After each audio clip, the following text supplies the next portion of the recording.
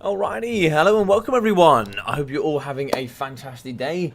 But today we are going to be doing the ENT ladder event. So this is going to be a specific event going over 2 days, starting today and finishing tomorrow. Well, technically I think it finishes 5 o'clock Tuesday morning here in the UK. So yes, hello there. So we have Scoot, welcome my friend, Dog and CJ. How are we? How are we? Let me just message my guys just to double check.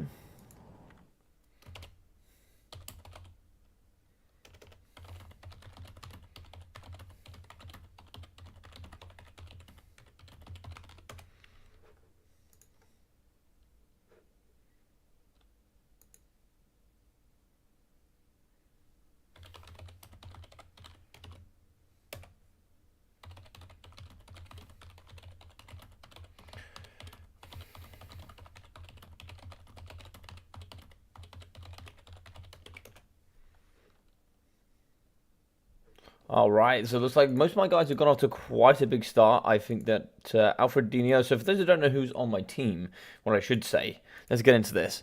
Hey, Texas Ranger, how we doing? How we doing? Welcome, welcome. So, let me try and explain a little bit the ladder. So, essentially, there's going to be 4 teams. There's going to be myself, a Rubber Duck of War, Humor Boy Yes, and Murph Alert. So, us 4 have got together as content creators. Murph there on Twitch, and the other 3 of us here on YouTube.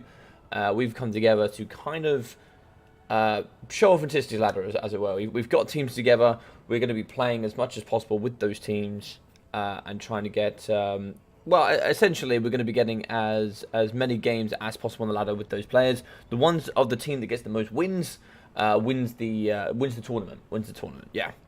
So far I've already got quite a few people that have played. I've got some replays. I'm waiting for some more to play, but sadly, only a few of my guys are playing right now. So, because one of them, a couple are American, a couple are here from Europe, and some are dotted from all over the place. So, Alfredinho is one player on my team. Let's just go for the team. So, team sheet. What's going on here? Okay. So the team sheet is. Let's go to Bowmore. We have From the Mountains Gone Bretonnian. ODM Pantelinard, LPF Zombie Quest, Amadilatron, ODM Alfredinho, and Butcherbird. That's Team KKH, which is Kazakit. Khazukan, Kazakit-HA is essentially what it is. That's our team for the event. It seems that I've jumped online at pretty much. Hey, Pantelinard, how you doing, buddy? How we doing? Welcome, welcome, welcome. It seems that I've jumped on at the worst time. It seems that no one has games at the moment. So essentially, what I was going to be doing is I'm going to be casting as many of the games as I possibly can.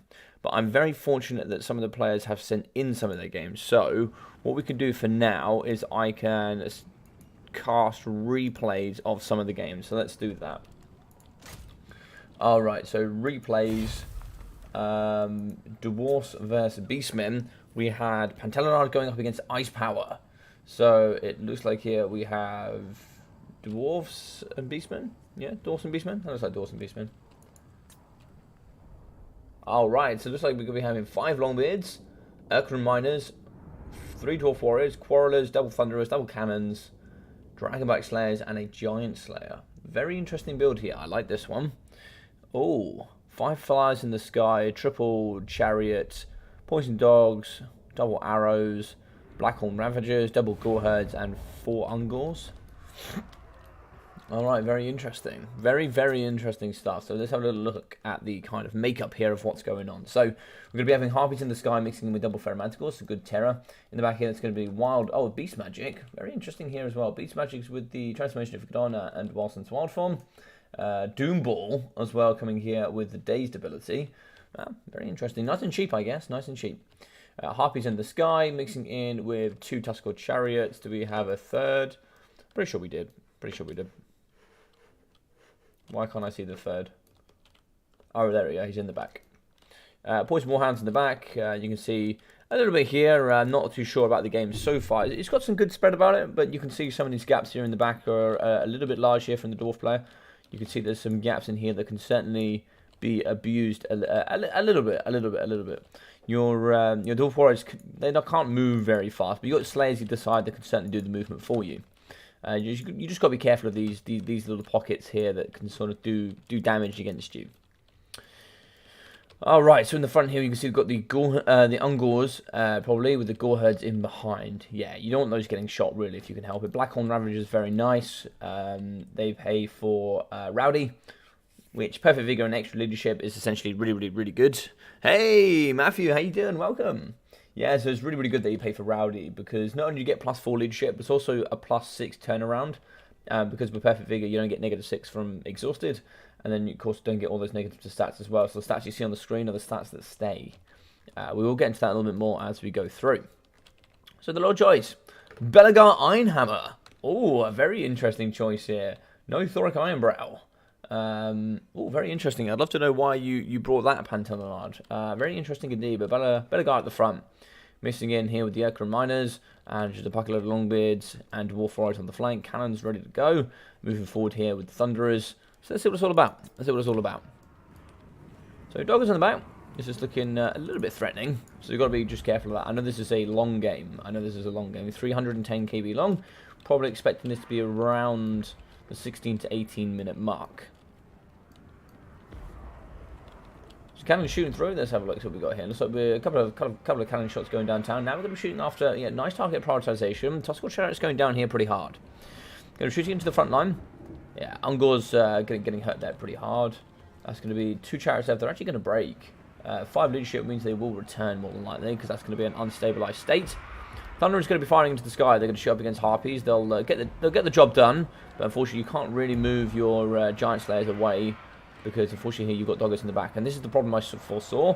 You can see this here becoming a bit of an issue, and even then he can come up and around. So that's a bit of a mistake there coming in from Ice Power. Bit of a mistake there. He should have juked into this pocket and then just came back round in through here, and then that would have been a nice free target there at the Quarrelers. So now the threat has been dealt with, but now he can certainly come back in. There's nothing to protect this kind of back pocket here, so we need to move over this direction with the Dwarf Warriors for sure. Slayers on top here, fighting with Harpies up against the cannon. Dragonback Slayers doing the business. You can hear a Manticore in the sky. So double Manticores are in as well, fighting up against the Quarrelers. We can see here we do have Chaos Warhounds in. Manticore in the sky is here in the middle. He might come after Big Belegar. Big Belegar is... oh, he's getting kind of butchered here in the front. Of course, reducing 10 melee defense is quite huge there for the Doom Bull. And reducing speed means a 24 speed. He's going nowhere, sadly. So like here, looks like we do with the Ferro Manticore. He's going to be trying to see if he can fight up against the cannon. Take the cannon offline. Thunderers do break. And we have the beautiful Ferro Manticore in the back here, just to kind of, escort them off the battlefield. And that's, that's what they're for. Here in the back, you can see the Tuskal Chariots. They're going to be at 3 models, -1 leadership, but 680 health. They should return. Harpies, this is painful to watch. This is painful to watch the Harpies do the business, because they're so good at it. They're so good. They're so good at harass. Manticores in the back, they're going to be rear charging here up against the Dwarf Forest. Cycle charging here with Tuskal Chariots. And in the middle here, we've got some Doggers coming through, but we are going to beat them with the Giant Slayers. The boys are, look at that. They just ran all the way through the Slayers. Just no care in the world. Just ran all the way through the Slayers. Dwarf Warriors in the back should be able to clear up. Look at that cannon. It is getting deleted here. And that is why dogs are so good here in the multiplayer scene. So it looks like here, Ungor Herds should be able to chase off the Quarrelers. Don't really want those coming back. They have been terrified. That's the 2 units of Thunderers have gone off. That's it's a big loss there for the Dowie. Big loss. Here, Middle Ferro Manticore is still going to be fighting. That other one does drop. We're now going to be getting Longbeards up against the Manticore. ITP will be there for those. Cannons are going to be ready here. So what are the cannons going to be used for? Could we... oh, the Doom Ball's looking like this. Yeah, this is going to hurt. This is going to hurt. Oh, he didn't get too much of a charge off. He kind of just standing around. There we go. There's the slam. So there's a couple of dead Dwarf Warriors there on that cannon. And now we're going to cycle charge here with the Tuskal Chariots. We should be able to go straight through the pile there of Longbeards. And in comes pretty much the remaining of the mana. We are going to be having the Ferro Manticore. And being this game goes on for quite a while, we are going to be seeing some Wildson's Wild Form kind of returning here to the battlefield. Where is the Lord choices? So we have one down here, and then we have another one in the pile. So one in the pile here fighting up against the Goreherds. Goreherds will struggle with AP, but they'll do okay against Belegar. He has quite a high melee defense. Now, Giant Slayers joining the pocket, fighting up against Goreherds. Could we kill the Bretonnian of Beasts? I would think so. I would think so. We should be able to do quite well there. That other Manticore just need to kind of get involved here a little bit. Marco is a little bit slow there from the Beastmen player. So nice shatter there in the background. We can see the Thunderers have been taken offline.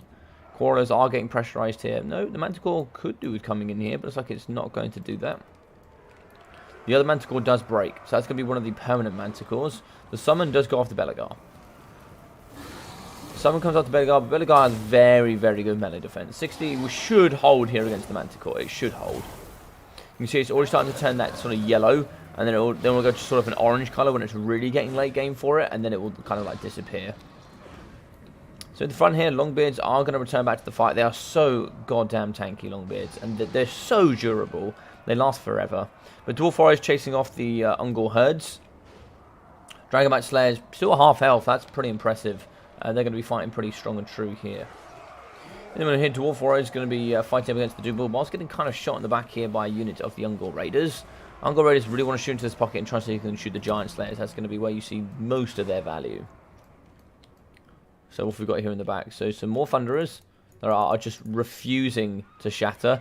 They just refuse. They refuse to shatter. Negative 43 leadership.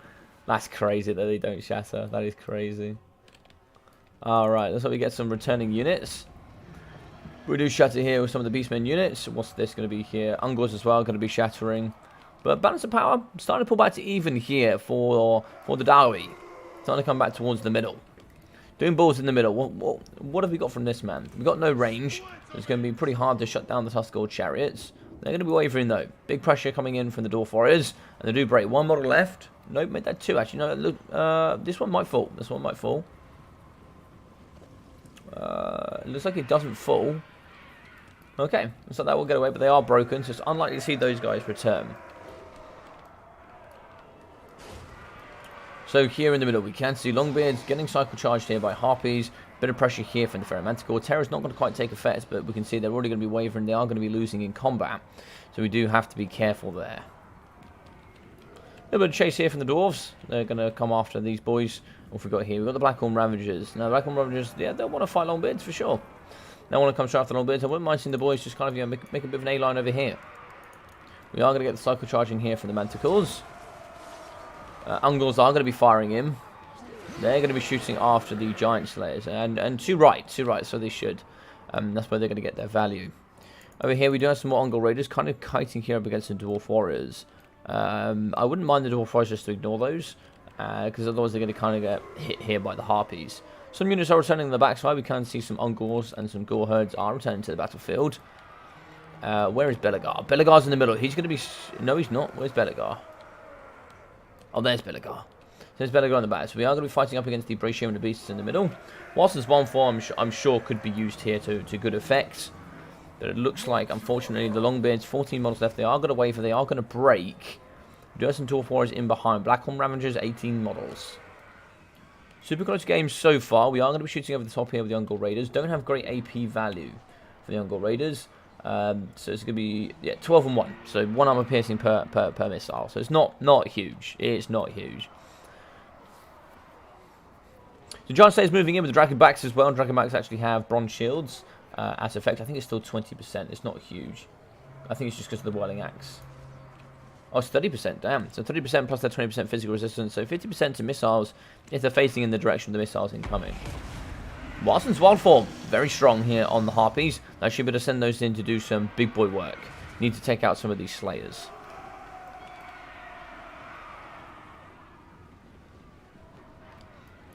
There we go. So they're in. I think now we just need to fight.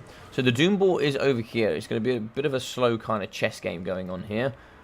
So let's have a look. So more Harpies are returning to the battlefield. Harpies are very strong though. Harpies 44 weapon strength. They can certainly do some great work here in the middle. So Ferromanticore does rampage. Belegar is in the middle. We are going to charge him with the Doom Ball. The Doom Ball gets a big hit here. It could be kind of... Oh, it looks like he's going to get away.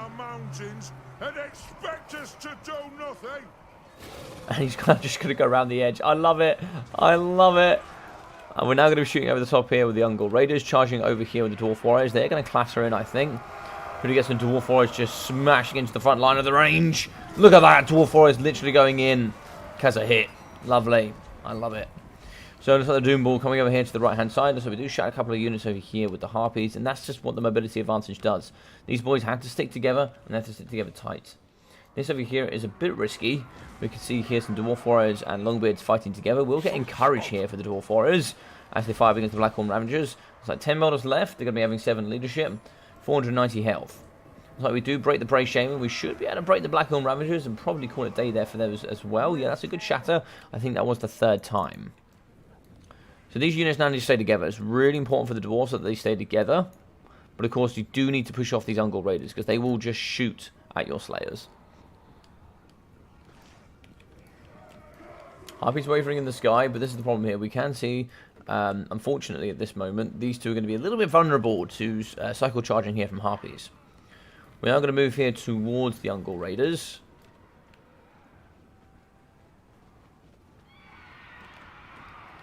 Yeah, so we might be able to catch a couple of them. And that is going to be a break. Nice stuff. So being that they turned around and actually got caught, was actually, I think, going to be attacked from behind there. So that's actually going to break them, and they will be going off the edge of the map. Warson's Wild Form is activated. Looks like the Brave Shaman does come back. That'll be his very last time he does come back. Over here, looks like we do actually have Dwarf Warriors fighting up against Ungol Raiders. Looks like they are going to be running here, but we are engaged over in this direction here. We can see the Warson's Wild Form going down, extra AP. They should be able to win this. It's a bit sad because 2 units are going to go off with kind of no support here. But they tried their absolute best here. The Longbeards holding right to the very end, but unfortunately they are going to fall under the pressure of the dreaded bats. Or the Harpies. They're all the same thing. Oh, that's huge. One of the Manticores does return here for ice power. Double moving over. What sort of health we got for him? 3,000 health for him. Manticore is going to immediately break. It's going to immediately break. Yeah. Shots coming over here from the range. They're just going to try and kite and shoot up against the Dwarf Warriors, etc. as much as possible. There's a long way to that white line. Now, Doomball doesn't count as engagement. So there's a... No, so that's what we are going to finish off over here. So these aren't engaged. These are running away, and this is running away. So just got to keep an eye on this. Just make sure that this is what it's meant to be.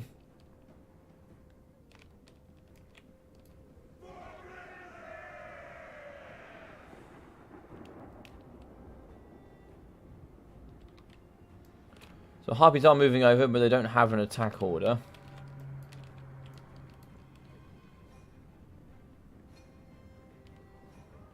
Doomball does charge in. Doomball is going to be attacking, but it doesn't fulfill the attacking rule. But turning and shooting will, but it's kind of kiting at this point, because he's just literally kiting to shoot the Dragonback Slayers.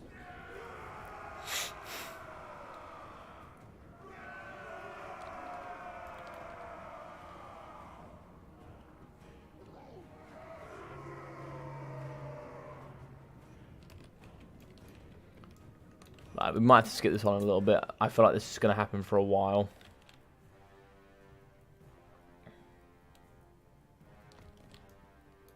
Yep, Harpy's going to recharge this, I would have thought. Yep. And break that off.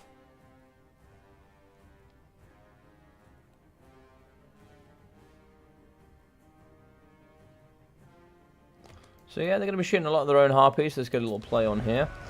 So Manticore comes in, actually terrifies Belegar Ironhammer.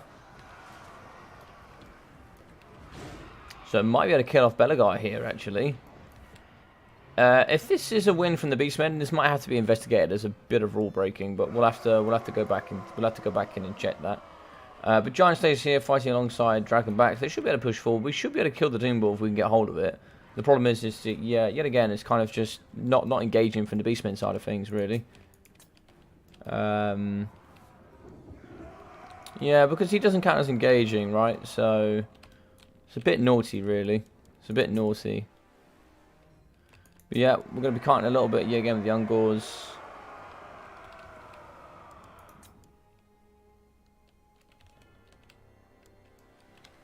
Yeah, okay, and then we have a break there from the Dwarf Warriors.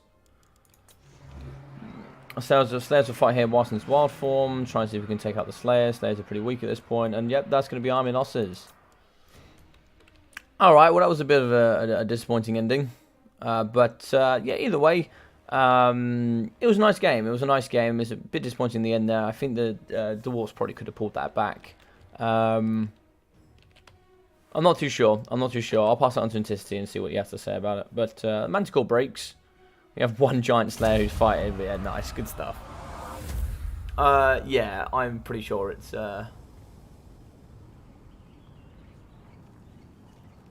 when a unit breaks, does proximity to the edge play a factor when it will shatter? No. So, Joseph, if a unit breaks 3 times, on the 3rd time that it breaks, it shatters. Always. Yeah.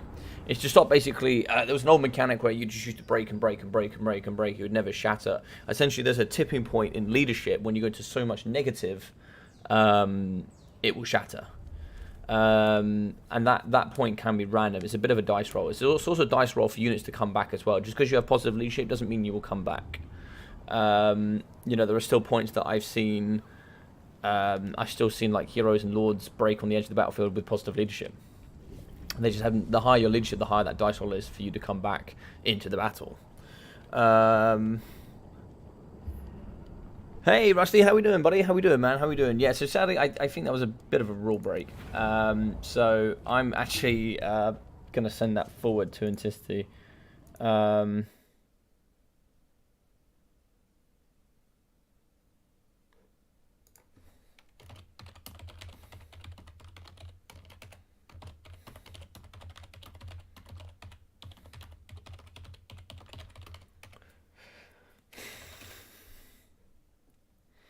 All right, let me just quickly put a message on here. Okay, so it looks like I need a replacement anyway. It looks like Zombie Quest is going to have to drop out.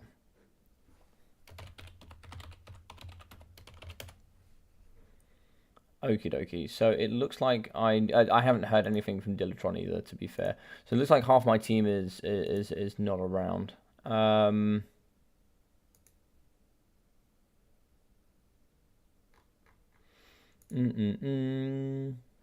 right. So yeah, sorry I wasn't talking to you guys there. Olgaban, hey Matthew, behave, Rusty. It's not my birthday. Behave.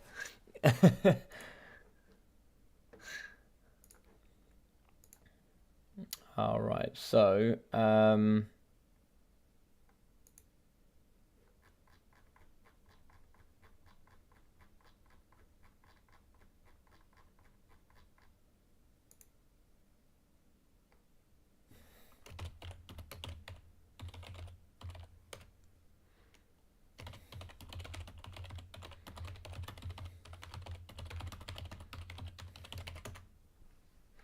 all right, cool. I'll send that to Intensity and see what he says.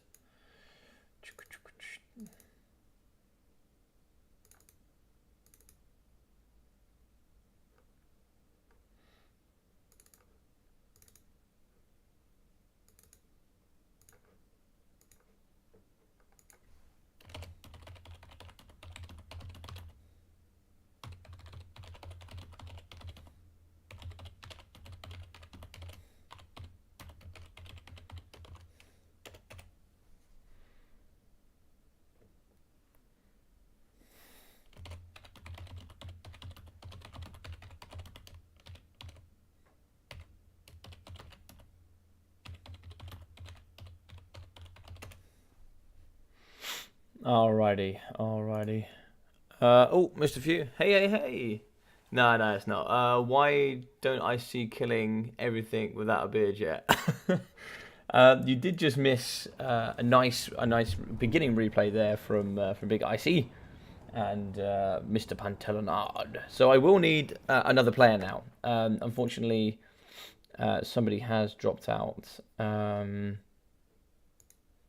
Let me see who's playing today and see if somebody wants to join up the team, because I have lost a team member.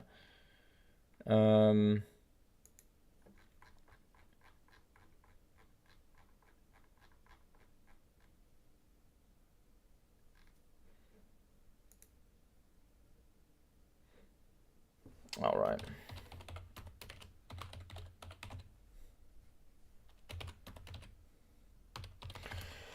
Sadly, Zombie Quest.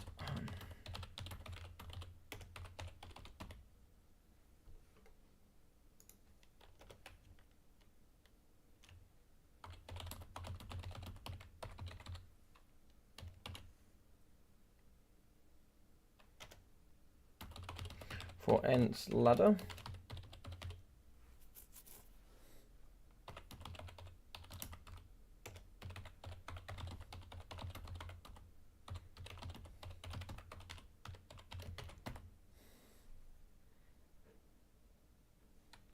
Right, let me upload this so we can see there if somebody wants to take his place.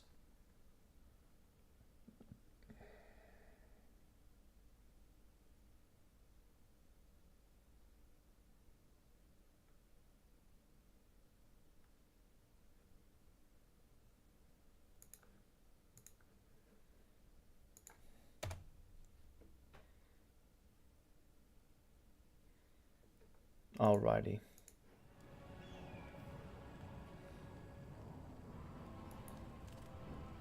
Yeah, you just missed a Dowie versus Beastmen game, and we've got Grombrindle that sent in a couple of games as well. So let's see if I can grab hold of them. The whole idea is I was meant to be able to any.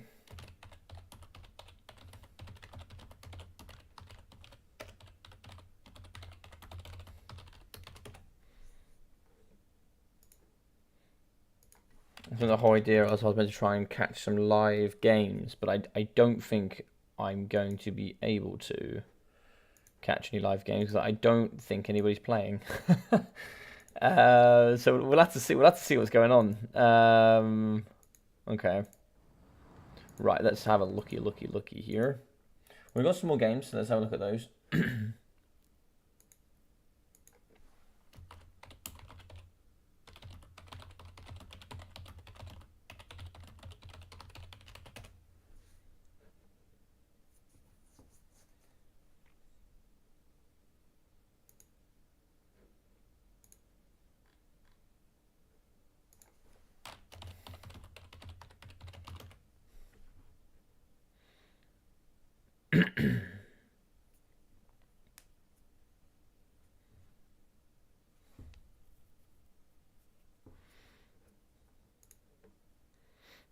Hey, Aldomo, how you doing?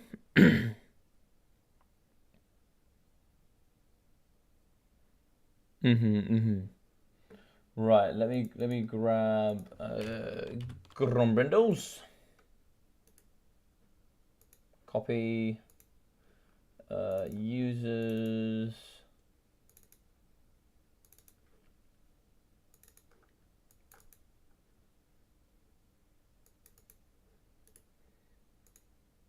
Oops. Paste. There we go. So we should have some more replays now. How are we doing, Aldomo? Right, so that's... Oh, my Polish is not good. That's not Dwarfs either, is it? That could be Dwarfs.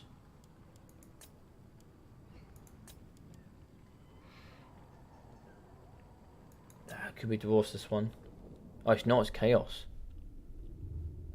Chaos and greenskins, wow. Okay. So we can start with Chaos and greenskins. Lovely.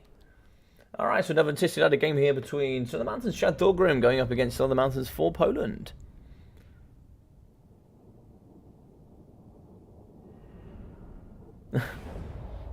Don't you have to do work for me? What? Alright.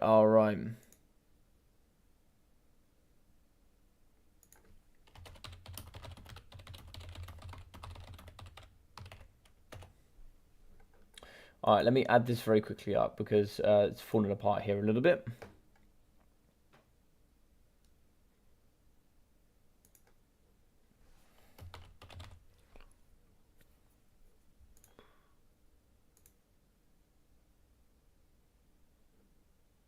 Add.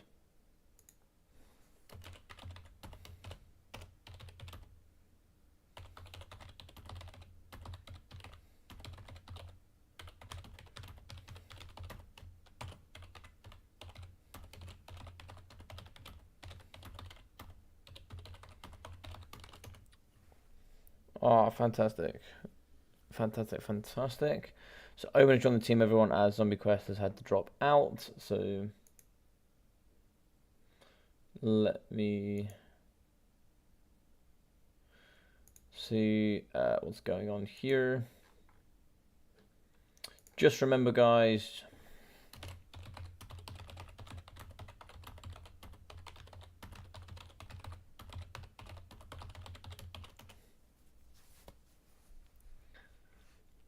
just remember not to play against each other. Cool. Right, so we're in. Well, I have to apologise. I was like 10 minutes behind. No worries, dude. No worries. I did think that. I was like, still talking about the map. I was like, oh yeah, I've been gone for like 5 minutes, I swear.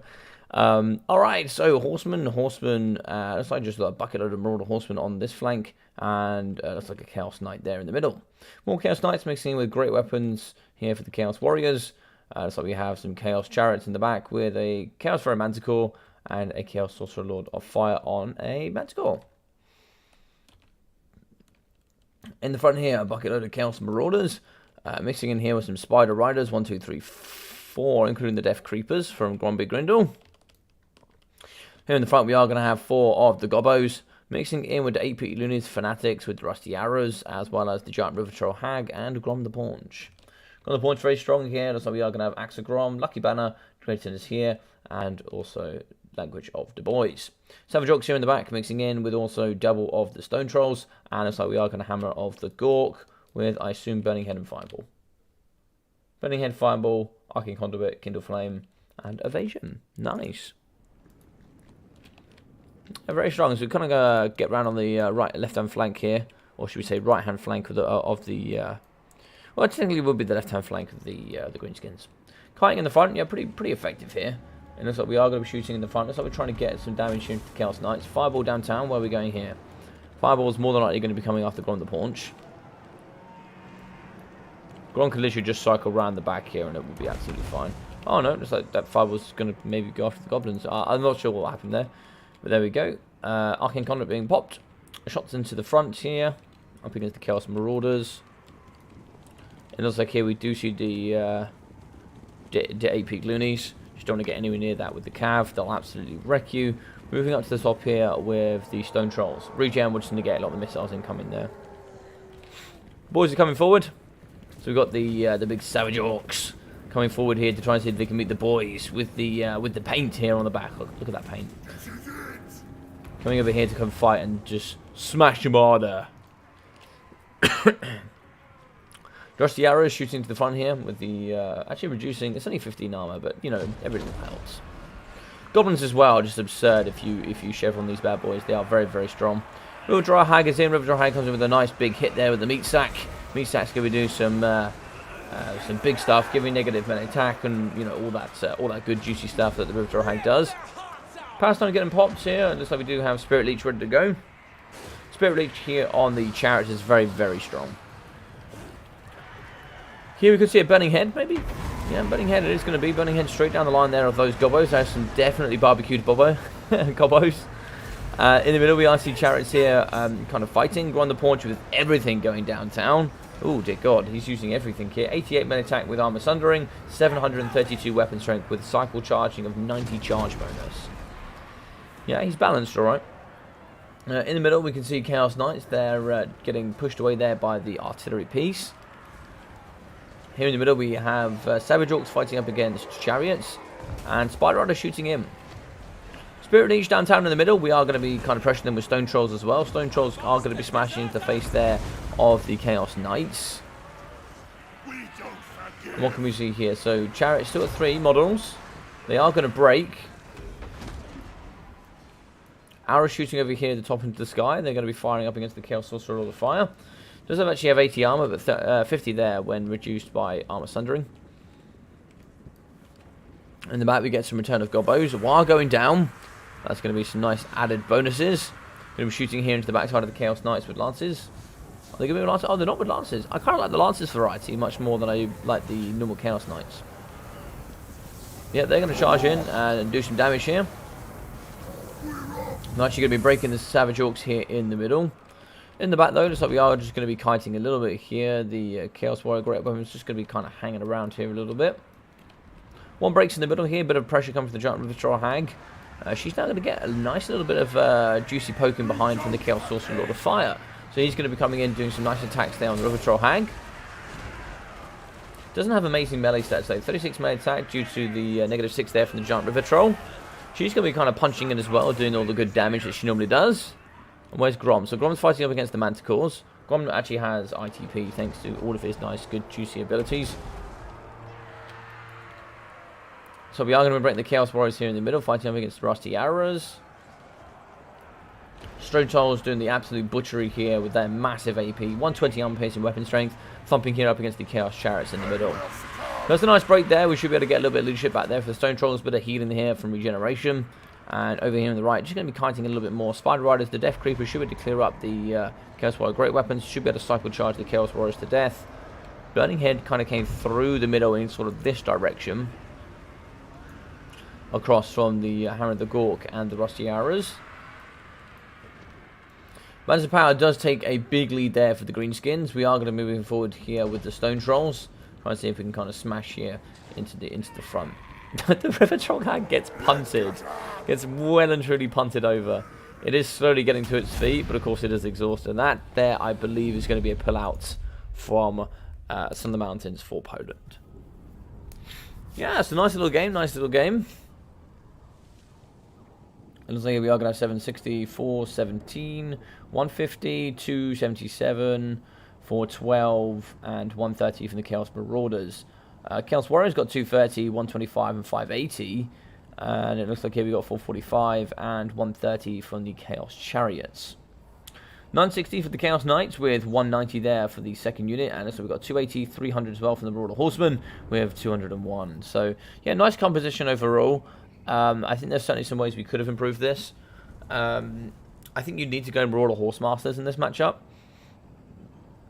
I really like Chaos Knights. I think if you went the ROR, just the ROR, I think could be quite nice. They can butcher with their fire damage up against Gorum quite nicely. Put big pressure on the Giant Withdraw Hag as well.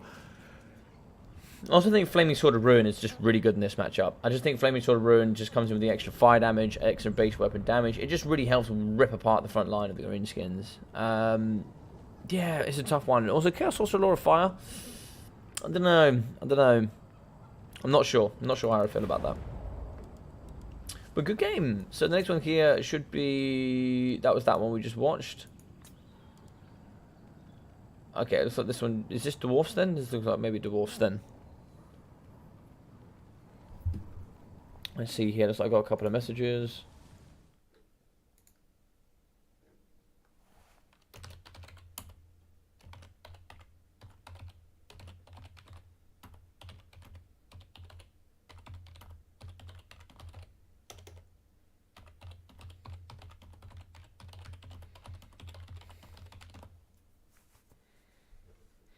Just talking to... Apology, talking to Intensity here. A zombie quest has dropped from my team because of work, and...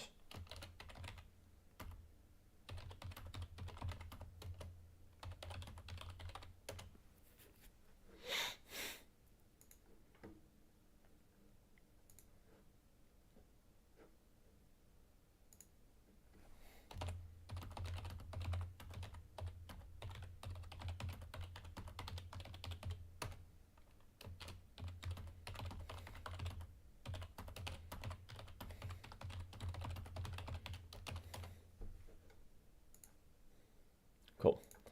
As long as he is up to date with that, nice. All right, so we'll quickly cast this one. It looks like there's no current game. Yeah, GG's. It looks like there's just no current games at the moment. Let me have a look on Ent's ladder.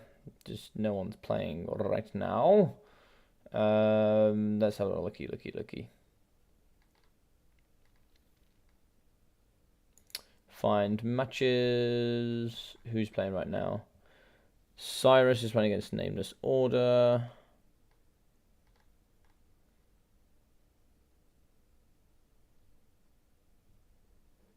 Let me message Grombrindle. I just realised he's just gone in a game.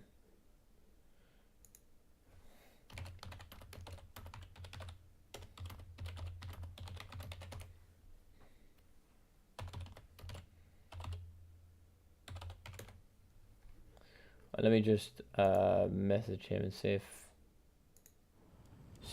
he is in a game now. I don't know if Grombrindle knows I'm meant to be casting these. Maybe he doesn't. I've just messaged him, so hopefully he sees my message. So he's currently playing now against RTK Curiex. I think I said that correct. Curiex. I'm not too sure. But yeah, looks like they're going to be playing now. So they've got Iron Sand Desert, Storm Demon, and MP Blue Ridge River. So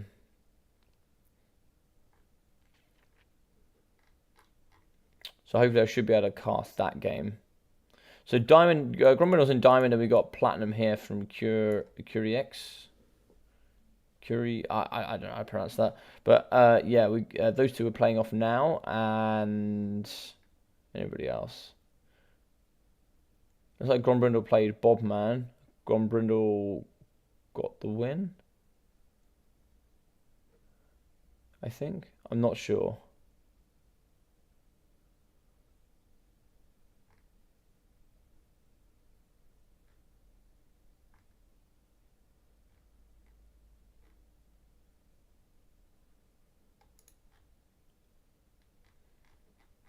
Okay, let me see if Grombrindle sees my message.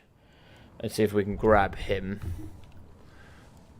But for now, we'll cast the other one of Grombrindle's games here. So it looks like Grombrindle played the High Elves. For Son of the Mountains there. For Poland's got the High Elves, and we're going to be playing with Chantalbrim. Oh wow, what is this? This is interesting. Oh, this is something very different. I've never seen this. Very interesting. Iron Drakes on the front line. Okay, well, that's interesting. So, we are going to be having Rangers in the front line, mixing with 3 units of Archers and some more Rangers. A front line completely here of White Lions of Trace. And we are going to be having the Lord Choice, Tyrion. So, Tyrion here will be Sunfang, the Faint and Repose, Stand Your Ground, Foe Seeker, and the Heart of Avalon with great AP. With double White Lions of Trace, and it looks like we are going to have a Lord of Life here with Starboard Staff, Book of Hoeth, and Earthblood. That's a lot of mana investment for just Earthblood. I will admit. You don't need that for just Earthblood. I have a video coming out soon, actually, that should suggest. Yeah, High Elves vs. Dwarfs replay now. Yes.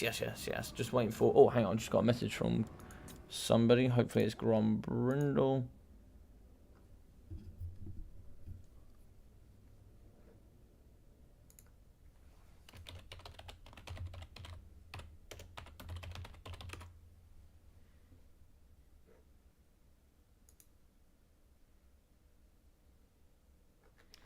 Oh, what's this? Okie dokie. I'll wait to see if Grombrindle gets my message. Hopefully he does. So shots into the front. Looks like they're going to be firing here. Actually, shooting the Longbeards is not too bad. Iron Drakes, 125 armor, no shields against 100. I still think shooting the blasting charges is best. AP at the front here, let's have a little look. So, Archers, 3 AP per missile, that's not terrible. That's not terrible. It's 3 times more than Ungors. So, should be able to cycle in from the side here, coming in with the Lion Chariots. Iron Drakes here, oh my god, they torched the living daylights out of the Archers. Yep, they're going to be firing in the front as well. Looks like they do try to kite there with the Archers, but they get a lot of burn going down there. That is a lot of work here from the Iron Drakes. Iron Drakes are going to be shooting. This will be very interesting to see what happens here. They're going to be shooting in the front. They actually do a lot of damage. Holy lord, they do a lot of damage here against these White Lions. What AP we're talking about here? Yeah, not terrible. Blasting charges on the Lion Chariots. Master Rune of Slowness popped with Slayers in chase. Here we go. Miners are in. Mixing in with Longbeards. Rune of Doom popped. Iron Drakes pulling out. They're going to pull out around the corner. We should be able to get some torch in here. Yeah, well, that is going to happen. There's going to be a lot of damage coming through there. They did a lot more damage than I thought they were going to do. That's for sure. A lot more damage. White Lions here going to be fighting. Looks like we're trying to pull out the Iron Drakes. Longbeard's beating back the Rangers. Arrows still coming over the top. These 3 still firing quite true. Looks like it's going to be Sunfang through here. It's going to be a nice... That's a nice Sunfang for sure. That's a nice Sunfang. I also did probably as much damage against the white lines as the rest. Trollhammers, they're in the back. They're firing here up against the white lines. They need to be hopefully getting onto the line chariots pretty soon. Line chariots are cycle charging. Looks like they're shooting up against this one. So sort of damage we get here. So they're firing over the top. Bit of a miss there. And now they're going to get recharged here by the Lady of Life. Coming in with a beautiful green. But they're going to get slammed here in the back here by the line chariots. And the Slayers do come to join the party. There's a nice party over here for sure. The Master Rune of Speed is going to be overcast here whilst fighting up against Tyrion. Tyrion does have 83 melee attack, 69 there for Thoric Eyebrow. 25% physical resistance up against Tyrion. Should be interesting. Iron Drakes damaging the front line. Line chariots are just going to literally mow them over. They just do not care.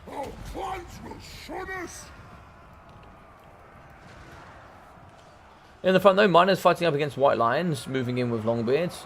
Yeah, looks like we are going to get a nice torch here from the front from the Iron Drakes. Going to do some nice work there up against the White Lions. In the middle, Tyrion is losing here with Slayer pressure as well. Thoric is going to push in, try and see if he can finish off the job.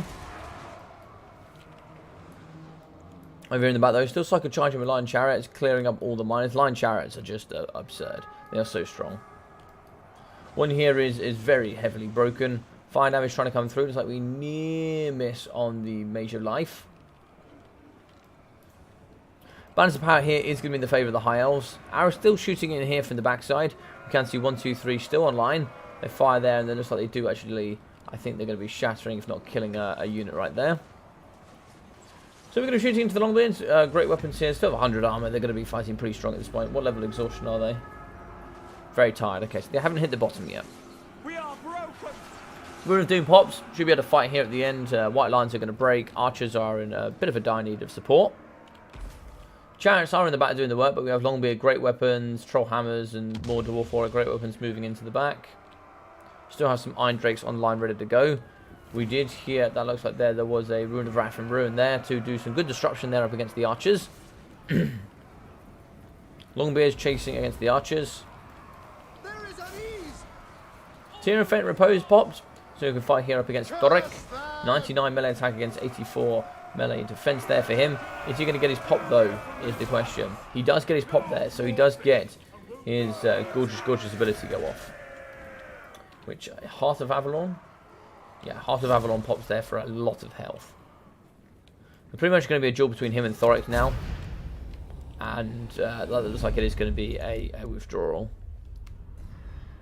Strong game. I mean, let's have a look at this. 900, 550, 750 and 400. Do I like the Iron Drakes? Iron Drakes is an interesting one for sure. Iron Drakes is certainly an interesting way to play this matchup. Very, very interesting. 900 and 1,100 for the Slayers. 740 there for the Trollhammer Torpedoes with 860, 480, 500, 730 and 500 for the Great Weapons. Miners there getting 420, 570 and 160 there with 1,080 for Thoric Eyebrow. 1,240 there for Tyrion. I think it's a really nice choice to go with Tyrion. I just wonder if just going to L'Ariel. Because Lara's so nice, right? Just mass healing, like Earthblood. She also comes with the Star. She also has Tempest to deal with Gyrocopters. She's just got a bucket load of things that you can utilize. 1,700, 1,260 there for the Lion Chariots. It's very, very strong. 440, 65, 380, 460, and 220 for the Lions. That's probably the worst I've ever seen them perform. 309, 470, 770 there for the Archers, with 360 and 320 there for the Rangers. Yeah, nice stuff. Alrighty, it looks like Grombrindle didn't get my message.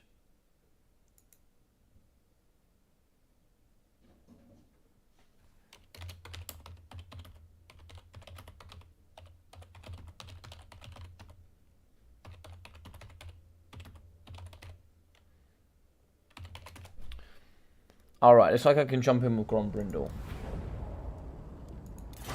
Right, let me go try and see if I can lobby up here.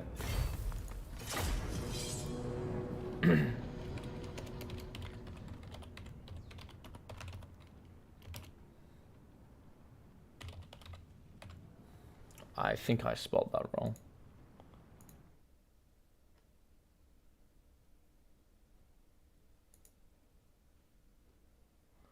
Let's have a look. So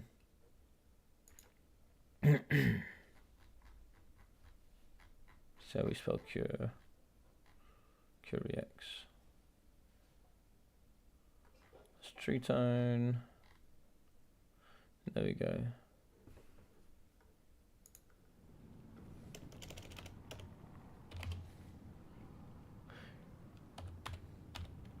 There we go.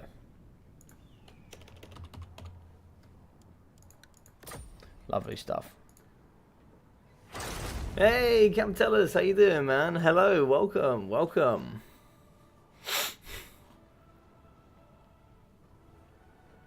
All right. Let's get in with Grombrindle.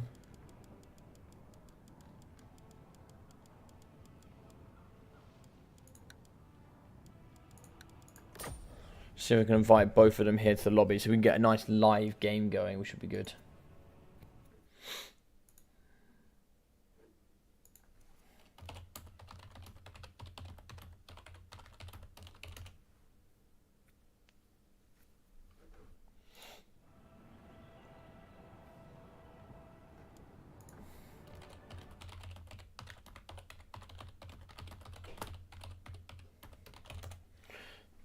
Yeah, you can invite me to yours, buddy, or you can come join me. I don't mind.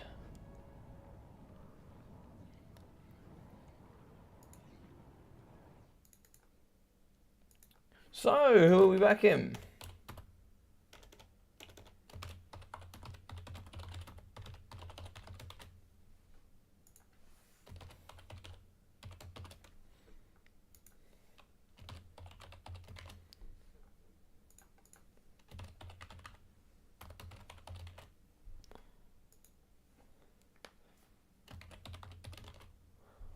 Who are you guys back in today?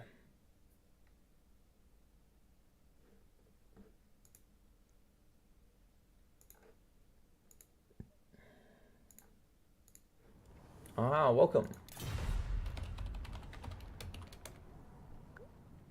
Thank you.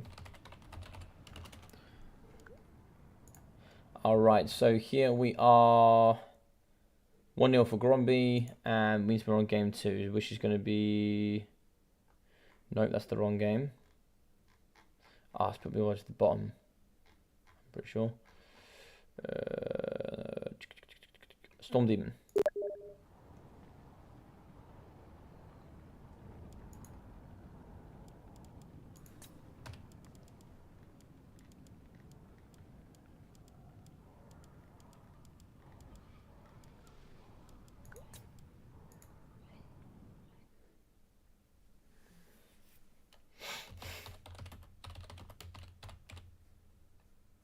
Oh.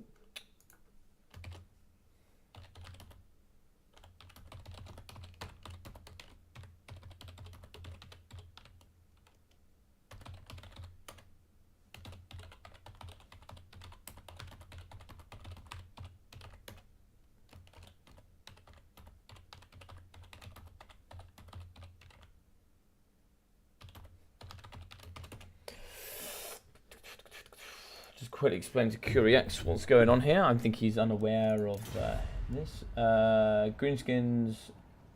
Pick Greenskins. Pick Dwarfs Greenskins. Nice. Alright. So pick Dwarfs Greenskins. What can we do to counteract that is the question. Alright, I think we're good here. So let me set this up.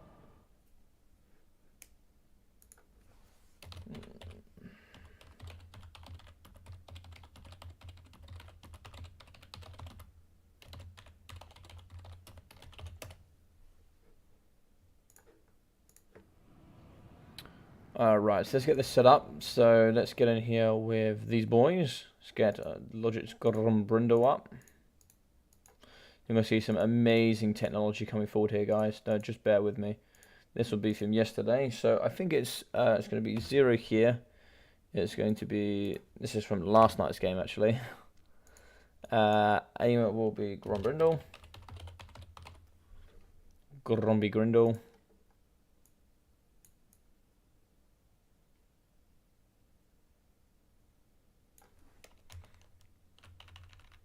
Let's move that up and out of here. And then this one here will be, if I can spell it right,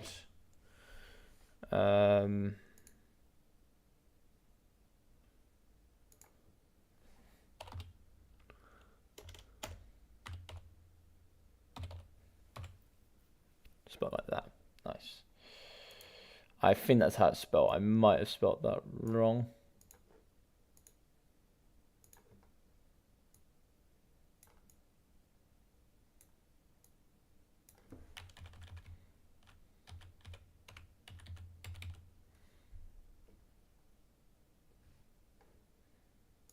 Perfect, there we go. So I got an at somewhere.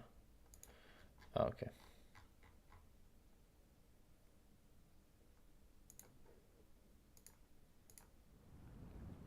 Alright, so we're in the game. Alright, so Lizardmen, so Dwarfs. Let's get it on. I'm ready, I'm sure these gents are ready. Let's do this. Alright, let's crack open a coffee. I'm ready to rumble.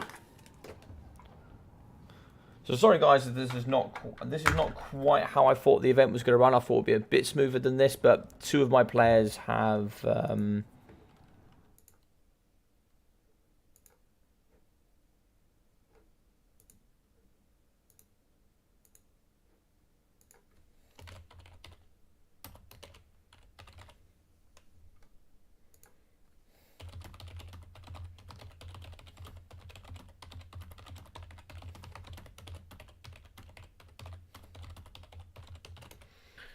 Alright, let's do this. This is what we're loading in. Yeah, I thought, well, we did a Tron and Zombie Quest not playing. There's about a third of my team not playing, so.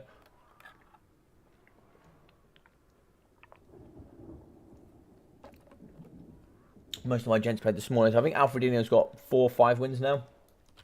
Pantelinard is on 3 or 4 wins. I believe Omen's just got a win now, and he's just joined my team, Omen. He's just replaced Zombie Quest. Gormbrindle's already got 2 or 3 wins, I think. So we're doing quite well so far. The team's doing quite nicely. So I might need... no worries, dude. It happens. Yeah, man. It's just I'm trying to...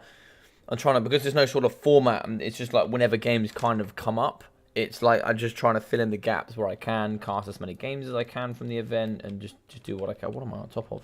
Oh, yeah. Oh, the Waterstone Crater. Look at this thing. Look at this thing. Scathe and go berserk. This is literally luster and crack for them. Alright, in the middle. For the Darwi.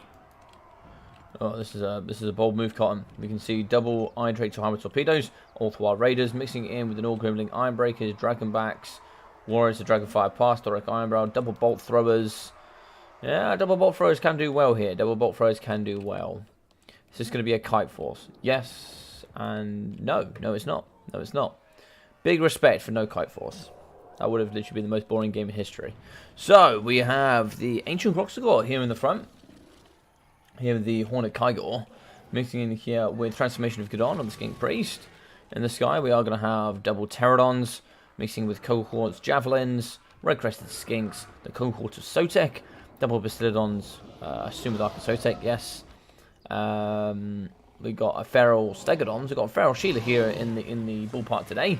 Mixing in as well with, oh, it's like a bit of a Coxicle push. I like this. Coxies everywhere. 2 Pterodons is a bit ballsy, but I like it. I like it. You know, 4 Gyrocopters would ruin that. Alright, so let's see who you guys supporting today. So, oh yes, let's go. Team Logic. Oh, we got a bit of support for Ducky, though. We got a bit of support for Ducky. I love it. We got a bit of support for Ducky. And Human Boy. Come on, show Murph some love. Show the man some love. He needs your support. I'm sure he'll be streaming a little bit later on. Got like that fun. Nice. So let's do this. So both of these guys are going to come forward. For the Dwarf side of things, it's going to be pretty hard to break open this this backside here. No Grimling Iron Breakers are certainly going to do the business.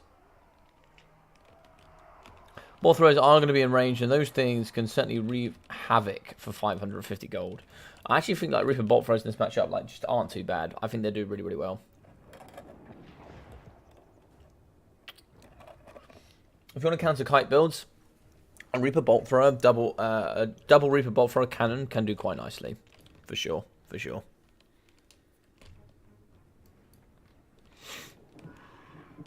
So we are slowly moving forward, and we do have this nice kind of hill section here. So we've got some good terrain to kind of like, you know, kind of help us with our progression. But we can see bolt throwers coming over the top. They're going to be ripping into the front here up against the red-crested skinks.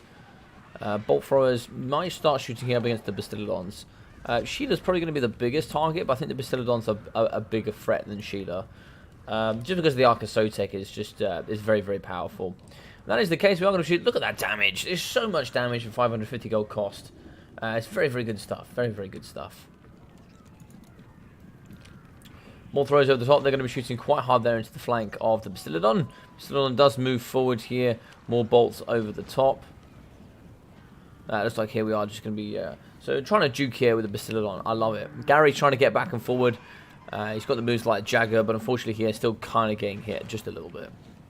So you can see here Gromriddle just kind of targeting this threat, and he's quite a big one indeed. He's quite a big threat when it comes to the front line.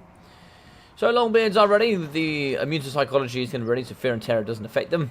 Throwing axes here are in the middle. They don't have the beautiful effect here as well, which is marked by Ulthwar, giving all those beautiful abilities. Thoric Ironbrow as well. Looks like he's going to have his rune armor. Moving in with the Rune of Wrath and Ruin, Rune of Speed, Rune of Slowness, Master of Invention Lore, Rune of Hearth and Home, Forge Fire. He's basically coming with everything. He's basically coming with everything. There we go. So we can see Mutt by Ulthwar going down here for the Feral Stegodon. Throwing axes over the top. Do actually rampage Steggy. So Steggy's coming in. So now we can start bustering. So now what we do, that's a really good play. We push out here and now start getting the throwing axes in. Throwing axes come in and they do business here on top of Steggy. Now going to go in with Thoric Ironbrow. He's going to start fighting here in the front. The clang of the Rune of Doom goes down as we fight here in the middle going up against the Ancient Croxagore. He's also going to be using the Horn of Cargo here, plus melee attack, leadership, and all of the unknown things that you name. As you can see over here on the left, we do actually have the Bastillodon Archasotek using its ability, doing some great damage here up against the Longbeards. Master Rune of Speed used, Overcast here in the background as well. Trollhammer torpedoes are ready in the back to really thump it here up against the Bastillodon Archasotek. Over here on the right hand side, we do see that we do have some Pterodon Riders. We could hopefully shoot those there with the nice Trollhammers, but looks like that's not going to be quite the case. In the middle here, we do actually have no Gremlins ready to go. Blasting charges are ready to kind of go into the front here and smash apart. Look at those flying over the top. I want to see them smashing here into the red-crested skinks for sure. Transformation now popped here. We do have the Ferromanticore in the sky. Blasting charges over the top. We do actually have Thoric Ironbrow going pretty strong here in the middle. Longbeards over on the top side, fighting here up against the Skinkies. But unfortunately, a bit of support there for the Skinks. Does come with a bit of a rear charge here for the Ancient Boxagores. The boys here with the big paddles going to be spanking the backside here of the Warriors Dragonfire Pass. They're don't have immune psychology, but they're going to fight back here with you know, a nice bit of vigor there. So in the middle, Ancient Boxagore, he's pretty beaten up. 1,990 health for him. We can see Thoric Ironbrow pretty healthy. He's got some good AP as well. Maybe just slap open the Feral Stegodon. Ball throws are broken. Trollhammer torpedoes are broken. Can we get the Iron Drakes to shoot here up against the Pterodons is the question.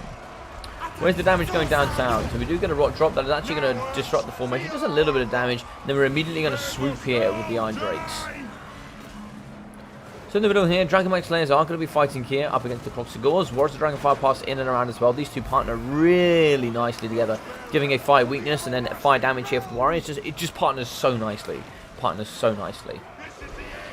In the middle here, no Gremlins fighting up against the rampaging Ferromanticore, throwing axes in the back. You can hear that clang yet again. Second time, Rune of Doom gets popped here for the Dowie. Balance Power is going to pull into the Lizardmen favour here. And looks like the RTK man himself is playing rather strong right now. He's getting in there and doing all the business the gods desire him to do. The other one's fighting in the back here. The Skink cohort's coming up against the Iron Drakes. Rune of Doom has been popped, so we should be able to fight with those 8 models with a little bit more vigour. In the front, we do see Croxagores doing good stuff. The paddles are out. They are spanking, but they are taking a bit of punishment in return. You can see Longbeard's here. Oh, what was that? Was that a pull-out from somebody? Oh, it was a pull-out. Okay. It looks like we did get a pull-out here from the Lizardmen. And that means it's going to be a nice big gorgeous victory here coming in from Chad Thorgrim. So 500, 400 there for the bolt throwers. Good chip damage on the way in. I really, really like that. These costing 550 gold. They don't have huge range. Has to be hubby, of course. You got a Raven ramp for hubby indeed. Looks like here, Trauma Torpedo 600 and 700. The reason we take the Iron Drakes in this matchup is the fact that rock drops just do nothing against them. 70% fire resistance, considering the base damage is fire on the rock drops. Just means that you negate a lot of the damage incoming. Also, 125 armor is no joke. 1,140 there for the Ulthwar Raiders, very, very strong. 920 there for the Nor Grimlings, with 1,600 for the Dragonbacks, 500 as well for the Warriors of the Dragonfire Pass, 320, 300, 270, and 550 for the Longbeards, with 680 for Thoric Ironbrow. So for the man at the front, we've got 520 with the Croxskull Ancient, kind of going with a bit of a Croxskull Ancient push here, with like maybe the double Arc of Sotek. 28 there for the Skink Priest, but we saw one Manticore summon. That extra Manticore summon could have flipped the balance of power there. I don't know why. I think Kuriak's kind of gave up a little bit early there, for my personal opinion. 106, 0, 550, 250, 340 there for Reckless Skinks, with 780 there for the cohort of Sotek. 0, 250 there for the Skink cohort Javelins. 470, 225 for the Pterodon Riders. 1,000 and then 14 for the second. 580, 760 for the Croxskulls. You kind of need to have the Horned Kygor with your Croxskulls. You certainly want those pushing with the Croxskull Ancient, and then you want them kind of supplemented with the cohort of Sotek. Pop their Refuse to Die, and then you just have mass models that can really protect your ancient Croxskulls a little bit more. And you kind of have that as a Doom Blob of 4, and that could really, really punch very hard. Hey, how we doing, Battle Tutorial? Here to support my boy, Human Boy. Yes, yes. Oh, here to support Human Boy. I like it. I like it. So that's going to be a 2-0 victory for Mr. Grumpy Grindle.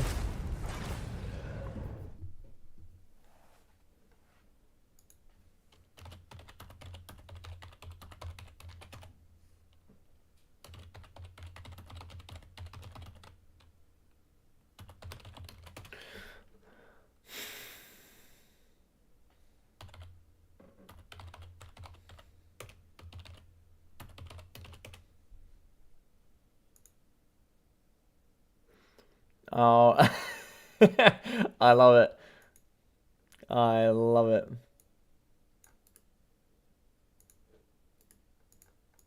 Grumpy Grindle coming through hard there. So good victories in for him. Good victories in for him.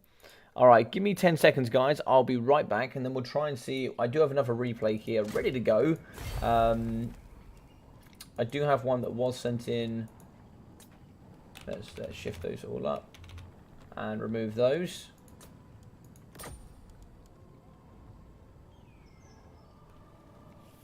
And then what I do have is...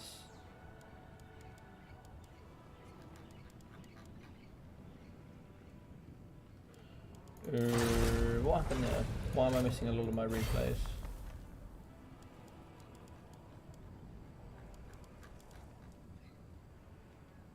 I'm missing a lot of my replays now. Maybe I got rid of a lot, I'm not too sure. I've got another replay here from Pantelinard, so give me a second, guys. I'll be with you, and then we'll go through the Pantelinard game. Hopefully we try and find another game here to... try and find another game with these gents.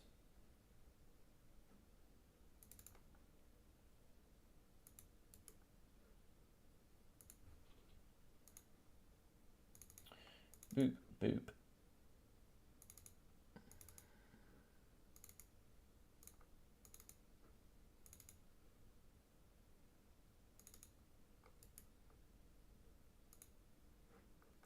Alright, so that one's in there, so let's try and see if we can find that. So we'll change the scoreboard here. So Grombrindle took that to Neil. Let's see if we can find another. So here's the replays. Replays. Yes, Pantelinard. Nice. We have another game here from earlier today. Fantastic. So we'll get that on in just a second. Give me 10 seconds, guys, and I will be right back.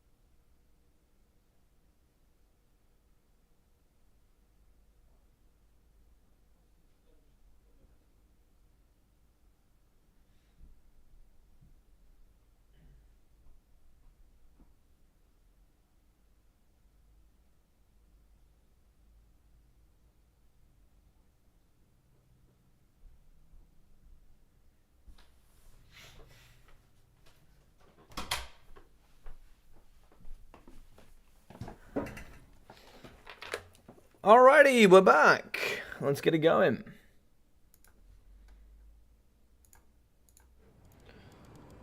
So, let's have a look here, see what we got from these gents.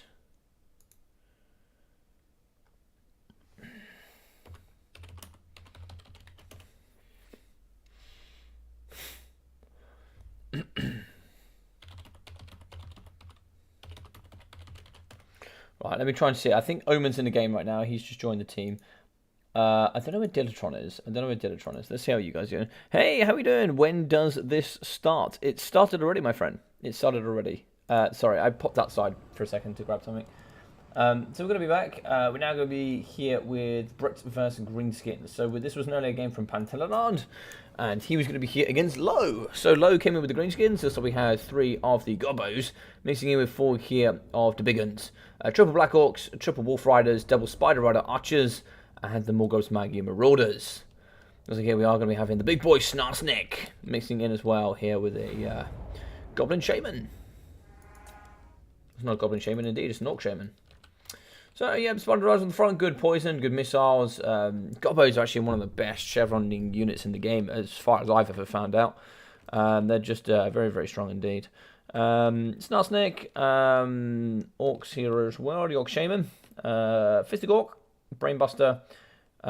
He's also going to be having this, so that's going to be added melee defense and speed. Very interesting. I guess evasion does help a little bit, but there we are. Scroll of shielding, and yeah, power of the war. Snarsnick as well, in with fermented fungi, spite the bad moon, and get back here. He can be a little bit squishy on his own. I normally use a Black Orc Big Boss to kind of like look after him, and it's going to be going up against Bretonnia here on Alpine Ridge. So, peasant mobs in the front line. Bucket loads of peasant mobs dotted in with men-at-arms. Here as well with the Knights of the Realm mixing in with peasant bowmen. We are, of course, going to be having Mr. King Leon Gurr in the sky. The man, the myth, the sword of Corone. Mixing in with the beloved son of Bretonnia, the lady's champion and blessing of the lady.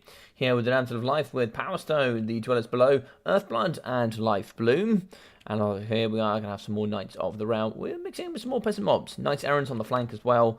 Getting in and all over the lady herself.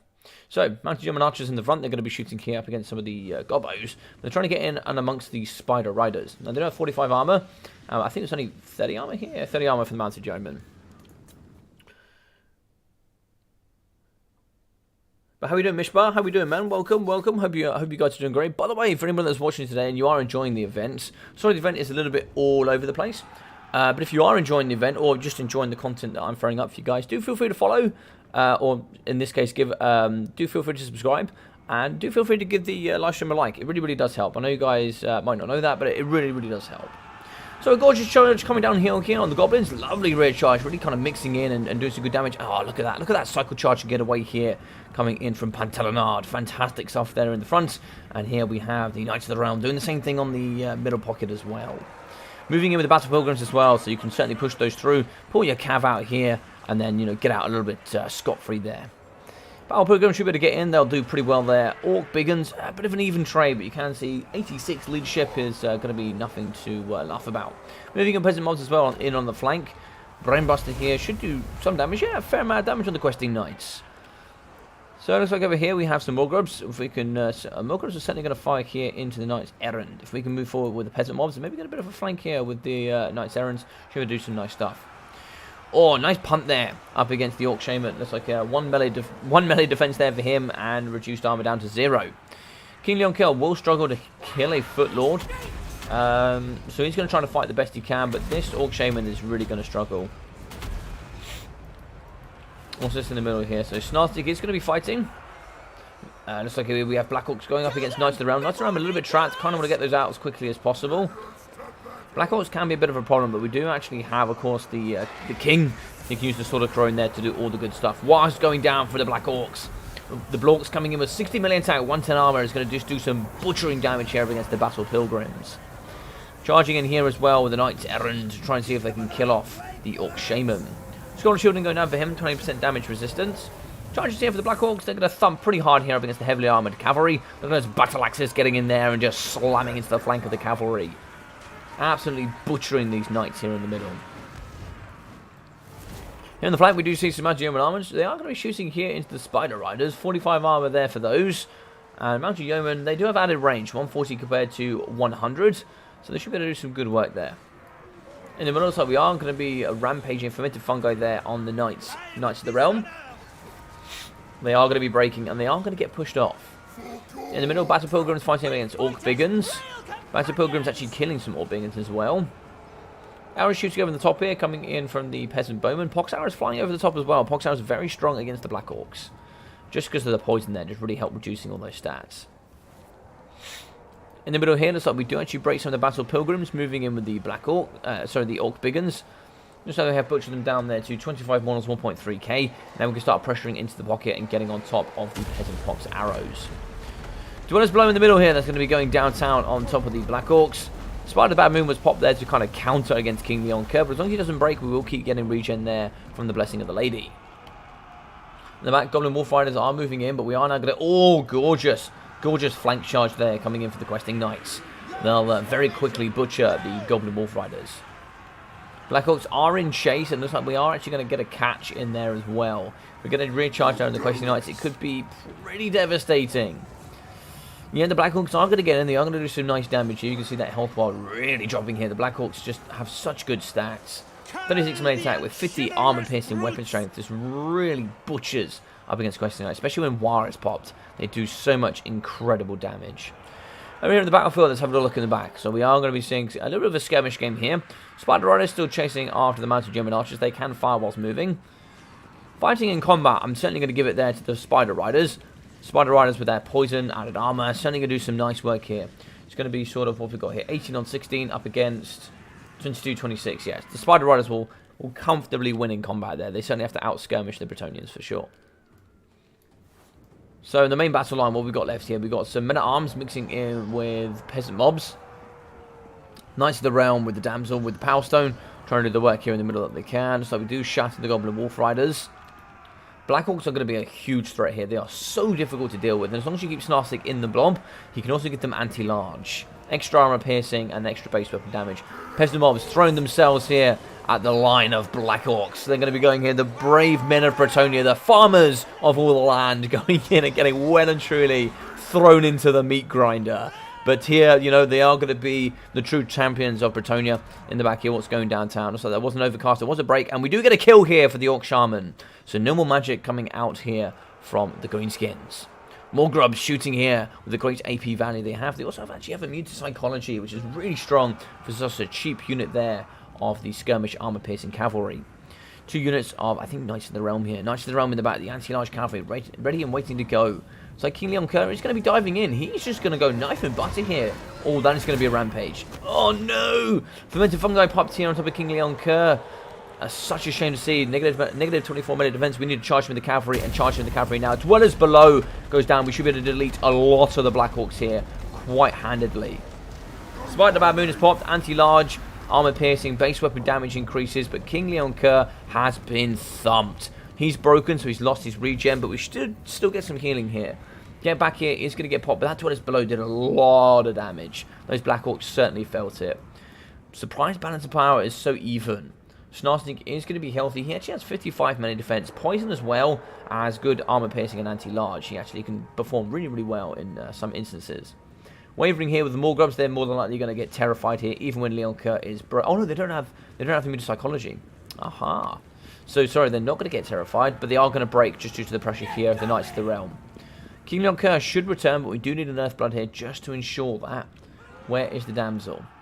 Damsel's here. I could redo the Damsel getting in the back here and hoping that Leon Kerr can come back. 16 leadership. He should return once he gets to the air. He's got some distance. Yeah, he does return. He's going to lose his regen and now that he's broken, but we should be able to get him back in. Black Orcs moving over to the left-hand side. If we get some peasant mobs in and get some recharges here up against the Black Orcs, we should be able to do some quite nice work here and finishing them off. They also have immune to psychology, so the terror here from Leon Kerr's not going to help too much, but Snarsnik? Snarsnik's out in the open, yeah, and you kind of realise it there with the greenskin player. Kind of realizing that Snarsnik is just going to be a little bit alone. So now we're going to be chasing off the Spider Riders. What's that, 78 speed there? Or she, no, okay. So I actually quite like having the Damsel on a Unicorn. Coming in with the extra magic resistance, going from 78 to 95 speed is actually a big bonus. for the extra 100 gold cost. Just kind of makes it tankier as well. If you can afford it, I kind of recommend it, but it does cost you a peasant mob, so it's down to you really as the player to decide if you think it's worth it. But I think sometimes sticking her on a unicorn, it's not always terrible. It's not always terrible. So in the middle, looks like here the Black Orcs are moving over to the right-hand side of the map. All three chasing after the Knights of the Realm. And Spider Rider's still going to be kiting here against the Peasant Mobs. They're going to be wavering. -5 just due to under missile fire here. Especially with all that damage sustained as well. Also going to be exhausted. Flanks exposed. Yeah, it's not a great time to be a peasant there in the regime of the Bretonnians. Oh, look here. Black Orcs are ready to go. Damsel alive. Should we get a heal on King Leoncoeur here? Life Bloom is very necessary. I think if you're going to go Earthblood and you're going to go Power Stone, I really like the combination of spells here for the Damsel. Power Stone is very good if you're going to bring in Dwellers. If you're going to bring in Earthblood, you just bring Earthblood with Life Bloom. There's no point bringing anything else. The spell's so cheap and the mana reserves is enough that you'll get enough casts from it to make it worth it. Knights of the Realm is going to be charging around the backhand side here. So we should be able to get in pretty much a nice force line here. Then we should be able to get the same on the other side. And then we should be be able to meet in the middle here, as it were. And kind of finish off the greenskin resurgence, as it were. The king is just going to be hovering around here. There's really not too much left on the battlefield. We can see for the greenies, some goblins are going to be shattering. Orcs are going off as well. Balance of power should be shifting when a few of these units do flee the battlefield.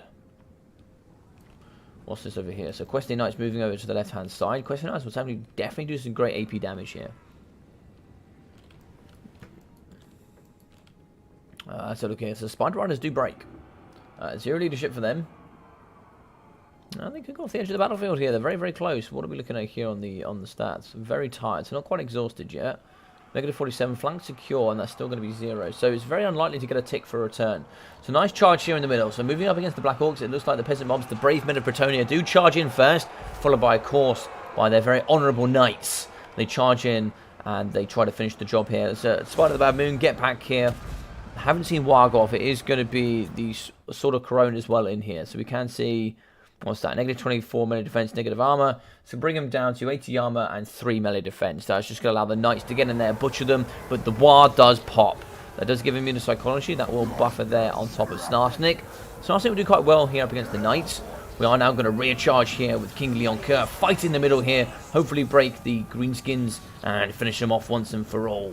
But here in the middle, we do see the Knights of the Realm are going to start to struggle here. The anti-large presence from Snarsnik is very, very, very strong. He charges in, fermented fungi down for King Leoncoeur. Lovely play there for the greenskin player. So we are going to move in now with Snarsnik to finish off King Leon. He's going to be down to 440 health. Is he going to be able to get away? It doesn't look like it. He's going to be stuck in there. So that could have been overcast. It is going to be an overcast Earthblood to try and see if we can save the king here of Bretonnia. But unfortunately, in the middle there, the Black Orcs. Still 29 models, 2,000 health for them. They're going to be very, very healthy. We do shatter there with the Black Orcs. The second one is broken, but that's -4 leadership. And we've only got 10 models. In the middle here, Snarsnik is still going. Black Orcs, 23 models, still fighting here up against... Look at these brave peasant mobs. Just returning and returning and returning here for the lady. But it looks like they do shatter here, unfortunately. And they're going to struggle to see them return. King Leoncoeur returns for a second time, a third time, and he will be done for good. Caster is ready. Damsel is ready to get in, just like King Leoncoeur is going to be cycle charging here. Nice charge into the Black Orcs here and from behind. Trying to see if we can clear that out. A bit of cycle charging here from the Knights wouldn't be too bad either. Killing Snarsnik could be a problem. But men-at-arms, so no battle pilgrims. We're now going to start charging in here with the Mounted Yeoman archers. Could we get a cycle charge there on Snarsnik is the question. If we kill the Black Orcs, there's just no protection there for Snarsnik. Snarsnik is coming over. Spy the Bad Moon is popped. That's going to be, sadly, just a little bit too late there. Now, Snarsnik is just going to be fighting on his own. Snarsnik is going to be down to 1,700 for him. And does he have immune to psychology? Here's the question. Can't quite get in on Snarsnik here. Snarsnik does not have immune to psychology. Okay. So he needs War to stop being broken here by King Leoncoeur. But we've got to be careful here. We also don't want to die with King Leoncoeur. That's -16 leadership. That could actually shatter and break the Bretonnians here, even with balance of power so far in their favour. Black Orcs are broken. I can't see anything else here on the map. No, it doesn't look like there's going to be anything left here for the Bretonnians. Sorry, from the greenskins. That is going to be a shatter. GG's and well played. Lovely stuff. Really good end game stuff. If we get 100 likes, might get. I would get wide if we got 100 likes. 100%. Can't stay long, but here to root for Human Boy. Yes, yes. Hey, Chasing Rainbows, how you doing, buddy? Welcome, welcome. Perfect fungi. Fungis are really, really strong. So we'll jump through this in a minute. But 2,600 there for the Snarsnik. Very, very strong. 250 for the Orc Shaman. 376 and 62. The anti-large here, 580, 500, 1,000, 650. 1.3, 1.3, 1.4 for the Black Orcs. Golem Wolf Riders 350, 200 and 150 with Spider Riders, which is 475, 575 and 880 from the Morgrubs. 1.3 for King Leon Kerr with 1,800 for the Damsel of Life, 200, 200, 140 and 150 for the Pesimobs, all of them paying for themselves very, very handedly. 390 there for the Men at Arms with 450, 480, 370, and the Arrows coming in at 170 and 420. 400 for the Knights Errands with 800, 720, 1,000 and 1,100 for the Questing Knights with 300 and 560 there for the Mounted German Archers. Let's double check we haven't got any games here.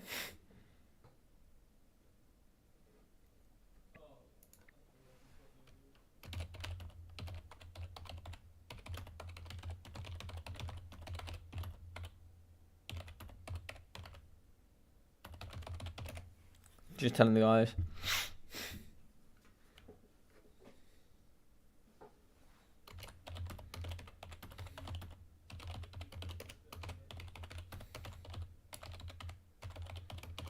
Alright, so I haven't heard a word from Dilatron, so I might just say let's find a replacement.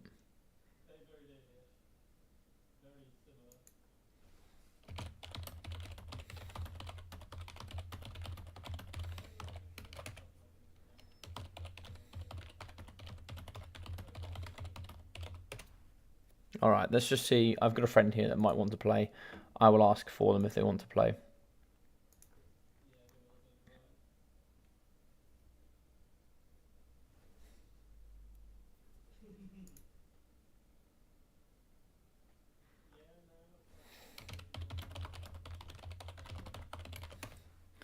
Alrighty, so it looks like Butcherbird is online, so we're trying to see if we get a couple of games with him in as well. Butterboy, welcome, man. Let's go, Murph. Got some support for Murph. Nice. I like it. I like it. Big support for Human Boy. I love that. I love that. That's really cool, guys. Human Boy supremacy. Nice. Welcome, guys. Now we're rooting for Team Murph. Everybody, I'm rooting for Team Murph. I'm rooting for all the teams, to be fair. I want everybody to have a good time. But guys, welcome to the channel. I hope you guys are having a fantastic time. If you are liking all the stuff you see, I know you guys very commonly support all the other guys as well. But if you want to support me as well, just a cheeky subscription would be really, really helpful. It just really helps me grow here. I'm 45 subscribers off 1,000. And then after that 1,000, just things get huge from there. I've got some big announcements to make and all those sorts of things if I do reach that. So any sort of support you guys can give me would be massively appreciated. So that'd be really, really cool. Cool.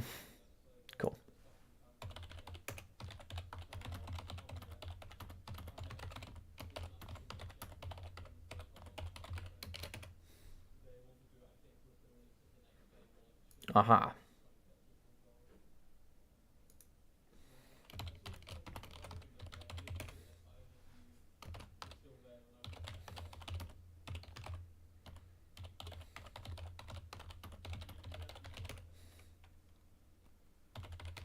Cool, so it looks like 4 Poland is going to be joining the team, I think.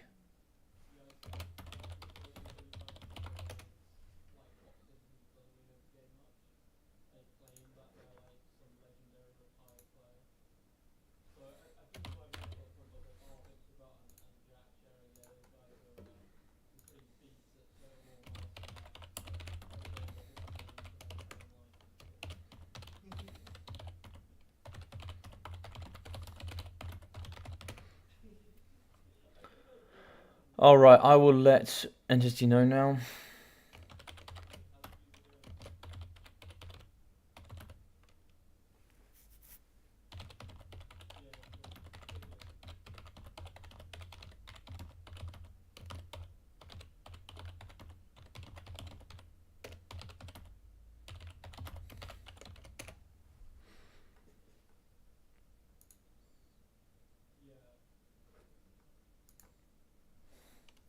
Right, welcome for Poland.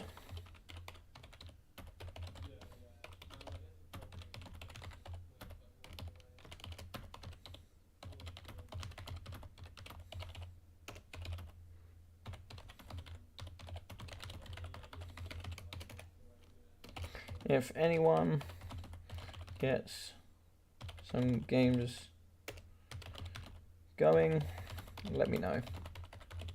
And I am live now, ready to cast them. Nice. All right, let's hop back in with you guys. Sorry, just trying to get in and do all the good stuff. All right, yes, let's quickly go back to the greenskins. So what I'll do for you guys, we'll quickly pop in. I like to think the greenskins is probably my second faction after the dwarfs, probably. Then probably Dowie, greenskins, dark elves are probably my factions, I would say. But for the greeny boys, Snarthing is really, really nice, right? Snarthing is very, very strong. I don't take Tricksy Traps. I don't think it's worth it for the money. It's super expensive. Get back here is fine. Take it or leave it if you've got the money. I generally don't take it. Fermented Fungi, very strong. Spice of the Mad Moon, very, very strong. And the way I like to play it against sort of like the Bretonnians is you kind of go in with the Black Orc Big Boss. And the reason I take a Black Orc Big Boss is I just stick him next to Snarsnick. And the kind of the way I play it is I remove Get Back Here, I remove Heroic Clean Blow. You just don't need them. You just don't need them. You go in with the Rabble Rouse for the immune to psychology. So sort of terror and fear can't have any effect on the troops around you. It's not necessary. Like if you're going with a Black Orc core, you don't need it, but it's nice to have that if you do. And then you go in with Brass Cleaver.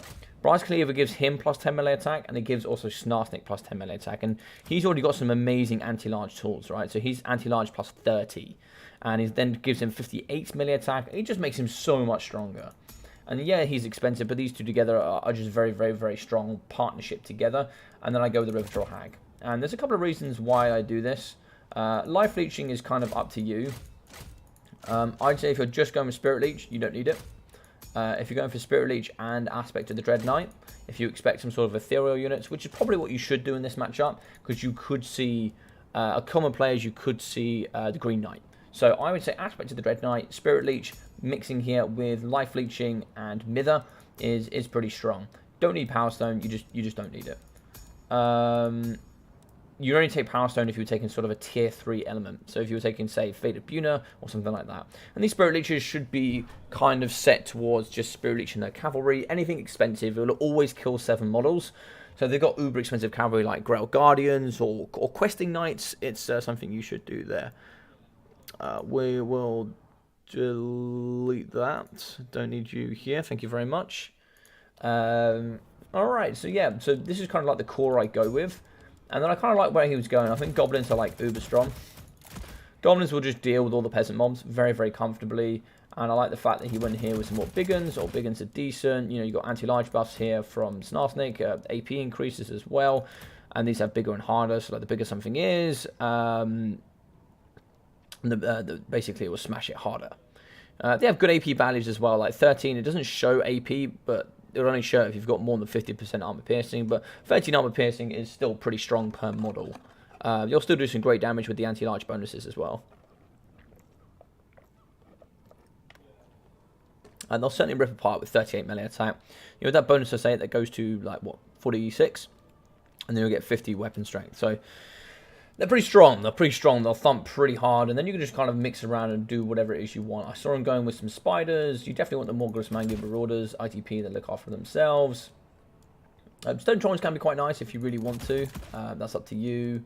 You don't have to. They're also quite expensive, quite squishy. You can certainly go with some Black Orcs as well if you want. You know, double Black Orcs. And then if you can squeeze in some extra elements, you can maybe take like another Spider Rider or something like that, right? So I'm sure here you could squeeze out 220 here somewhere if you really wanted to. If you really want to play the risk game, you drop these two that say you expect you're not going to see it, and then you've got 45 gold to save somewhere. You know, wherever it is you want to save it. And the way I kind of run this is, what I do is, so the way Fermented Fungi works is, once you popped Fermented Fungi on a unit, it has to be damaged by a minimum of 20%. If it has, so let's say it's at 100% when the game starts, it has to drop down to 80% before before fermented fungi will actually rampage a unit. It won't work otherwise. And then when you got to go use it for a second time, that if on the same unit, that same unit has to go from 80% down to at least 60% before it works in. So it has to go down by 20% on the same units if you use it on the same unit. So you have to make sure that damage is in. So what you can do is you can mither something and then spirit leech it. So you make sure you get that tick damage, and then you fermented fungi it. And then what that does is you've got that tick damage come in, you actually kick off the rampage, and then it's kind of a nice ability which you then just pop Spite of the Bad Moon, get the anti-large, armor pierced, and base up with damage. You just buff yourself around. Then you've got the Brass Cleaver as well, coming in for the extra melee attack, and you've also got immune to psychology, so you're not affected by fear and terror. Basically, you can just nuke stuff.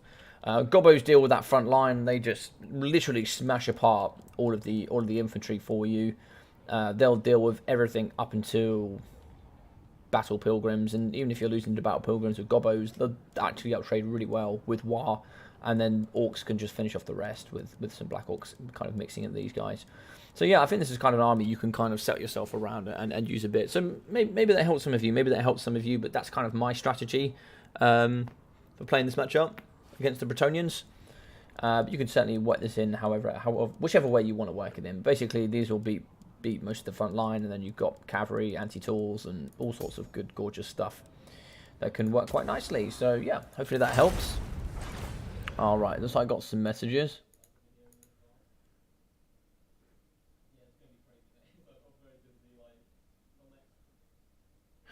You can post the changes in... okay, cool.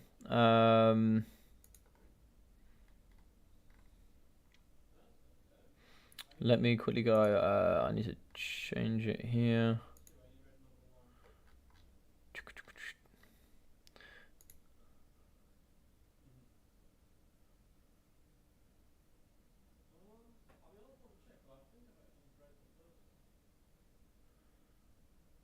Oh, looks like Mofet's playing for somebody. I need to get this changed, but I don't know who to change it for.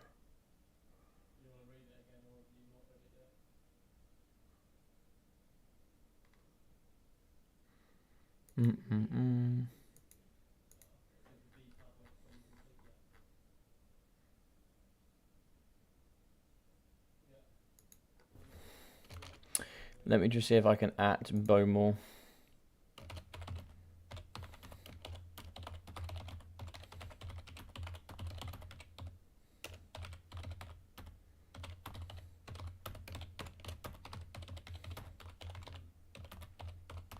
The wins from Omen and for Poland.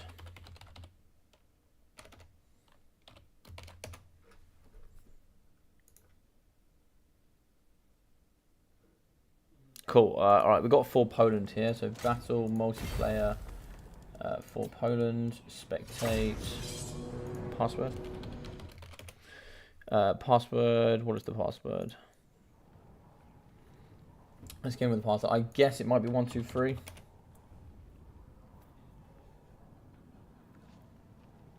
I'm in.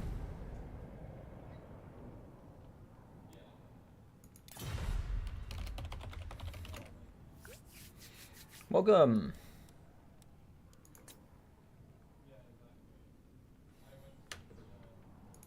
Hello. Alrighty, so I'm going to be here with for Poland. Let's try and see if we can. I'm back. Okay, looks like Omen lost his game.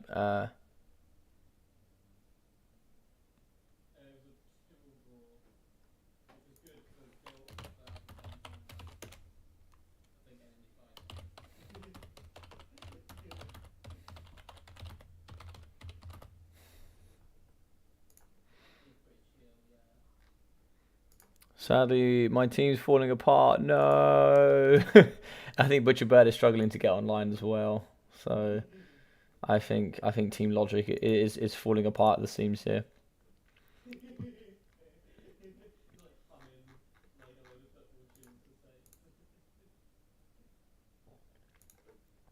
Alright, where are we at? So, it's like here we are going to be ready. So, for Poland on the right. Let's get him set up and going.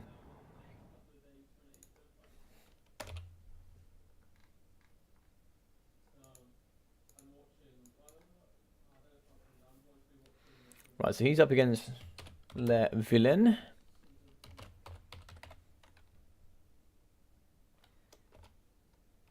IN. Yeah, there we go. What we do is we can now move that across.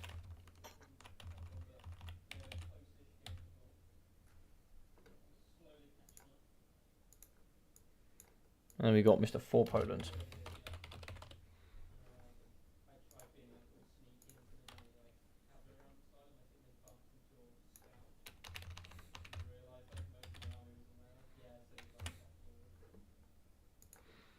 Nice, there we go. Awesome stuff.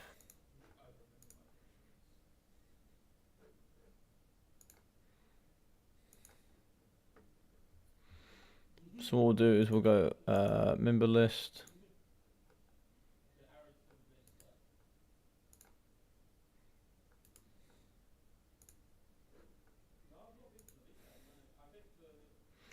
Cool. So looks like we're ready to go here. Hey, Hank, how we getting on, buddy? How we getting on? Oh, no, screen block up, screen block up, screen block up. Oh, no. Oh, that'll do, that'll do. Oh, sorry, dude. Sorry, dude, I didn't realise your build was up.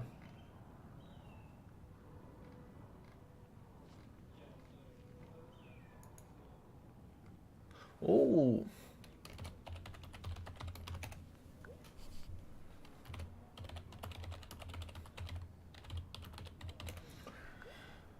Alright, so sorry for my probably wooden gameplay. I had a break from Warhammer.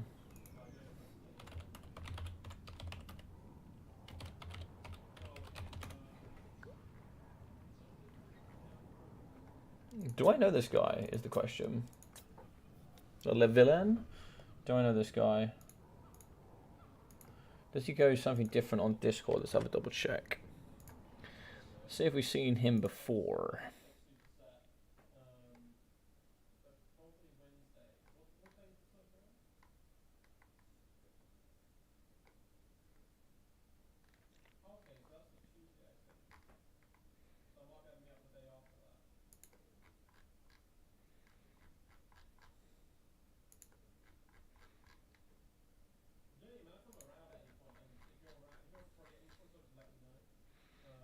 I also need to change ladder walls. Can I change people?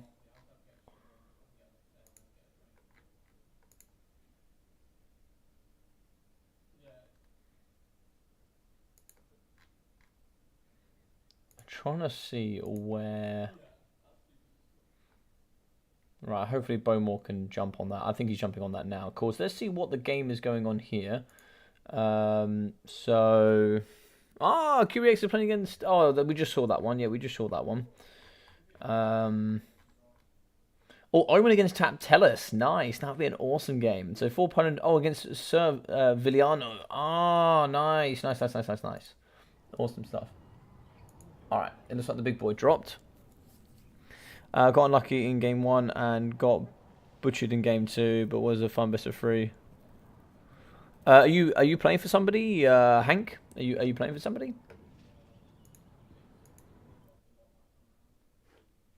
Oh, thank you very much for subscribing, guys. You can see a couple of you have chucked in a cheeky subscription. Thank you very much. That really does mean a lot. The last couple of days, you guys have been like really uber supporting me, so thank you so much for all that awesome support. I've just been seeing myself jumping up there quite a few, so thank you very much.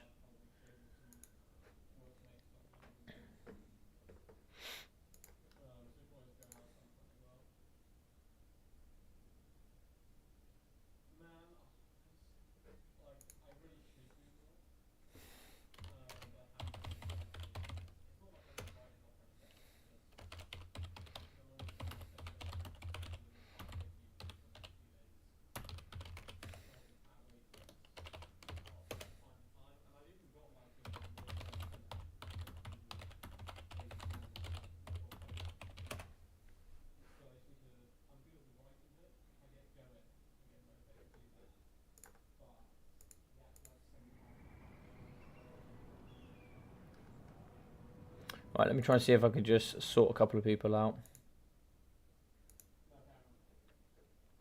Let me try and sort that out now. Make sure that everyone has their... Thanks, Bowmore. Thanks, more. Alright, let me go here, double check that the boys are all sorted.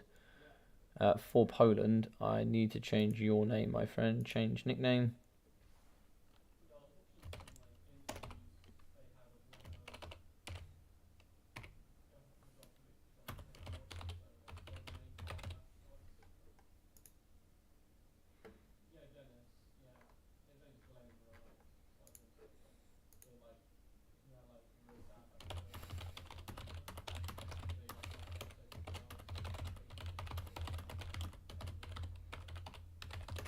I think we're loading in. We are loading in. Cool. I've got a million and one things to do here. I did not think I was going to be doing this much. Okie dokie. Change name. Bracket. Kazakit-HA.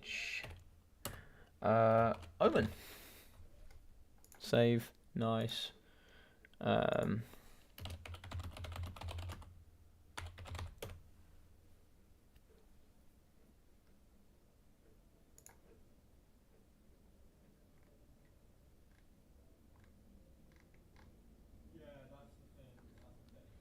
Where do I leave this? Where do I leave this?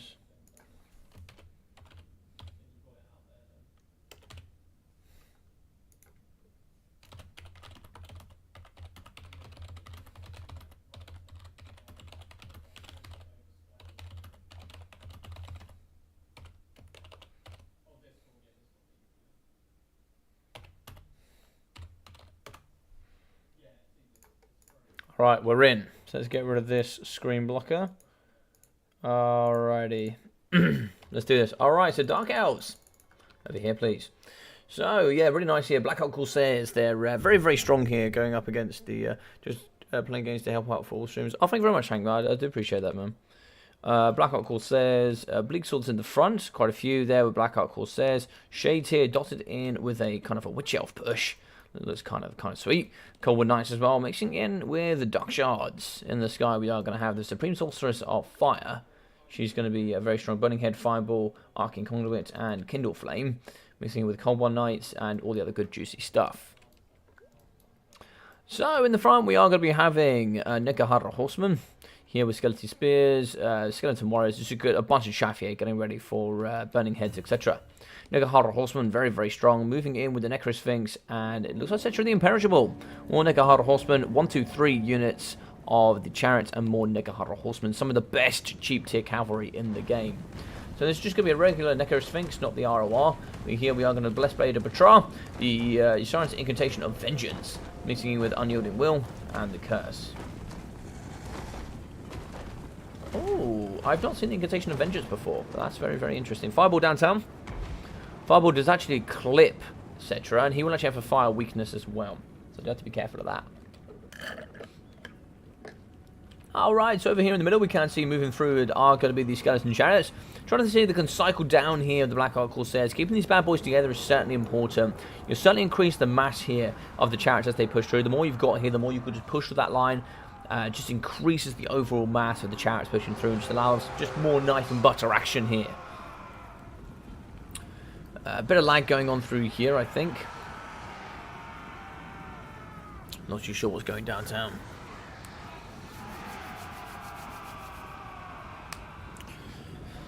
Just waiting here to see what's going to happen with this. Looks like it's been a bit of a crash here. Human Boys going online. Oh, very nice. Full Poland has dropped from the game. Ah. That is a problem. That is a problem. That is a problem.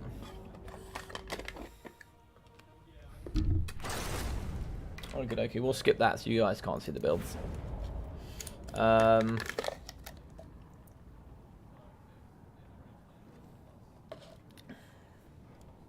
I got some pings. Let's double check we're all good.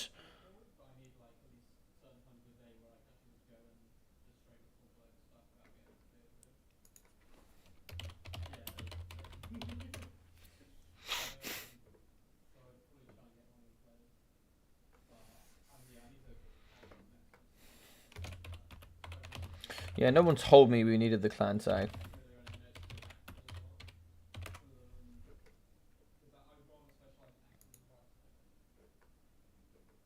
No one told me we needed the clan tag.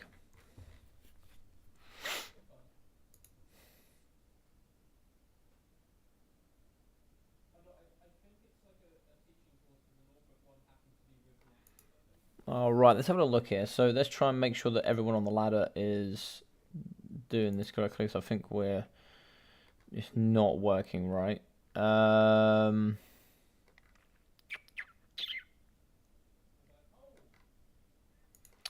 matches. Let me go to Gromber and I'll sort his one out.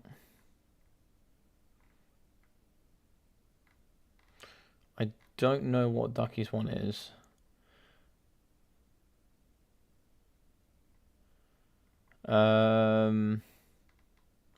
See if any more of my guys are up here that I need to change. Gromber now has KKH. Gets good stuff.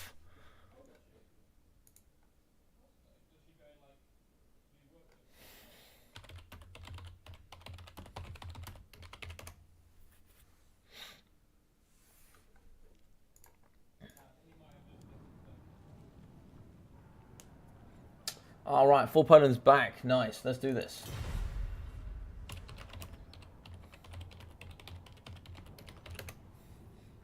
Straight back into it, I love it.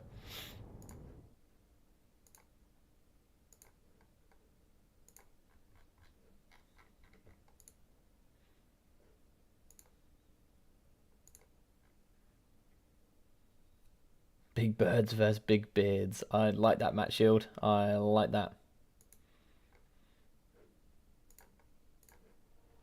All right. Let's do this. So, Einstein Desert, same builds. Let's get it going.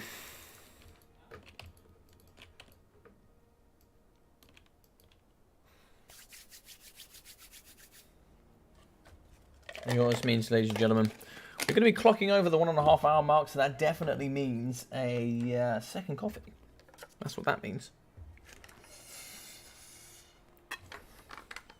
Oh, yeah. So let's do this.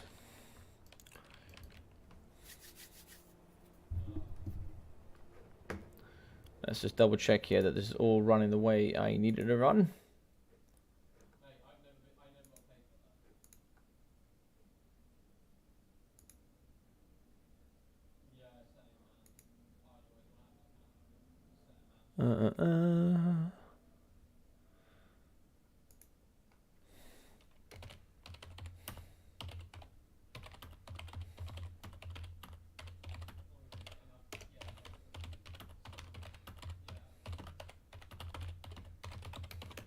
Alright, cool. Alright, let's do this. Coffee is horrible for your throat if you talk a lot. Tea is better. Tea is good, man. Tea is good. I like tea. It's just right now, I have like these easy to go coffees that I just slam in the fridge for when I do the live streams. So I've just got like 3 or 4 coffees on the go if I need them, right? I'd have to sit there and brew a tea. But if I've got time to brew a tea before a live stream, I'll brew a tea. They're facing the wrong way. I love it. Look at my backside. I mean, necrosphinxes are so cool, right? I mean, look at these things. Look at them. They are so goddamn awesome.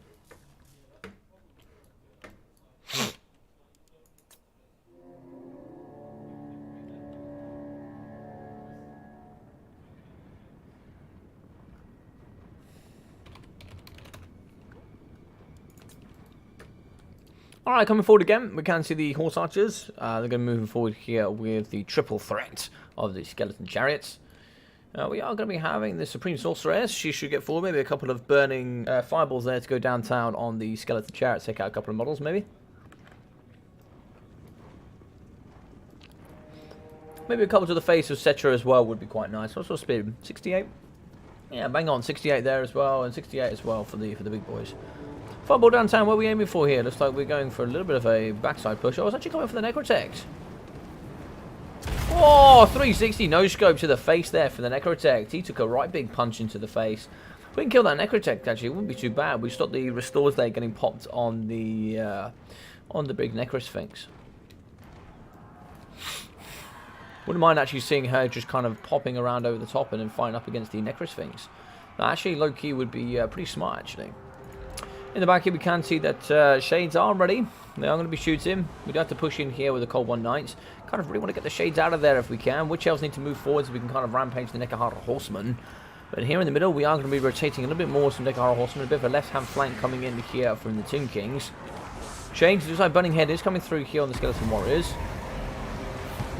Yeah, that's going to pin those in place. That's a nice Burning Head there. That kills those, and now the Bleak Swords can now kind of return and come through.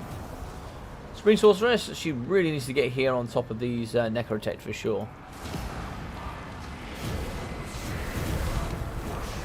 Burning Head though, looks like it is going to go through. Looks like we are going to have 2 against 1 here for the Spearman. Spearman drop. We need to kind of keep returning them this way. We are going to go straight to Realm of the Souls 2. That's going to be huge amounts of healing coming through. Nearly tier 3 here. Cold ones have been broken. Fireball hits up against Cetra. We can see here the Sphinx is going to be fighting here up against the big Spear Riders. Cold Riders are trying to get out, but they are kind of getting pinned in here. We now do have the Realm of Ushopti ready to go. The Uwu can be summoned at any moment. We're here in the middle of the Skeleton Chariots. Going to be going 336 healing there, faction-wide for Tomb Kings. Coming down for the Realm of the Souls 3. But here we are going to be having the Murderous Prowess popped here for the ladies. The Witch Elves are not quite rampaging the big boys, but they certainly need to. They certainly need to get in there and rampage them as soon as possible. Get that melee defense debuff and get all the other good things as well. Here in the sky, there's the Necrotect. I kind of really want her to go fight the Necrotect. It's not very good on its stats. 45 on 30. We've got 49 on 30 here, but 63 charge bonus. We could certainly finish off there, but in the back, free to shoot are going to be those Shades. Necrotect does need to fight there. He needs to get in and start shutting down those Shades. They are going to butcher the big boys if they get a chance. But in the back, we are going to come in with the Chariots. Chariots are now going to cycle through here. Shades are just going to get absolutely decimated here in the middle. They're just going to get thrown over here by the triple Chariot play. And also Nekahara Horseman coming in the back. And that is just a complete collapse there on the Shades. Which else in the middle? They're not rampaging Cetra, which is really interesting. I don't know why Cetra's not getting rampage. Oh my god, that is a charge and a half there from Cetra down the line there of the Bleak Swords. That was disgusting. Black Hawk Corsairs, they're charging through. Their Sea Cloaks are ready to get in and fight here. Looks like they're going to come and try and fight alongside the Colwyn Knights. Do rampage the Nekahara Horsemen. Not going to quite rampage here with the Chariots. Need to get that in, doing the business there if at all possible. So the Shades and the Dark Shard shooting into the middle here. The Chariots taking a big punch. Balance of power is going to be even. Where are the Uwu summons? I haven't seen any just as of yet. Nothing yet. Necro Sphinx still going. So certainly get a heal here for the Necro Sphinx. Maybe just leave him alone. Don't fight him yet.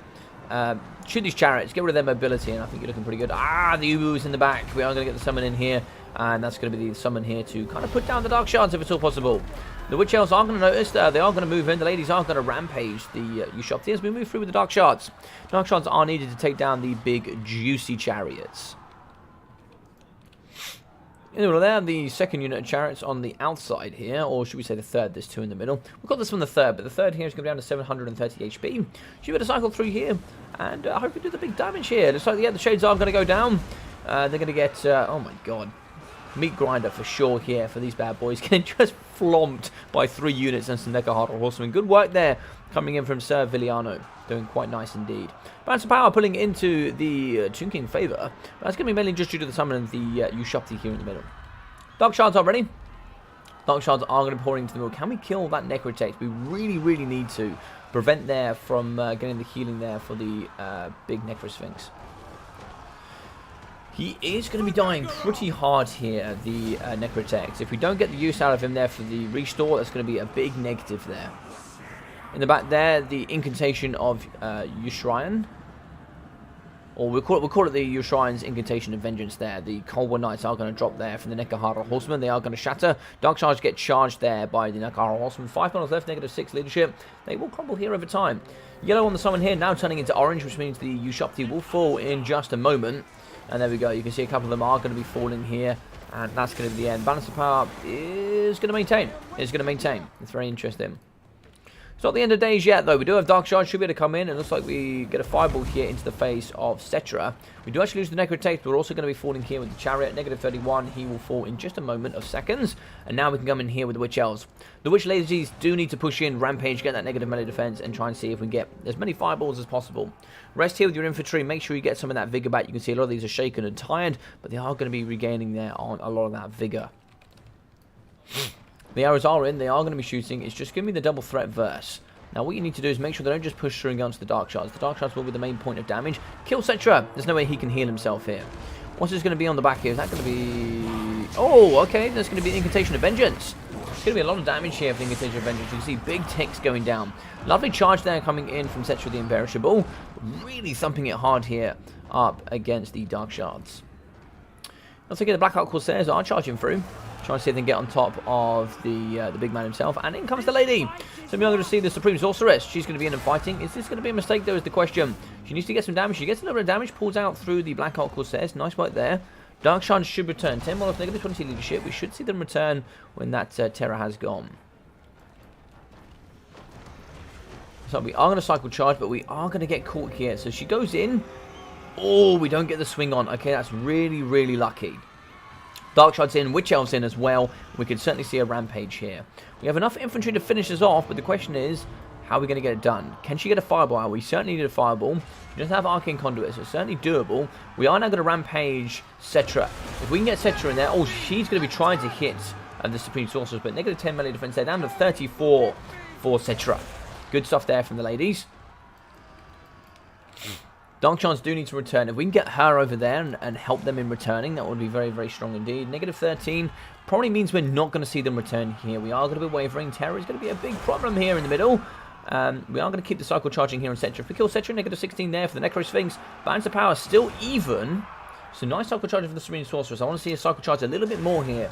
She's going a little bit far out there. Just immediately straight back in. No messing around here, I think. Nice cycle charge there. Probably keep the pressure on Cetra, I think. We are also going to be rampaging with the Necro Sphinx. Bleak Swords are doing some strong work. As long as we keep her around, Balance Power is now going to be shifting. Arcane Conduit has been popped. We could see a fireball coming out pretty soon. Still rampaging with Cetra. This is how important the Witch Elves are. Super, super important. The ladies are still going here. Bleak Swords are returning. Can we cycle back in with the Supreme Sorceress? Oh, I don't know. The Incantation of Vengeance is popped yet again. This is looking pretty dangerous. Can we get a fireball out? We can get a fireball. Fireball is popped. It misses. No! We get a miss there. We are going to charge. Do we get the hit off there? It looks like we do get a hit, but it's not big. It's not big. Oh, we missed there with the Necro Sphinx. Where's the ladies? The ladies have broken. Down to 460 health, negative 21. They are going to be breaking together. This could be a loss here for the Dark Elves. She moves in to fight up against Cetra. Cetra's down to 1.5. She's now going to have to fight. Full Poland does drop, and that is going to be a win here for Sir Viliano.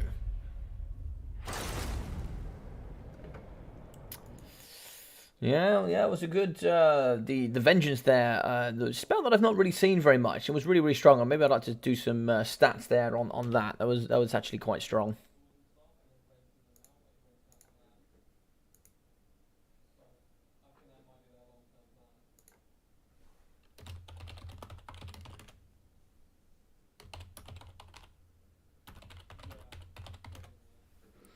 All right.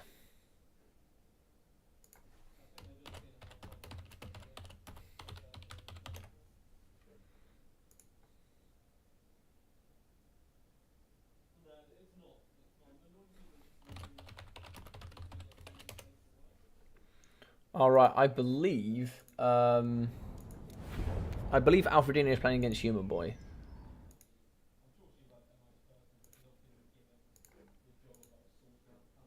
Let's see how we go. We might be able to go watch. So Human Boy is also streaming his point of view. Let's go see if we can jump in. Can I jump in?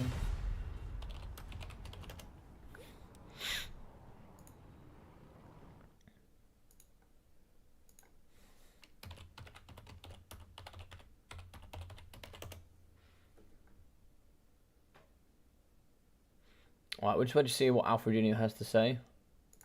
See if I can jump in with him. So it's like here, Human Boy did just go live as well, for those that might want to see his point of view. I know a lot of you guys do like him quite a bit, so do feel free to go check him out if you don't already know him. He's a super, super cool dude. Alright, so Dark Elves against Beastmen. That's certainly going to favour the Dark Elves here if it's done correctly. Carrick Buffdar as well is quite the nice map for it.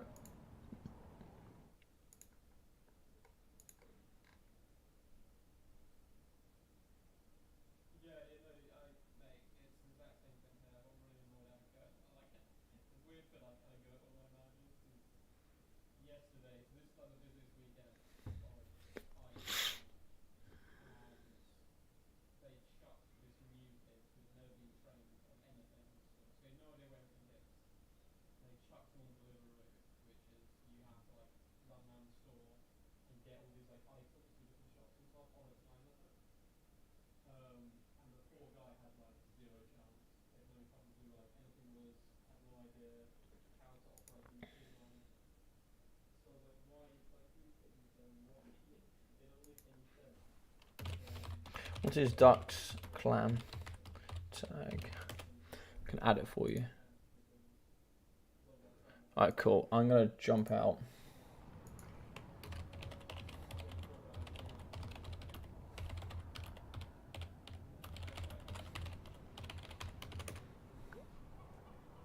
Right, so I'm going to jump in with Alfredinho because we might be able to catch a game with him. It was really nice to see for Poland get a game.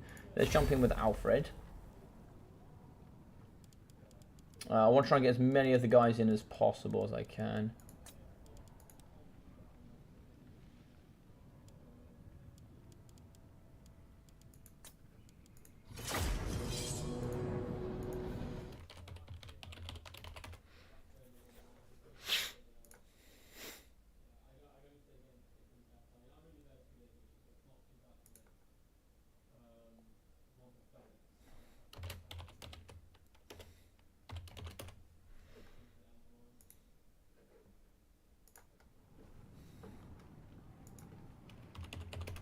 Right, so we should be in here with Alfredinho against Human Boy, which would be really, really fun. Nice, awesome. Hey, Geese Howard, how are we? Is there a scoreboard for or something? Oh, yeah, so we're now going to be doing Alfredinho against Human Boy.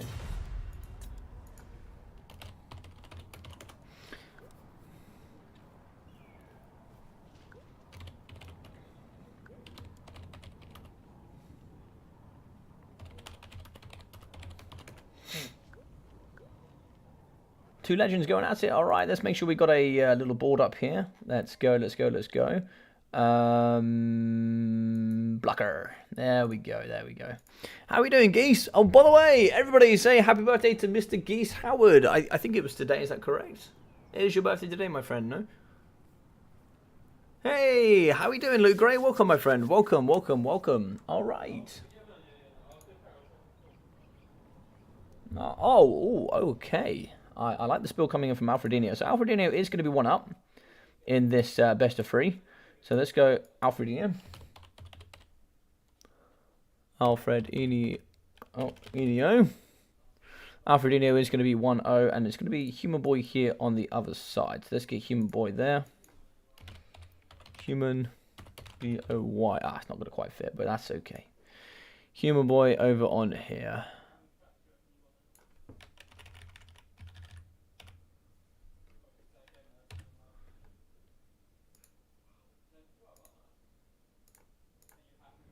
Alright, so it looks like it's going to be Lizardmen against the Dark Elves. This should be interesting. This should be very, very, very interesting. Alright, let me just... Give me literally 10 seconds. I need to go tell Ducky something. 1 sec.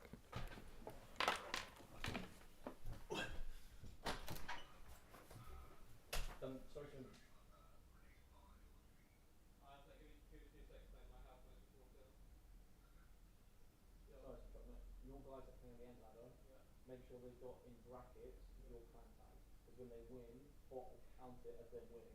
If they don't, it won't count it, and you'll have to do it after. Yeah, I know. I just for tomorrow. Oh, well, none of them have done that.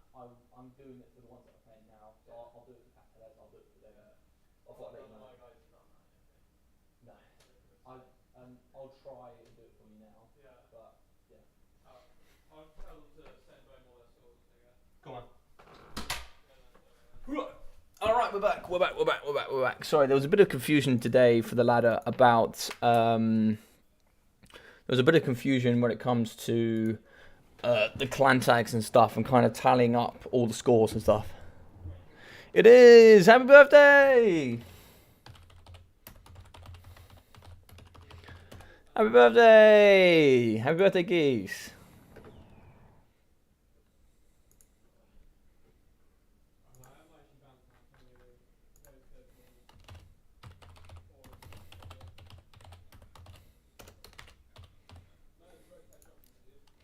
Everyone swing a happy birthday to Mr. Rubber of Geese. The man of all quacks.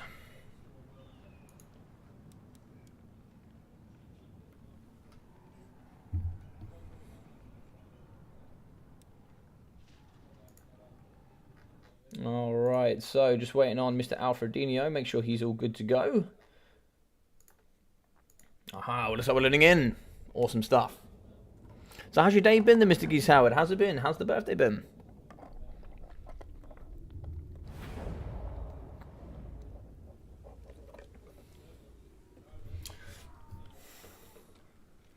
Alright, so for the Dark Elves and Mr. Human Boy. Mr. Yes Yes of all the big stuff. So, a bucket load of calf here, so cold ones. Missing with cold one Dread Knights. Cold ones, Dark Riders as well. More Dark Riders, loads of Dark Riders with double Dark Shards. And a pretty cheap force. So we are going to have Bleak Swords in the front, 1, 2, 3, 4, 5. Mixing in with Malekith here on a cold one.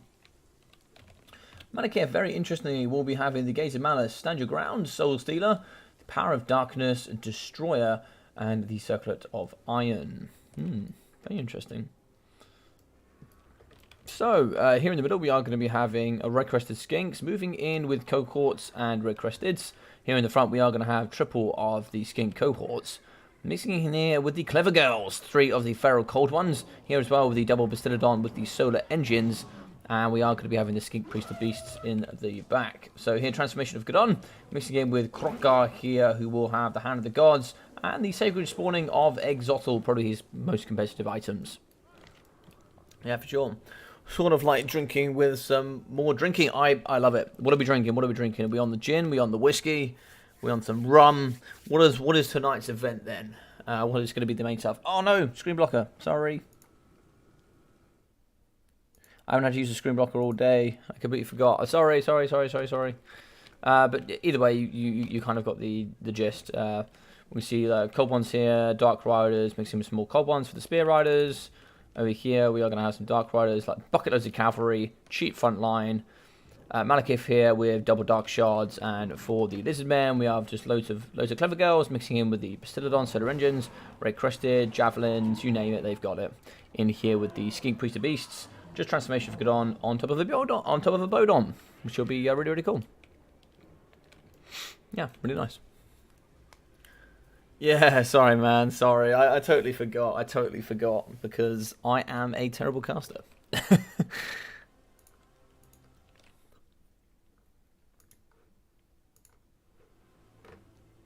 Rum mainly, nice. What rum are we drinking? There we go. We need that. We need that. Oh. Are we drinking Kraken? What are we drinking? I do like me a bit of Kraken. Alright, so move over here. Looks like Alfredino is going to be moving his forces to the right-hand side. Trying to get some work in over here. So as you can see, like some of the forces here, they're going to rotate backwards. So good stuff there, and we're going to get a little bit of a left rotation here. Try to go with a bit of an overflank here of the cavalry. Try to see maybe get a bit of an overflank heavy force here. He's going to try to kind of maintain the kill, and we are going to get a... Oh! That is a Hand of the Gods there in the front to the fate of Malekith. He felt that. Now, he does have Soul Stealer, so he can heal that. But that is a lot of damage. That is going to prevent him from coming into combat for quite some time. And now we can tick over there and try and get some good stuff. Bastillodons are going to be shooting here. Now they're going to start ripping apart. I actually wouldn't mind seeing them shooting here up against some of the cavalry. These bad boys shooting into the middle here would be quite nice. Okay, over on the left, we just had the two. Just had the two here. One Dark Rider and one Cold one. But we are already here with some AP Red Cresteds. These boys don't have to push too hard. We can certainly drop back here with the Lizardmen. Very good here is going to be Alfredino with this. One of the best players in the game when it comes down to just micromanagement and understanding engagements and you know, utilizing pretty much everything in the toolkit you possibly can get your hands on. So you can see javelins at the front. They're really here to kind of like yeet into the front. We can see some nice, maybe some shots in here. But it's like we're not going to quite take that engagement. We are going to drop that just a little bit more. Just maybe try and see if we can squeeze out another shot or two here from the Bastillodon Solar Engine. Big shots coming down the flanks. Nice hits there into the Dark Riders. Another shot as well is going to smash straight through. Lovely damage there. 37 kills on the right-hand side. In the front here, Bleak Swords are coming forward. We should be able to get a couple of poison javelins in the front. And so there we are going to get a Soul Stealer here in the middle. That should get some nice healing there for the big man himself. Nice Bastillodon shots into the Dark Shards. Dark Shard deaths are going to be pretty hard. Malekith is going to be behind. That's really good here from Human Boy. Nice protection in and behind the rock. Arrow shots over the top here on top of the Bastillodons. Solar Engines going down. Shots here going up against the Krokar. Dark Rider's going to be, sorry, Dark Shard's going to be doing some big dangerous work there in the middle.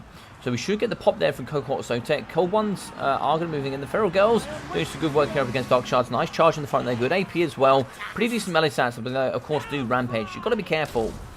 Dark Shards were already damaged here on the way in. We are going to be throwing Javelins over the top as well to kind of deal with all these kind of... Oh, amazing Gaze of Malice here up against the Regression Skinks. But you can see the Dark Rider is also getting shot here because they're very lightly armoured. Only 30 armours, and you're going to get shot there pretty hard. Deal with all that cavalry, and you've just got to worry about the stuff. Oh, Human Boy's made a big mistake here. You can see Alfredinho is already on top of it. He doesn't even need these in. He doesn't even need these here because he's forgot about the Cold Ones and the Dark Riders. Over here, the Bodon as well is going to be shooting up against the Dread Knights, and this is starting to really tip into the balance of power here for Alfredinho. We are going to get a summon in the middle here. We are going to get the Feral Mantle. That's going to tip it even further in the advantage of the big man. Chasing off with the Feral Girls, and this is some really nice stuff. You broke open the middle of the pocket here for the Dark Riders, and now we're going to be pushing through really, really hard. We're in the back on top of the Dark Shards as well. Some nice work coming in from the cohorts of Sotek. Can we get in the back here and shut down this ranged unit potentially? Big shots coming downtown here from the double. That is going to be a pull-out from Human Boy, yes. That is a huge victory coming in for Alfredinho and the Kazakit clan. Fantastic. Big stuff for Alfred. Lovely, lovely work. Human Boy, a fantastic build still. 1.1k for Malekith, 300, 130, 150, and 270 there for the Bleak Swords with 200. 340, 200 there for the Double Dark Shards with 27 and 126 with 29 and 0 for the Dark Riders. Great shutdown there. 325 and 0 there for the Cold Ones with 25 and 440 there for the Cold One Dread Knights. So 1,800 for Crocodile. Lovely Hand of the Gods there at the beginning. Just so much damage there on Malekith. Got 103, 130 and 80 there for the Skinks with 240, 480, 450 and 380 for the Red Crested with 620 there for the cohort of Sotek. 170 and 255 for the Skink Javelins with 140, 39 and 370 for the Feral Cold Ones with 400 and 650 for the Bastillodon engine of the... Oh, it's not Engine of the Gods, sorry, Solar Engines. There was no Engine of the Gods.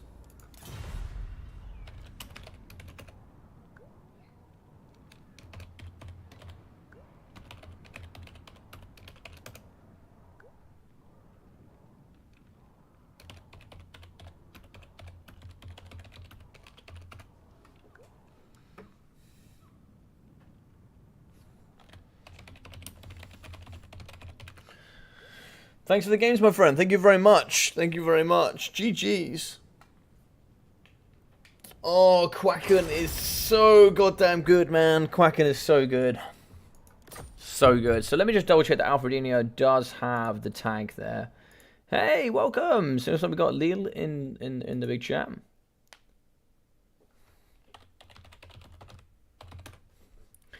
Alright, let's get down here on Ent's ladder. So what we should do here is find matches.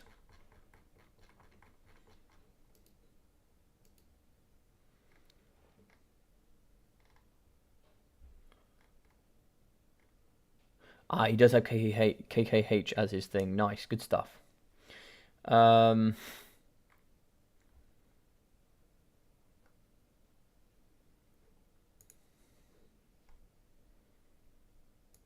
looks like Captellus is playing.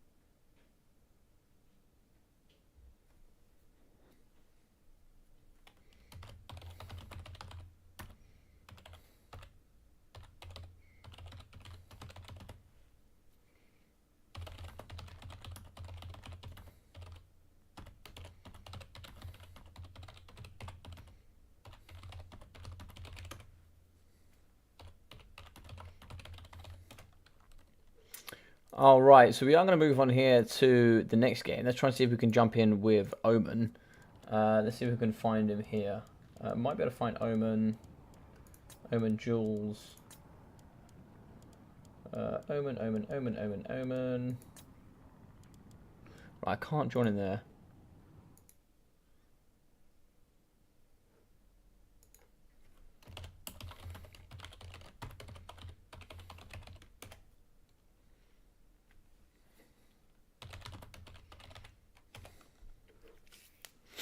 Right, let me see if I can. Let me just jump in with Omen right here.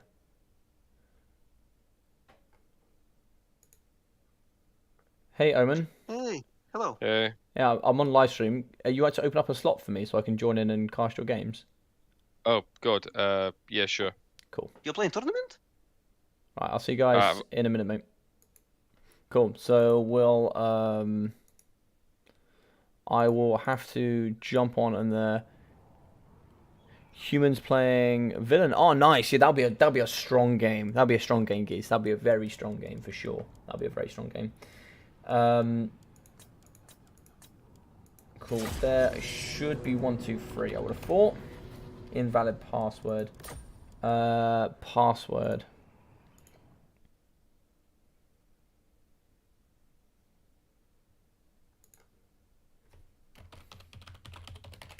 Password. It's not 1, 2, 3. Let's see what we got here as the password.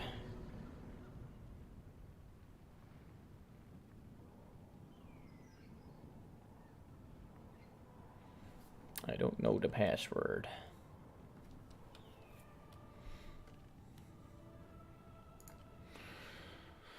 All right, so looks like we have a lot of Human Boy fans. I really like that. I really like that. He's such a cool dude, man. He's such a cool dude. I like the fact that he has a lot of fans here for him. I like that a lot.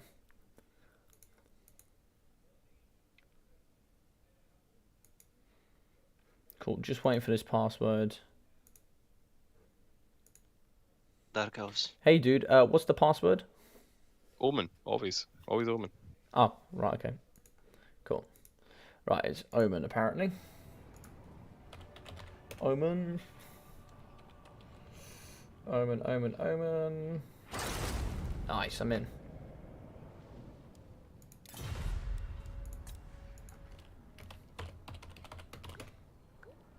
Hello.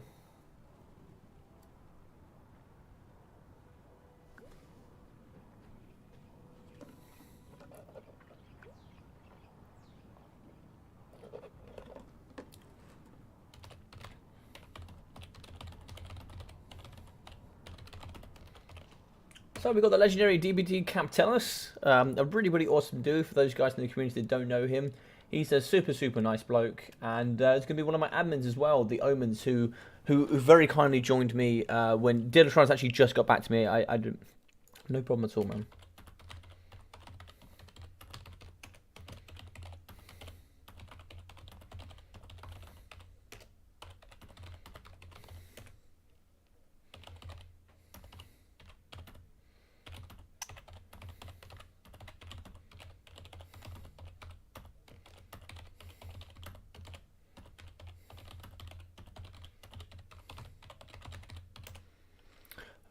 So sadly, he's not going to be quite there, but right, cool. So it looks like we're going to be in and ready. This is a nice build, but I need to get a screen blocker up. I can't do that one. I can't do that one. There we go. Nice.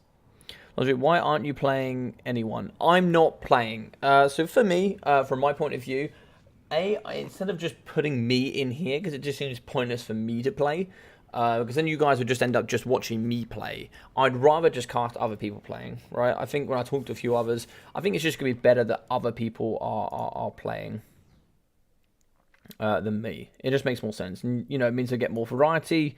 It means I can just focus on what other people are doing as well. And I can just cast replays, keep it going. And, like, throughout the stream, I'm also going to get tired. And then my micro is going to drop. And it's just... Yeah, I don't know. I think it's just more fun to have... I'd rather use that slot to get somebody else involved in the tournament. Because it is so limited. Like, we've only got 6 each. You know, so that's a maximum of 24 people. And there's so many amazing people in the community. For sure.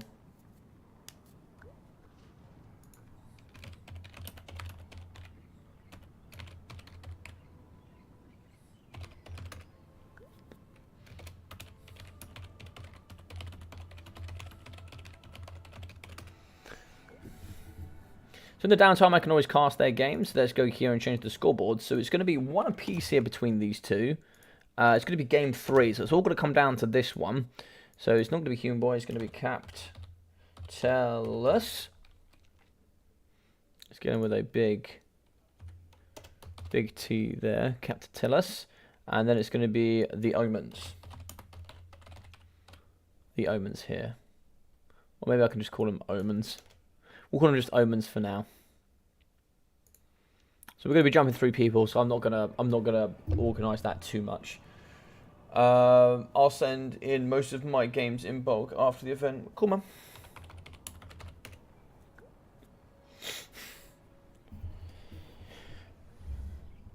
You're doing great. Thanks, man. I appreciate that, Matt. I really appreciate that. Thank you. I'm trying my best. Obviously, I'm just going to be jumping in between games. Like, you know, it's really nice. And the thing I want to do is, like, there's so many amazing people in the community. So a lot of you guys would have heard Omen. He's not part of any clans. He helps me here as one of the admins on the Discord. So it's really nice to get him in and playing. He's a really, really cool, nice dude. And he works really hard for the community, especially here with the newer players. So it's nice to get him in. And then you've got the very, very top level of the game as well. You've got Pantelinard, you've got Son of the Mountain Scorn Brindle, you've got Alfredinho as well in here as well. Really, really putting on some big shows here. Bringing in some amazing gameplay, which is very, very nice. So, you know, there's a good mixture here of all levels of gameplay. Now, we are going to be having Tomb Kings, which is going to be the best faction here for Omens. And he's going to be going up against the Bretonnians. This is a pretty hard matchup, I think, for the boys in the Bony Boys. But we are going to be on home territory. Now, we are going to be... Oh, Gotrek! Let's go, Captellus. I love it. Heroic Fortitude in for the healing. We are going to have a Paladin on foot here with Guardian. Look at that shield as well. He's ready to rumble. Was that Fae on foot as well? I think that was Fae on foot. That is going to be the Fae Enchantress on foot here. Chance of Potions, Favour of the Fae, Arcane Conduit, Regrowth, Earthblood, and Mr. Lady with also Life Bloom. She's only going to be having Fear, but a minimal 25% magic resistance. She normally gets, I believe, 60% on her Unicorn. So here we are going to be seeing 1, 2, 3, 4, 5 units of Peasant Mobs. The sweaty peasants here in the front doing the big stuff for the lady. Questing Knights on the right-hand flank, mixing in with 2 Knights of the Realm.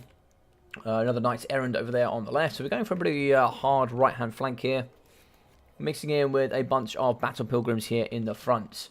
So some pretty good stuff there, pretty good stuff. On the front, so we are going to have some Nekahara Horsemen, very, very strong. Mixing in with the Eyes of the Desert, the Skeptical Stalkers. We are going to have Karen in the sky. Mixing in here with some more Nekahara Horsemen. Tomb Guard in the front, mixing in with some Skeletons.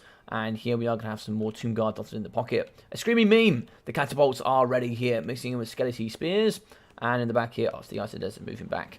So Grand Hippofang Katep here in the back with the Sandstorm, the Arcane Conduit, the Incantation of Protection, the Incantation of the Cursed Blades, and then mixing in with the Leechy Staff.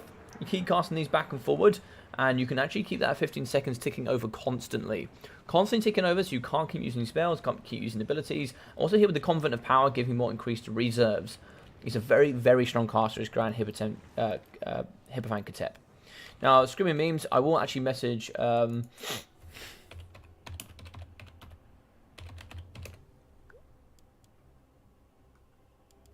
One sec, gents. Let me just message Omens.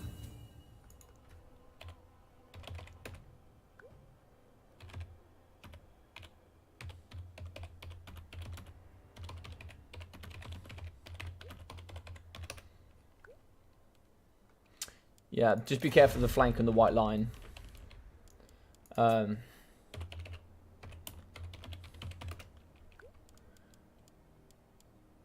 meters, please.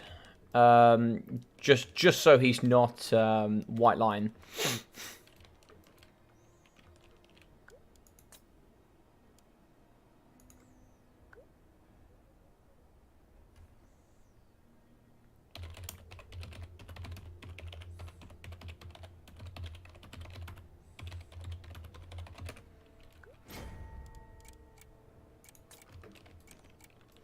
So essentially he's not 200 meters away from the white line here. On his left flank.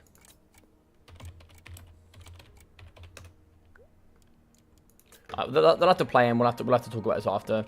If in doubt, we'll just have to restart. But in all fairness for the rules, you see there's the white line, 200 meters. So if we, is there any Ushopti great bows? there isn't. But if we see the Stalkers here, Stalkers are 80 range. As you see the Stalkers come out to here, that's 80 range. That's 80 range to here. So we have to make sure that you can see there, that's about 160. So I can let that go. But you can't cover this flank because the white line is essentially a defensive tool. But we'll have to play. We'll have to play and see how it goes. He's kind of moved away, so we'll see. I'll see for it and see if it impacts the match. If it has a drastic impact on the match, we'll have to go through it. So, who do you think's got this? Is it going to be the Bony Boys or is it going to be for the lady? What do we think? In the front here, we are going to be getting Carrion charging into peasant mobs. Lovely work there in the front. Going to be getting some good charge downtown there. Trying to see if we can counter here with the Knights Errants. We do have 82 speed. We should be able to get away here. Yeah, Carrion do get back in the air. Nice free cheap damage there on the peasant mobs. I like that in from the Carrion. Charging in the front here, looks like the Screaming Memes are just going to be firing in the front. Trying to see if they can get some damage here. They need to take down these Battle Pilgrims. That's some nice work there on this one in the middle. Over on the right row, we do need to get the Skeptical Stalkers over to the right-hand side. Nakahara Horsemen need to kind of get in. The problem is you've got this white line. This here is not far enough. We are moving around with more. Is this far enough? This is far enough. This is far enough by far. Stalkers a little bit close, but we can let that go. These need to get away from the line. These need to get away from the line. There's not enough room here to flank without engaging the horsemen. Stalkers in the front doing well. If they can drop back a bit, it should be fine. It should be fine. So in the middle here, we can see Grand Hierophant just kind of firing into the middle. He's kind of at 62 kills so far. So nice work in the front. We can see here. They're also going to have takeover there. See the little swirls? That's going to be takeover. So they actually have the power to kind of turn the dead into skeletons around them. In theory, is kind of the law. So they are going to be getting takeover there with the top for -8 leadership, which will go down as frightened. In the back, they can fight here, but we'll have to see how this plays out. If Catalyst is fine with this, then we'll play on. If it's not, in theory, it is a white line rule break. In the back here, I'm not too sure. This looks like it is going to be a Chalice of Potions. Oh, Chalice of Potions does. Yeah, nice work there for moments for noticing that. Gets a bit of damage in the back there, but we do kind of want to return back here and have a little bit of a defensive posture here. A little bit of defensive posture here, a bit of defensive posture here and here, because that is certainly open here in the back. And these are not going well. You can see the Nekahara Horsemen. They are great for their value, but they're not going to beat Questing Knights. Too much armor there in the pocket. In the middle, we are going to be having Skeleton Warriors here with Tomb Guard fighting in the front up against the Paladin and Gotrek, going up against the Fey Enchantress as well. It seems the Tomb Guard have pretty good stats there. 41 melee defense should allow them to hold for quite some time. But of course, the Mr. the Lady there will do the good work here. But in comes Gotrek. Gotrek is going to be ready. We need to get this Tomb Guard over and kind of blockading. We are going to see the issue. We need to drop back immediately. Gotrek is going to be uber fast. Uber fast. In come the Questing Knights in the back. We can't need to blockade for this as well. This is going to be a problem. This is going to be a problem. Yeah, so Spearmen are going to be ready, but they need to, like, create some room here for Hierophant. They need to create some room. In the middle, though, we can see the Screaming Beams. They are still going to be firing shots going up against the Knights Errant. Knights Errant should break off the edge of the map here. There's not too far for them to go. Skeptical Stalkers need to come over and do some damage here. Looks like it is going to be a bit of a miss there from Hierophant, but he needs to shoot here into the Questing Knights. They are the big problem. But overcome the Eye of the Desert. They are going to come around and try and see if we can slam into the Questing Knights. Fear of the Fae goes down. Plus 40 melee attack. Some of the Ushopti here will be fighting. But here, that plus 40 melee attack is really going to aid here in the middle. 80 melee attack. Fighting up against the Ushopti with that AP as well. So much good stuff. Sandstorm in the middle. There's okay, there was some Sandstorm in the back. We can see Gotrek is trying to get in the back here on top of Grand Hierophant. Incantation of Protection has been popped. Gotrek does do magic damage, so he's going to negate. Oh my god, that was a thump. Hierophant certainly felt that. There's going to be another big hit coming through if you're not careful. 20 melee defense up against 70 melee attack is never good for anybody. That's for sure. Spin will push out, and they'll be near the white line. We now need to get the Skeptical Stalkers around the front, fighting here up against the Questing Knights. Keep Gotrek busy there with infantry. We should be able to shoot the rest. Questing Knights coming forward. They are going to attack the Skeptical Stalkers. Should be able to move in with the cavalry as well. In the front here, we can see Knights Errants butchering here up against the Carrion. We can see Tomb Guard traded relatively effectively up against the Battle Pilgrims. They should win overall. Tomb Guard as well doing quite nicely downtown, but they are getting kind of punched in the back by Questing Knights. Takeover is going to be a bit of an issue though. -8 leadership does always affect over time. But we can see here, Questing Knights do fall. Good stuff there. Curse, Incantation of the Curse Blades is going to be used for the anti-large as well as the extra AP. Very nice stuff coming in there from Omens. Gotrek is going to be a problem. He is going to be a serious problem. Spearmen need to get him. You don't want to throw 2 in here. You don't need to throw 2. You don't need to throw too much at him, but just enough that keeps him busy that you can also protect your front line. Spearmen ready to go. They need to kind of come in and help. You can see peasant mobs are on top of the screaming meme catapults, but a lot of the horsemen here are pretty weak coming in for the Bretonnians. They're not looking super healthy right now. Shots in here for Grand Hippofant on top of the Questing Knights could be good. Does he give negative leadership here as well on his shots? I don't know if he does. I don't think so. I don't think so. But he should be able to do some good work here. The Questing Knights are going to get hit pretty hard. I looks like he's actually going to be shooting in the middle here on the double Questing Knights. Nope, he's going to go downtown. Where are we going with this? Oh, I think we just missed. So we are going to move in here with the Skeleton Spearmen. Gotrek fighting up against the Eyes of the Desert is not good. Incantation of Protection is needed here for Grand Hippofant. Ah, that's actually going to be the Leechy Staff. Ah, so he's actually going to give himself anti-large. Very interesting. 438 their weapon strength with the bonus for large. Should be doing some nice work there up against the Questing Knights. Shooting in the front here. What are we going to be hitting? Just going to be missing up against the Questing Knights. We need to move in and blockade. If we don't move in and blockade, we do have some serious problems. Balance of power is going to be here in the Bretonnian favour. I don't know what they have to take care of Gotrek. That is the problem I am foreseeing. Sandstorm here in the middle should be able to butcher a lot of the remaining Questing Knights. Shame it wasn't kind of cast down here in this direction. That would have been very nice to go through the Battle Pilgrims as well. Paladins in the back, anti-large armor piercing for him. He's going to get shoved, but there's not a lot here to protect Grand Hippofant. The Fae is really healthy. She's going to be fighting here up against Tomb Guard, but there's nothing to protect him. Sketchers need to come over here immediately and do some bit of backline harass, and he needs to just pull through them immediately. What sort of speed are we talking about? 26 speed. It's not great. Skeptral Stalker's coming back as well. Should be able to do a little bit clear up here in the back. Yeah, there we go. Nice charging against the Paladin. Gotrek coming forward. Can we get the Karen on? So the Karen is going to be busy here doing up against Gotrek. Gotrek did get regrowth, so Gotrek is going to be healing quite nicely. The Fae, though, she's not looking that healthy. We can see here balance of power pretty heavily in the favour of the Bretonnians. Shots coming downtown. Oh, lovely smash to the face there for the Knights Errants. They shatter, and I do not blame them. Lots more Knights coming forward. We need to destroy these Knights as quickly as possible. As much as we possibly can, these Knights do need to fall. We can see here the Paladin does get that plus favour of the Fae there for the extra attack, and the Eyes need to get some shots in. They need to stop this Paladin. Arcing Conduit for Hippofant. He needs to shoot to the front here up against these Knights. Try and do the damage that he can. He needs to take care of them. Balance of power needs to be switched here.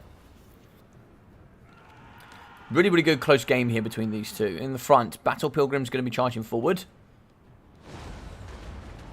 So it's like it's going to be a healing there for the peasant mobs coming down for the Paladin and Gotrek. Paladin is still coming. There's nothing to blockade him here. It's looking a bit unfortunate here on the later stages. We're not going to be able to catch up here with the Skeleton Spearman. He does get a hit in. He does get a hit in. Now we do move down with the Carrion. Nice work there. We do now we get the Sketchwell Stalkers out. Get the Sketchwell Stalkers out. We don't want them fighting here against Gotrek. That's not good for him. In the back, the Knights Errant. We need to shoot into those if we can. We don't really want... I know he's got Incantation of Protection, but we don't really want him fighting against the Paladin. He needs to be able to get out of here.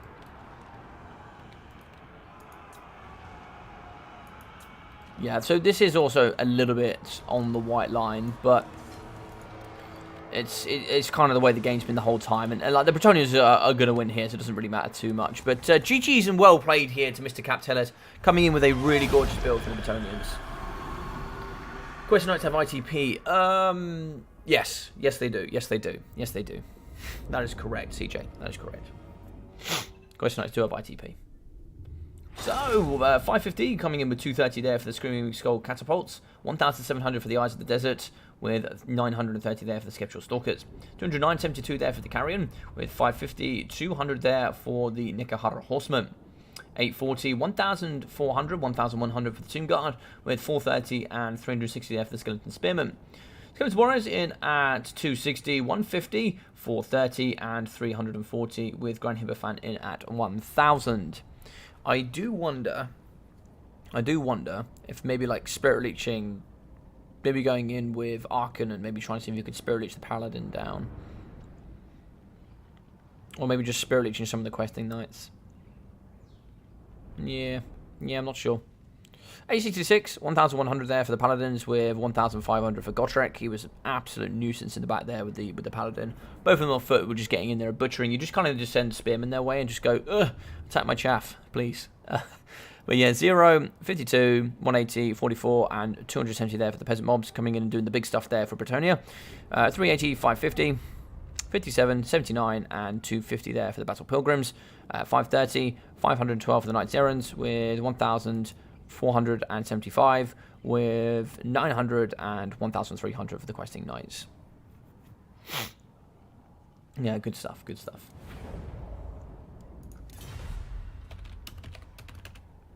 GG's well played. So we will go down here with Capitellus, and we will give him the nice big dub scheme.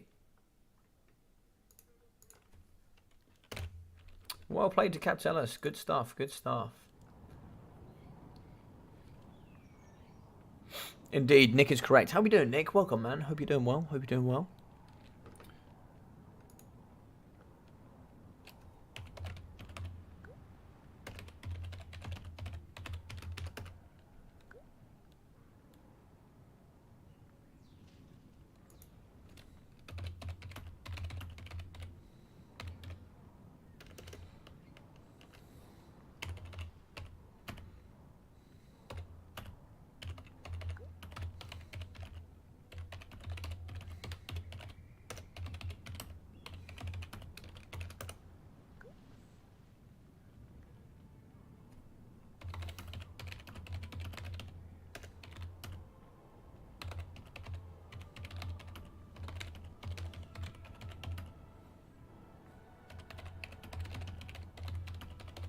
Right, nice. There we go.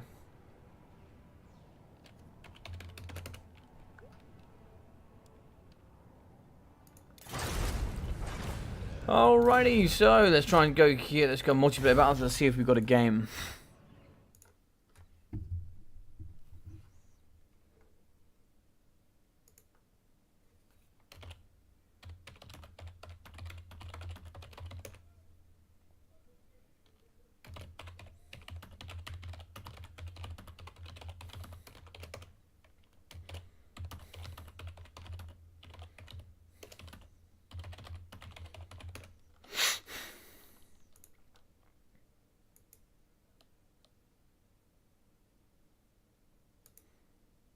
Alright, let's see if anybody's got any games right now.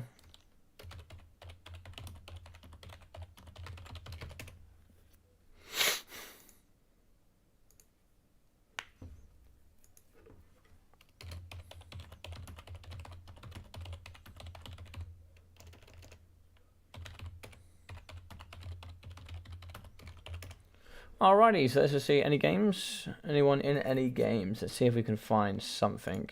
So you can see any of my boys on here. Hanadins is playing terrible, terrible stuff. Ent Ladder Doodles, I'm not sure who's playing there. Contende versus HR. Rat versus Viliano.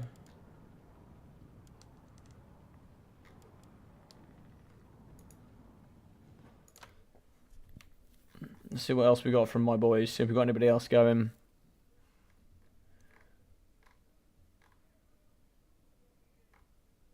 So Murph is playing. Cool HR. Who else have we got here? Let me ask Hanadins if I can drop in on his game.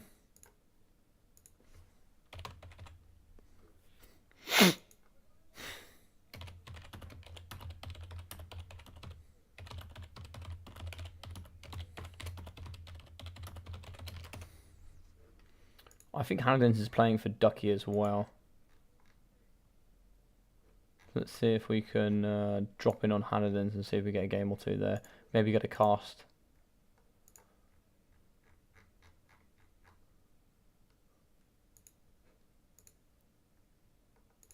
Alright, so for those who want to watch Murph, Murph has also just gone live. The big man himself is going to be going strong there. You guys can find him in my Discord. Hey, Michael, how we doing? Well, I back all of you except for Murph. I don't know him. I appreciate that, Michael. Thank you very much, mate. MB more spectacular than Tomb Guard would have been better. MB.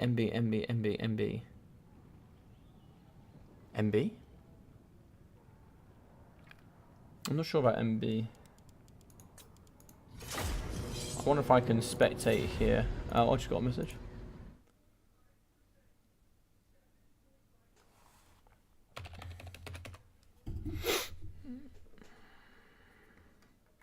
Oh, looks like Hanniden's has a nice replay this end, so I can always just cast one of Hanniden's games. We can get onto doing that. Let's do that then. So it looks like here, Contende is also playing HR, so maybe I can also jump in on that one. Let me send Call HR a message.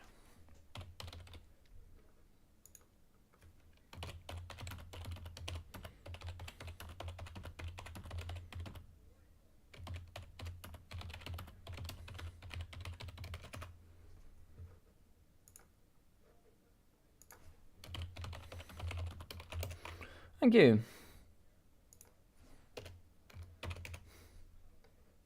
Cool, so we'll add that one to the list. Oh, TK versus Lizardmen. Oh, I like that one. That's quite a nice one.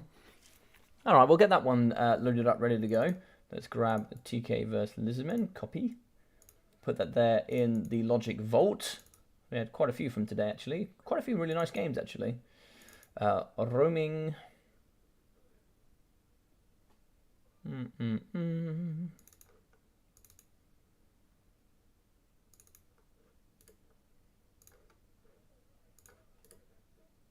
Paste. Nice.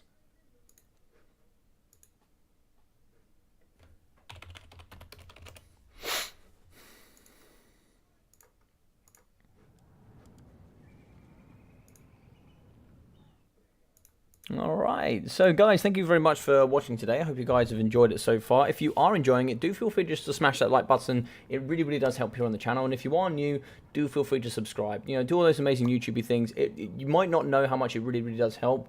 But I celebrate every single one of you guys that joins the channel. I really, really do. And I'm super, super close. Super, super close to 1,000. And it's right on the doorstep. So it's really, really good fun. And it's like Murph is playing as well. So let's try to see if we can jump in with Khazukan. Other than that, let's just see what else we got. Let's try and see if we get a refresh on the list.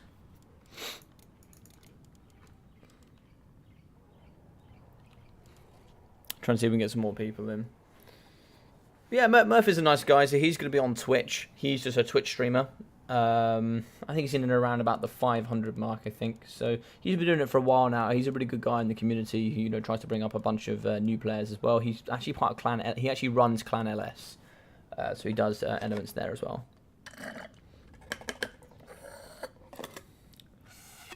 So I'll just try and see if we can catch a couple of extra games here and see if we can get some in. If not, we'll hop on to watching Hanniden's game.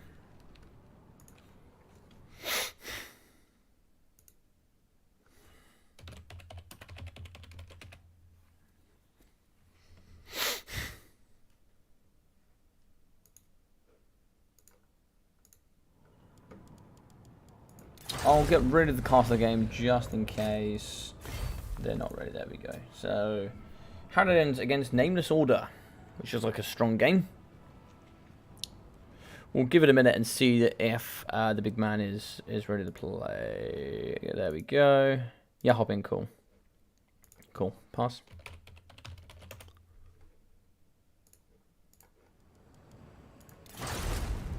Nice. Let's drop him. Multiplayer.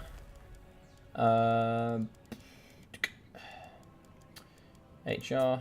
Oh no. No. That one, please. Spectate. 1, 2, 3. Cool.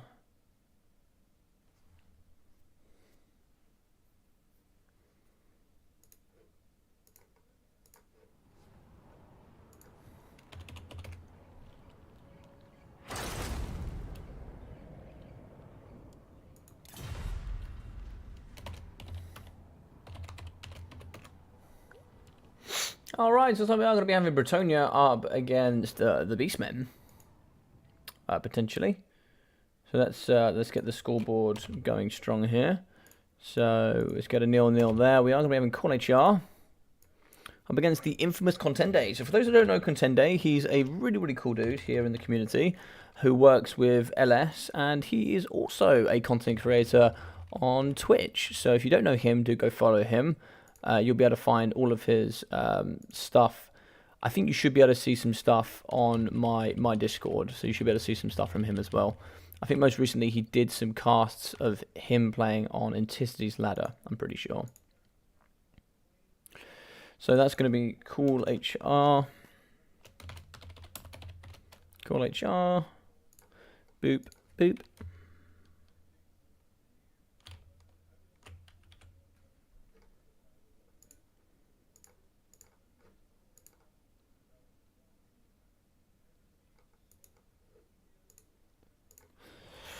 All right.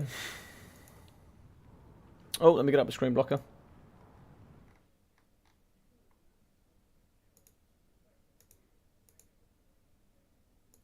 There we go. Dwarfs on dwarfs. We all like to see it. There we go. What a picture. What a picture.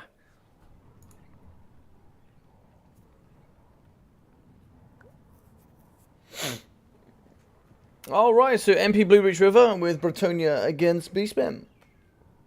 Yes, sir.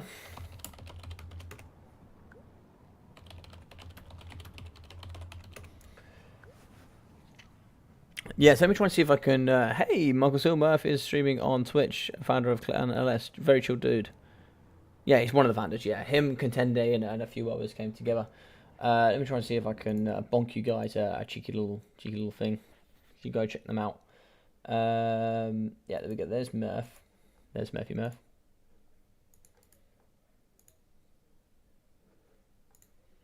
Cool, there's Murph. There's Murph. If you guys want to go check out Murph, he'll be there on Twitch.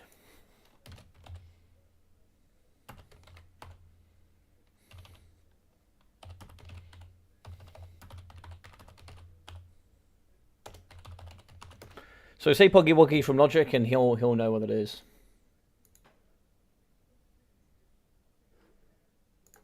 All right, we're going to be in, so let's get it done here. So let's go over here with the Beastmen.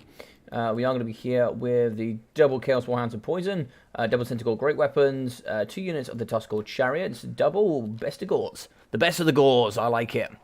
The best of the Gores, very strong. Moving in with Ungor Herds, bucket loads of Ungor Herds, and looks like a double Gore Ball and Taurox. No, it's going to be one Gore Ball here. Going to be nice and naked. Mixing with the Brave Shaman, and of course here, Taurox the Brass Ball with Brass Body, the Blood Beast, and Slaughter's Call. So where's the Brave Bray? There he is. The Brave Bray's in the front. Brave Bray is going to be having just straight again. Yeah, pretty strong. Pretty strong. In the front here, peasant mobs dotted throughout. We are going to have the Wardens of Montfront. Here, the men of Bretonnia coming through with the poison arrows. They'll be able to skirmish to the end of days. They're very good indeed. In the front, we are going to have... Oh my god, what is this? Contende coming through here with the Grey Relique.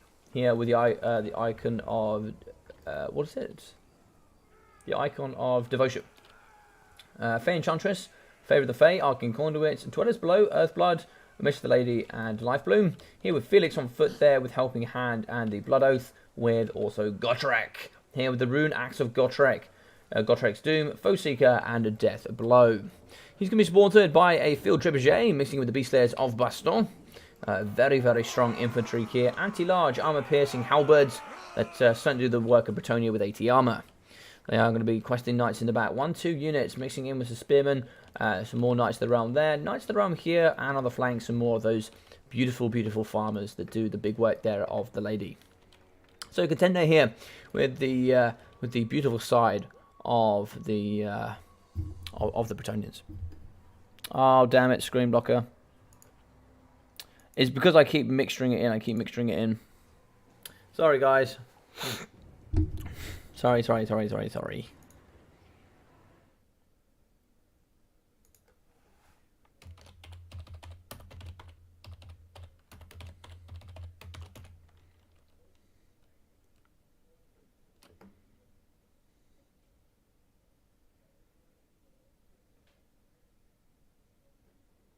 Let's see what he has to say.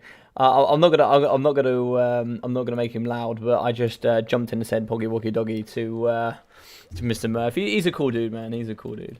All right, so about the army blocker, but you can see the builds. Hopefully, you heard what I said, so we should be ready to go. Keep forgetting about the army blockers, man. God, I'm terrible. All right, so Poison at the front here, shooting into the Tuskal Chariots. Yeah, pretty good early start there from the Wardens of Montfront. That's why sometimes vanguarding can be a little bit dangerous. Can be a little bit dangerous for sure. And you can see here, they're going to be hopping around here through the trees. But we've got the Council Wands of Poison and the Centaur Great Weapon. Should be able to punch through there. Get the Centaurs on the Knights of the Realm, and then move in the back here with the Poison Doggos. Get those Doggy Woggies in the back there, shutting down the Warlords of Montfort. The brave peasants of Bretonnia will be charging through to the front line to aid here. And so we are going to get an Earthblood. Is it going to be too late though? I think more than likely, but they might be able to recover a little bit here. We can see they are going to be charging to the back. Is Contende going to realise? I don't think he is. It looks like he is going to get caught, pants down, and here we go. We charge into the side of the Warlords of Montfort. They are going to get a rear charge. Negative melee defense there for their punishment. In the back, we are going to be charging in with the Bretonnian. Get in there and start shutting down those spearmen. In the middle here, let's have a look. We are going to be having Tuskors cycling through the infantry, charging up against Knights of the Realm. Tentacle Great Weapons, mixing with Chaos Warhounds with the poison, really giving all those debuffs. In comes Torox, the Metal Bull, the Brass, ready to go, ready to rip open, and he just wants to kind of witness the strength of his Ungors as he fights up against the Men-at-Arms. Get them in, get them fighting. But Gotrek here is quite a nice counter to the pair. Shooting the front, they're going to be hitting up against the best of the Gauls. And, yeah, they'll do some good work, for sure. They'll do some good work. But the boys in the back, they're certainly going to come in and charge. But they don't want to get hit by Questing Knights. If they get hit by Questing Knights, that is bye-bye Tuskors. Tuskors aren't going to get away with this, I don't think. They're going to get hit. Yeah, they're going to get hit hard. They are going to cycle through, but they need to kind of get out of here. They don't really want to be in and around this kind of danger zone. In the front, though, let's have a look here. We are going to be having with the Fae coming in with the all the threats, fighting up against the Ungor herd. Cycle charging here with hopefully some of the Tuskors. They're going to push through here. They're actually going to get a bit of a slam on Gotrek in the middle. And you've got to be careful up against these single entities. They might get themselves caught. They need to keep pushing out and out and out there. Make sure they don't get trapped. The best of the Gauls are in the back. Get these guys in the back. Shut down these artillery crews. Get the value where you can. And then try and see if we can push in a little bit more here with some of the Tentacle Great Weapons. Poison Hounds here, going to do some good work up against Knight of the Realms, but of course here, lots of heavily armoured cavalry. You're going to struggle here with dogs, I think. You're going to struggle here with dogs. You want to get those in and around and fixing up in the back. Dwarfs below coming down time on the Bestigor Herds. Doing some nice work here with the Growleek. Moving in with the Fae here, getting that damage over time. Look at the goddamn damage as well. Artillery shooting over the top. Those Bestigors did not have the best of times. It's very, very comfortable to say that there. Combat roll coming in here for the Gorball. He's going to be slamming up against the Devotion here. The Icon is going to be going down here. He's getting some big slaps in from behind. The Growleek is not happy. Putting in with the Tuskor Chariot in from behind as well. The Fae is running away, but here, if we do manage to push through and kind of do the big damage here against the Bretonnian lady herself, that is going to be the case there for Torox. She is on foot, so she certainly can be dealt with. Growleek is certainly going to be getting slapped up here. You can see this thing has taken a lot of damage. But in the back here, we have now shut down the main threat. We are down on top of the field trebuchet doing the work here. And we're cycle charging in the back there with the Tentacle Great Weapons. And looks like here we are going to catch, apologies, on top of the Warlords of Montfort. That's in the back. That's going to be shut down in a matter of seconds. So down to the front time, let's have a look. We are going to be having Torox fighting here. Gotrek, I believe he is armor piercing. Gotrek is anti-large and armor piercing. That's good to see. So he will thump pretty hard against Torox. The Gorbal is going to be in doing the work as well, but he's not particularly designed. Felix can fight, but he is also squishy. It's like it is going to be Overcast Traderkin in the middle. That's going to do lots of damage in the middle here, especially up against those Questing Knights. Questing Knights can lose anything up to about 13 models, I believe, from an Overcast Traderkin.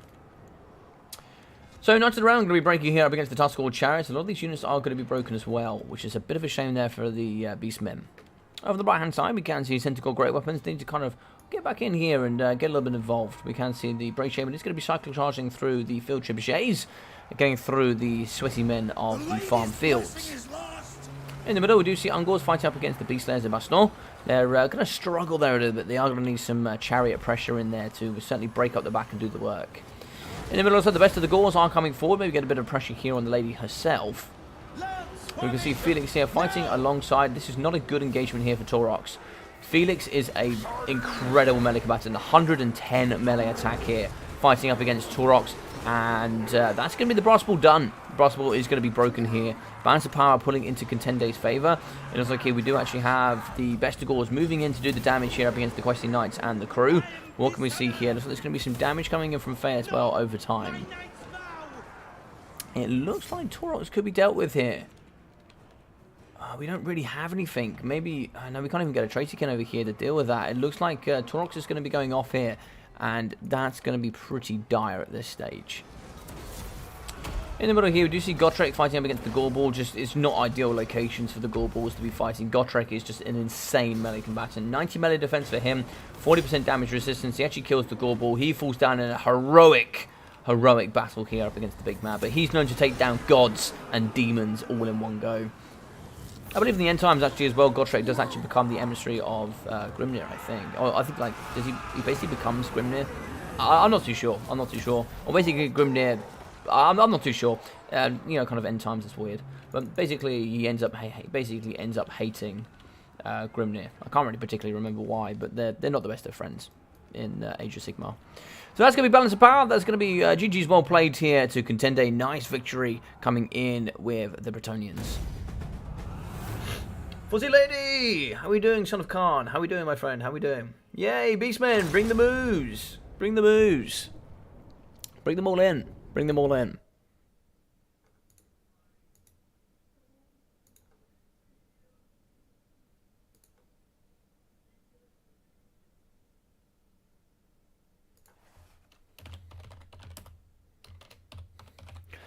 I just got a nice sub there from Gastrel. Thank you very much, Gastrel.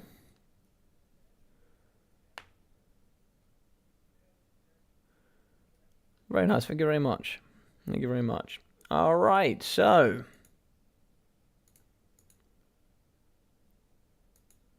here we go. So we're back on here. So let's have a look. So Faye got 1,600. We got 566 there for Felix and 2,150 there for Gotrek. This is a power trio here that can certainly rival the big power there of Taurox, the Brave Shaman, and the Gorball. 150, 87, and 150 there for the peasant mobs, in with 150 and 300 there for the men-at-arms, with 280 and 400 for the spearmen. Grey Elite coming in at 11, 608 there for the Beastmen de Baston, with 970, 930, with 900 and 300 there for the questing knights, with 430 for the Warlords of Montfort, and 330 there for the field trebuchets. So 1,280 there for Taurox, 1,150 there for the Brave Shaman, and also 830 for the Gorball. Yeah, I mean, Felix will just slam the both of these into the floor. He's, I think, anti-large 30, 32, something like that. Armor piercing. He's just so good at taking down these big balls. 488, 218, 260, 150, 250 there for the Ungors. Looks like 890 there for the Bestigors, with 44 for the second unit. 560, 230 there for the Double Tuskors, with 2,050 for the Tentacle Great Weapons, and 650. 540 and 270 there for the Chaos Warhounds with poison. Yeah, very good stuff. Very good stuff. Hey, Bowmore, what's up, man? How's the stream going? The stream's going very well, thank you, my friend. It's going very well. We're jumping in left, right, and centre here with people, just trying to cast what we can, trying to see what games we can hop onto. Managed to get a couple of casts from Alfredino, managed to get a couple of casts from others.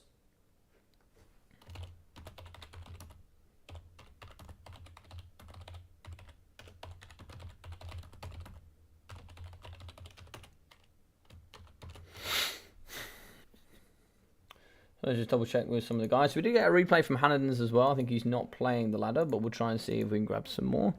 But how are you, Bowmore? How was your D&D session? How did it go? Hope you enjoyed it.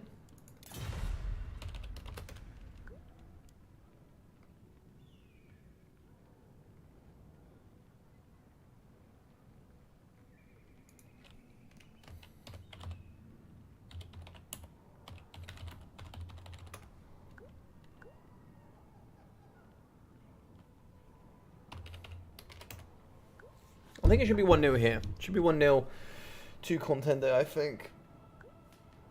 Cool. Cool. Sweet. So let's get that 1-0 there on the scoreboard. So Contender drawing the first blood. And there we go. So for those who didn't see, do go check out Murphy Lurphy. He's going to be streaming as well. I believe we have Human Boy streaming. So hopefully we can grab hold of him. Yeah, let's grab hold of him there. So he's going to be streaming as well. There we go. He is in. He is in. Hopefully, yes, he's going to be mute. So he's actually going to be showing his point of view. So we'll grab that for you all. He is going to be streaming. So if you do want to go check his point of view out as well, do make sure you go check him out. He is going to be casting at the same time. I'm kind of nervous if Warriors of Chaos get their rework will be insane. Your thoughts? Warriors of Chaos are already very strong. With their rework, it really depends how their rework is gonna like how the Chaos Undivided is going to get reworked, and what level of rework we're thinking of as well.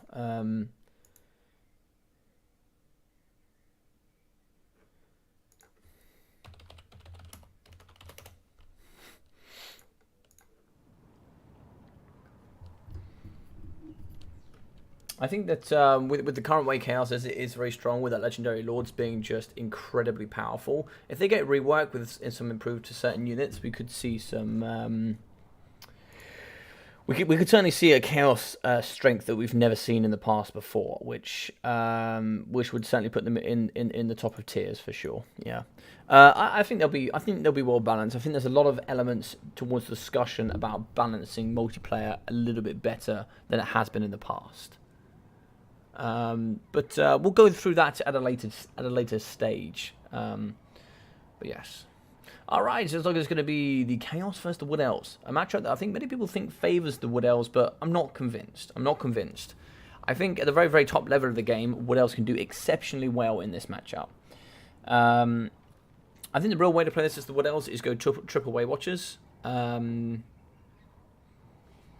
triple Way Watchers just deletes everything in the build, but at the same time, you know, many people play it many different ways. I think you've got a counter skirmish there with like 4 Marauder Horse Masters, 2 Marauder Horsemen, and just try and see if you can beat it that way. Or you really got to go heavy cav lances and try and see if you can get in that back with Warhounds with poison and all these kind of big stuff. I'm willing to bet Warriors of Chaos will be even stronger than the Vampires were at launch. Yeah, maybe. Hey Ryan. They should release a Norska DLC with Kislev, would work with the theme, etc. Yeah, so I think, you know, I certainly think, like, there's certainly some stuff you can do. Like, you've got some of the northern Empire tribes, like the Tutujin and stuff like that you can certainly work in with Norska. They also had some good interaction with other Skaven factions that are quite north of Kislev. That you can certainly work in there, and you've also got some northern dwarves up there as well that you could certainly see some interaction with the Norskins. So you can certainly see some good interaction there with Norska going forward. I see. I said they are going to change. There's going to change Warriors of Chaos. I was summoned by North. Hey, good Tam. How you doing, my friend? How are you? I wish you'd been around for the event, my friend. I wish you'd been around. Hello there, Zypher. Welcome, everyone. So nice to see you with you. How are you? Welcome. How are you?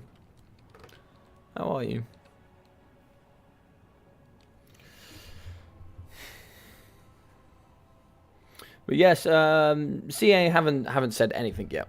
CA haven't said anything about Warriors of Chaos. I think it was more speculation from Matthew. But if they do get a rework, maybe. I also think as well, you know, for example, in the current meta of the game, you know, Chaos lean very heavily on their very cost-efficient infantry and also their legendary lord slots. They're very strong. Need us a Norscan lord, please. Do you know what? I think one thing that Norska would really benefit from, which is something that Chaos has that Norska doesn't, but even though they don't really use them because the legendary lords are so powerful, but caster lords. Just caster lords would be really strong. You know, I generally think this, right? If you've got a caster lord, like Sarthorial or the Everchosen, coming in for the Norskins, it could be devastating because it could really pull it towards that caster. I'll be happy if Norska at least got a generic caster lord from campaign. Exactly, yeah, exactly. Caster lord from campaign would be strong. Yeah, it would be strong indeed. Alright, so Contende here coming in with the Chaos, and here with what else? We are going to have Mr. Quality from RTK. So, the Great Stag Knights here with Frenzy, good physical resistance, and the really nice thing about physical resistance, which is something I really want to touch on, now I'm going to be doing a video about this soon, but with armor, as you go through the vigor traits, so as you go down from fresh all the way down to exhausted, when you get down to exhausted, you lose 25% of your armor. Now, you won't see it on the stat card, it is an invisible drop. That's going to be the same for melee attack, melee defense, and a few other stats as well. But here is one thing about physical resistance, which is much better than armor, is the fact that that is not affected with when it comes down to vigor. So that 20% physical resistance, which is somewhere in the region of probably equivalent to about 30 armor, pretty much going to give about 90 armor here for the Great Stag Knights, but that 30 armor can't be touched. it doesn't get affected by Vigor, which means you're only going to lose 15 armor here from the Great Stag Knights, whilst if you come over here for another example, let's have a look here. We should have some Chaos Knights. I'm pretty sure we saw some Chaos Knights. Or we use Archon the Everchosen as an example. If he loses 25% armor from being exhausted, he's going to be losing in the region of 30 armor. So he's going to lose twice as much armor here as the Great Stag Knights. But from that physical resistance trait coming in from, instead of having 90 they would have dropped there by how much? Let's have a think. So 45, so it would have dropped 22.5 armor, but instead they're only going to drop 15. So they actually save 7.5 armor drop there on that exhausted trait, compared to having just the physical resistance instead. So it's just a little bit of buff that kind of, you know, really buffers Great Stag Knights. So it makes them very, very strong. Very, very strong indeed. Glade Guard Spears in the front here. Let's look at 1, 2, 3, 4 units. Mixing in with the Triple Wave Watchers. Yeah, very strong, very strong. Triple Wave Watchers is certainly the way to go in this matchup. Dwellers Below, Earthblood. A bit surprised not to see Power Stone if we're going to have Dwellers Below as well. So interesting investment. Glade Lady here with the Prayer of the WARHAMMER, and also the Sporic Breath. Spophoric Breath, I should say. In the front, 3 units of the Chaos Maulers. Very, very cost efficient, super cost efficient infantry. Very, very good indeed. Mixing in with the Hell Cannon here and Archeon the Ever Chosen. The man here, which is going to have the Flaming Sword of Ruin, mixing in with Fireball and Kindle Flame. Foe Seeker with Standard Eye, the Slayer of Kings, and Kindle Flame. Very lucky for him that there is no Sisters today. No, with Sisters there, that could be pretty devastating for him on horseback. Mirror Guard here in the front, 950. I just had to go over this unit. They're so goddamn good. Like Silver Shield, 100 armor, 54 melee defense, immune to psychology. And the reason why melee defense also uptrades compared to melee attack is at that exhausted trait, you lose 75% of your melee attack and you only lose 10% of your melee defense. So having high melee defense and losing so much melee attack just means melee defense trades more efficiently over the game, which is super important. Here we go, Chaos Knights with Lancers. So the Lancers here, very nice 80 charge bonus. I think Lancers are just so much better than the regular ones, right? But yeah, 120 armor, that'll drop by 30 by that exhausted stage. But they are so cool, man. They are so much cooler than their sword brethren, for sure. Look at them. They're just so goddamn cool. So it's going to be 3 units of Chaos Knights with Lancers. God damn it. Chaos Warriors with Poison moving in here with Horsemen. And they are going to get smashed in the face here by Wave Watchers. The Hawkeyes of Drakira as well here in the front line with that Smoke Bomb. And also the Discourage ability, giving negative 16 leadership. It's very, very powerful. You can see the fire in the front. You can see that Discourage ability coming downtown. Fire as well for negative 5 there from the Archers. We need a net here for sure. We need a net early doors. Try and see if we can pin this in. Oh, I don't know if we're going to be able to do that. Oh, that's going to be a miss there. Breath attacks as well is needed. Breath attacks as well is needed. Great Stag Knights moving forward. And over here are going to be shooting, I think it's just 1 Hell Cannon. Is it just 1? Yes, it is 1. Archeon is in the back, but we are going to charge in. Can we compromise and do the damage here up against the Dark Gods is the question. So in the front here, we are going to be shooting downtown. Oh, big hit right into the backside of his own Chaos Marauders. Even the Hell Cannon knows the Chaos Gods are too strong. But in the middle here, we are going to be charging in with the Great Stag Knights, getting the damage here up against the Chaos Knights with Lances. They do get both really good buffering charges here, but they are going to be fighting. But the stats are in line with the Great Stag Knights. 43 on 30 here up against 42 on 34. Great AP as well in from the Great Stag Knights. You're not going to see the AP here from the Chaos Knights with Lancers. Chaos Knights with Lancers get absolutely trounced here because speed is a big multiplier now with the new Cavalry Beta. You are going to see that speed of 90 compared to 66, sorry. Is really going to trade very efficiently here in the front. I think we've gone AFK here with the Glade Lady. She's just kind of sat here getting shot. I don't know quite what happened there, but what I want to kind of see is I want to kind of turn and burn down the line here. We are going to see a breath attack. Lovely stuff. Good breath attack. Look at the damage. Good stuff there. Now there, Kazakit-HA, you know, being one of the short bit admins here on the channel, it's one of the things that I've been telling him, and I'm kind of tasking him to get better at, is getting those breath attacks in a little bit more. We are going to see a bit of a heal there in the middle coming in from the Spelllinger, and we do see a Chaos Warhound push off to the edge of the map. Quite far away, but that's 1.5k. You certainly want to be pushing in here with the Spell Life, not really in with your very expensive Cav. In the back though, Chaos Knights and Lancers are going to be charging in for Hawkeyes and Drakira. They have Flash Bomb, so we need to be using that. Need to use the Flash Bomb there to get the slow of 60% speed. It's very important. 60% speed slow is uber important, but we can get the Wave Watchers over, they can get the shots in, they can do the damage there. That is going to be a net, so that's going to be the second best here you can do, but we could have saved the net over here for the Chaos Knights with Lances, because now they're going to be poking in behind here on the lady herself. So it just comes down to there's a lot of micro, a lot of abilities, things you certainly can use. Chaos Knights and Lancers have been dealt with. We now have double Weight Watchers that could shoot here into the middle pocket. We are going to be wavering. We do get terrified with the Chaos Knights. I super forget that they don't have ITP, and it annoys me so much because they're so goddamn strong. But in the back here, the Chaos Warhounds are just going to rip apart the Weight Watchers. They are so good on the charge bonus. Anything charge on top of 26 melee attack is devastating. We do actually return here with the Chaos Warhounds with poison. They are going to be returning, trying to see if we get in the back here on top of the Weight Watchers. Hawkeyes and Jakira, negative 16 leadership will break. We can now shoot over here as well and break the other Warhounds. Balance of Power is going to be favouring Contender here and the Chaos, but it's just going to be because the Glade Lord is just so broken. We are going to get a charge here on the Marauder Horseman. That could be a terror here. There could be a terror out if we're not careful. Chaos Knights and Lancers are coming. They're going to get a good, juicy, fat charge here on the Ever-Chosen herself. Shots coming in. Oh, can we kill the Chaos Knights and Lancers? We certainly need to. We certainly need to. She's not going to get away with that. Yep, 400 health. She's going to break. And if we're not careful, it's going to be looking pretty dire here. I think the Wood Elves have this, though. I think the Wood Elves have this. She breaks. She needs to come over here with the caster and get in and get some healing. Oh, no. Okay, that was the biggest, most... you know what? You know what? Steel chair was done. The faceplant was in, and it's the end of days there for the Wood Elves. But good charge here as well with the Great Stag Knights, super uber healthy, and now they can charge off and finish up the Marauder Horseman. That's a nice break there as well, so it looks like they're going to move away, but we still have Ark and the Ever-Chosen. The Chad here are going to be uber healthy, uber healthy. In the back, the Hell Cannon going to be doing very strong. Oh no, the Spellcaster. Spellcaster, what are the Weight Watchers shooting? They're shooting infantry. Shoot the cav.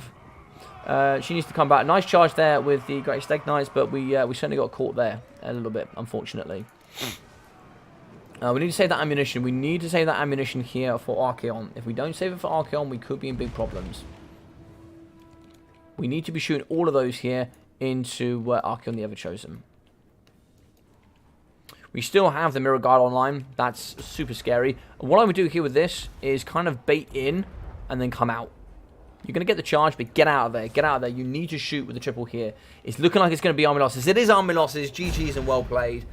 Ah, Kazakit-HA, Kazakit-HA, you're such a good player. You're such a good player. There's just one or two things there that you could have done that would have just tipped the balance of power, or should have tipped the tides of kind of interactions here on the battlefield that really could have given him a nice turn in the battle. You know, there's just a couple of mistakes sometimes you make that there's so much going on, right? So what I'm saying is this is what you should do, but of course in the game you've got to micro a bunch of different elements, and it's really, really tough. It's really, really tough, certainly for sure. But a flash bomb there on the Weight Watchers, 1065, 550, and 1100. But Weight Watcher play is really, really difficult. It's really, really difficult. You don't have the mobility, and here you really rely on your cavalry for sure. The Glade Lord on a horse, though, is an interesting one. For her, it's... sorry, on a dragon is quite interesting. It's very expensive. It really frees up your force to be kind of abused a little bit here. But one thing I will say, if the flash bomb had been used there in the middle, and then we got away with the net, so we could have saved the lady a little bit more, get some more Earthbloods, and kind of use your battlefield control a bit more, because they pay a lot there for Discourage, and they get the increased stats, but they pay for Discourage, and they pay for the flash bomb. So just, you know, make sure you use that, make sure you get that in, and, you know, use your cavalry a little bit as a bit of a bait and switch, and, you know, you have to charge in. You can get the volleys there up against Archaon, but he was healthy enough, and he cost, you know, in the region of about 2.6k, so he's going to really influence Bands of Power just as the Lord choice. But 700 for him, 300, 130 there for the Marauders, 120 in for the Chaos, the Mirror Guard, sorry. 660, 1100, 2500 there for the Chaos Knights with Lances. Just single-handedly shut down the Glade Lady, sadly. 1200 and 1000 there for the Marauder Horsemen, 530, and 300 there for the Chaos Warhounds with 300 for the Hell Cannon.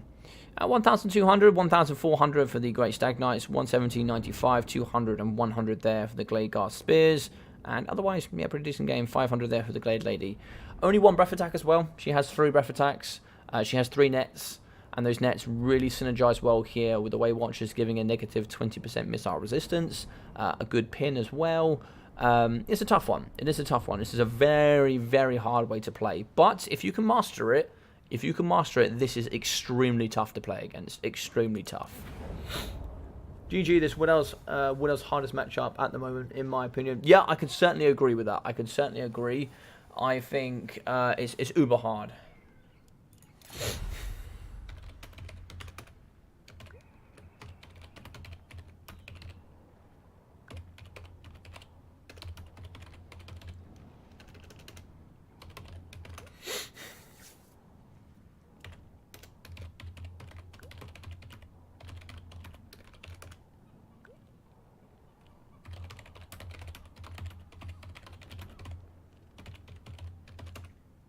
No, I totally agree, Bomo. I think this is a matchup with actually the army composition coming here with Kazakit-HA.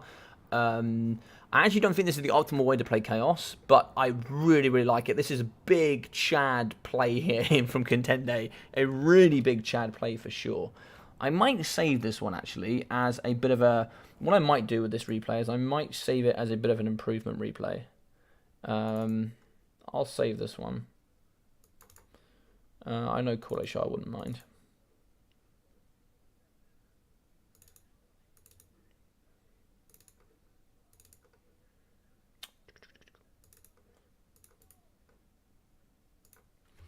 Contende versus Kazakit-HA improvement. Yeah, so it's a really, really nice game there. Really, really good example of, you know, two strong players going at it. And, yeah, the damn ponies with the carry. I know, man. I know, right? God damn it. The Dark Lords will be pleased with this. Well, Khorne will be. But Khorne doesn't really mind who wins, really, at this moment. You know, blood for the blood gods and whatnot. I don't really think it favors any of the other gods. I assume my ability got my ability use got roasted. What do you mean, Kazakit-HA? What do you mean? I have no idea what you're talking about. Nah, man, I need to drill this build. I'll tell you what, Kazakit-HA, I must admit, man, your build there was super, super nice. It was really, really well put together. And I think if a couple of optimal uses there for certain abilities and stuff like that, this game was yours. This game was yours for sure. This game was yours. A little bit of lack of micro there on the Lords from time to time. A bit of a misuse there for a net and that kind of filtered in a little bit, kind of pulling you behind. But I think the game was yours. The game was yours for sure. Go back over, watch a little bit of the stuff that I said. Also, flash bomb. But I love you, man. I love you. You played well. You played well. But Contende comes through with a big strike. He's going to go there with the 2-0 win. Let's see here if we've got any big boys playing at the moment.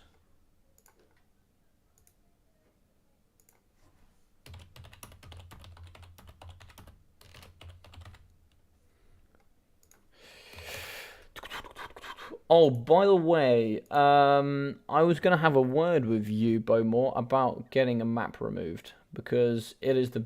When I've had to do... I'll talk to you about it later. I'll talk to you about it later. There's a map that I have questioned for removal. Just because there's a...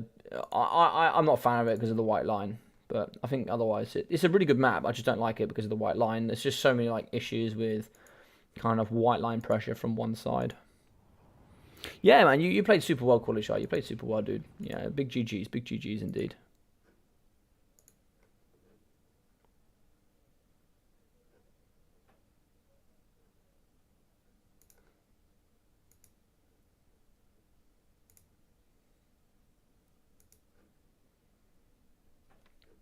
Alrighty, so let's just see if we've got anybody else here. So it's Rusty versus Nameless.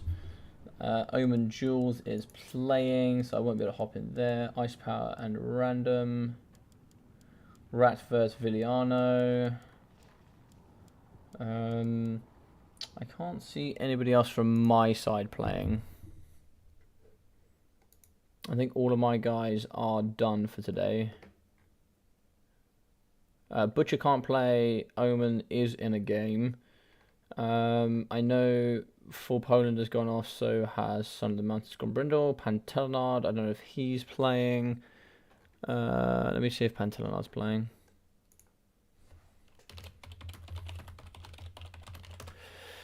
If not, we can try and hop in with one more and try and see if we can finish off the series, maybe.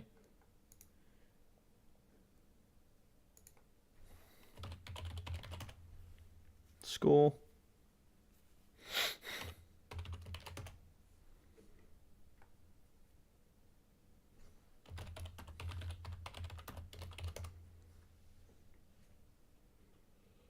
Ah, right. It looks like Omen's game just finished. Yeah, there are a couple we are thinking of removing due to the white line problems. Haven't got around to it yet. Yeah, no worries, man. No worries. It was just that last. There was one that we were on. If you go to, let me see what time it's on here. Was it this one? Oh, there's like Alfredinho there. If you go to, there's a game at Omens vs Captellus here on the live stream. It's about 53 minutes ago. It's this map. There's a hill. There's a desert map in the hill. There's basically the hill's in the corner, and like obviously the Chunking player wants to be on the hill, but can't be on the hill without being basically the deployment zone is kind of already interacting with the white line, which is so stupid because then you can't avoid the white line. I don't know, but it's like 53 minutes ago. That's the map I'm referring to. Mr. Bowmore.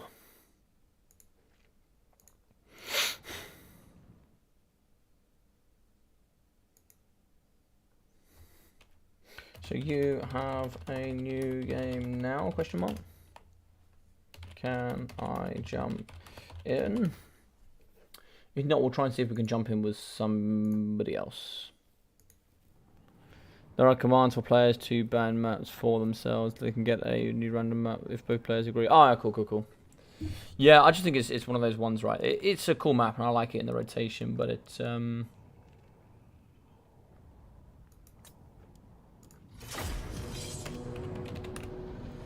see if he's in. Who's he playing against?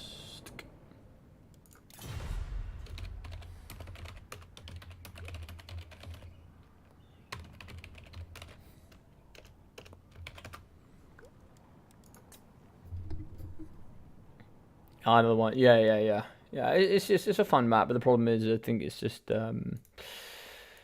yeah, it's a bit unfortunate, that map.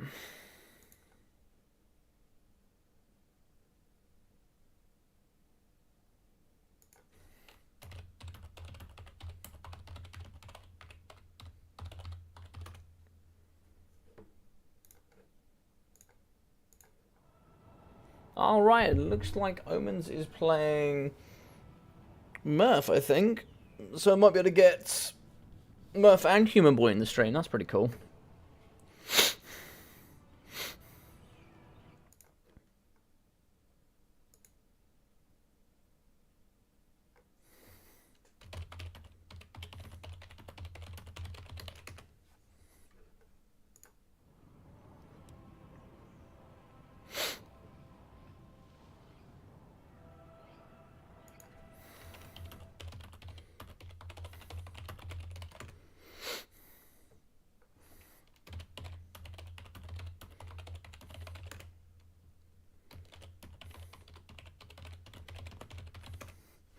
Alright, it looks like Murph is going to be joining and we should be able to cast Murph against Omens. So let's shoot on here and get this ready. It's going to be 0-0 and Omens is going to be on the left.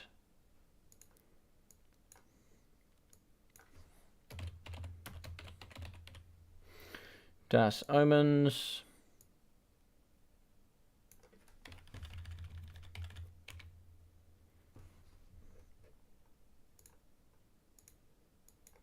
And then we're going to have Murph Alert.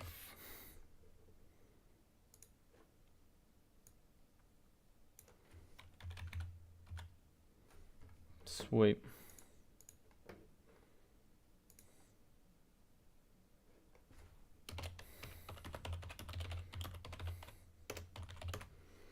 All right, cool. I think we're ready to shoot.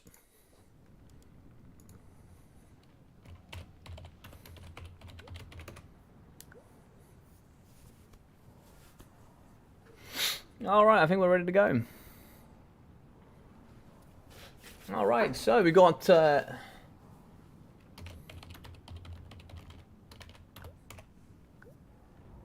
yes, shout out to all the logicians. Yes, you guys have a nickname now. You are the logicians.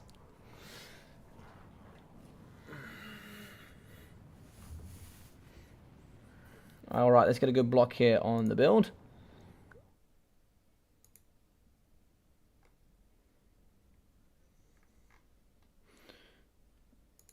There we go.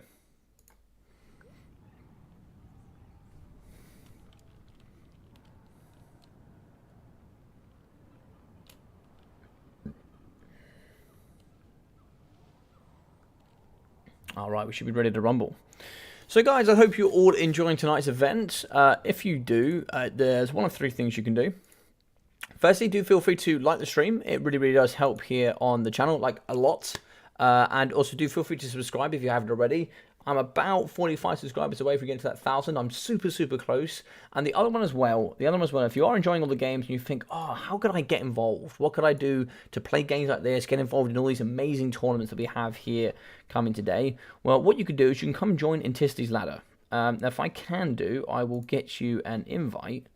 Let me see if I can do this here. I don't know if I have access to do that. Invite people. Copy. So what you can do is you can join here. I'll leave it up on the screen. So you can join here. There's a little link there to the Discord for Intesti, where you can find Intesti's Ladder. So you can certainly join up and come have some fun with all of us. Find yourself maybe on live stream today or tomorrow, and then get involved a little bit more. Yes, we've got some Logician support.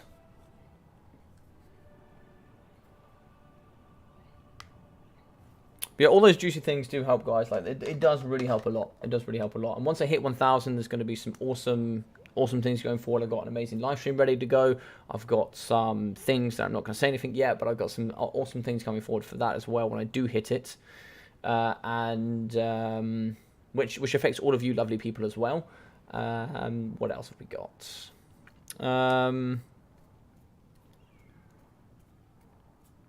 Yeah, and there's some other things, but I can't say anything just yet. Can't say anything just yet. So we're uber close. Uber close.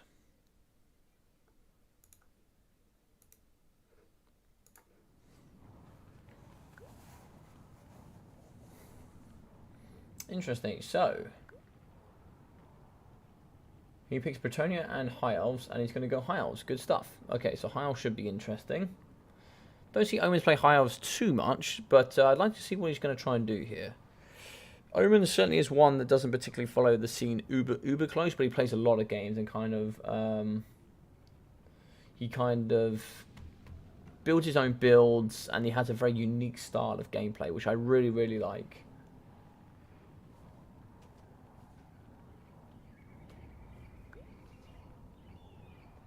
Fantastic. So it's like Murph has a build ready to go, and then Omens is going to be coming in with a high elf build. Map looks to be Prague.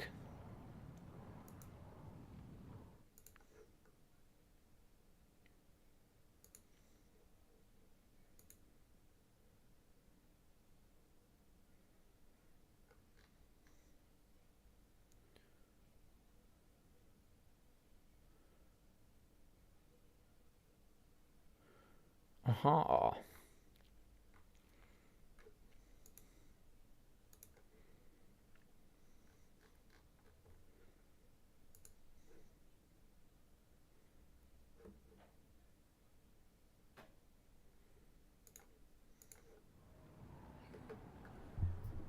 Perfect. So Omen is on to making it.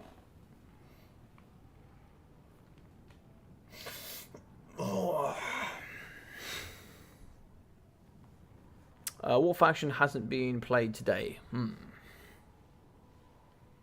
That's a good question. I haven't seen any Skaven today. I haven't seen any Skaven. I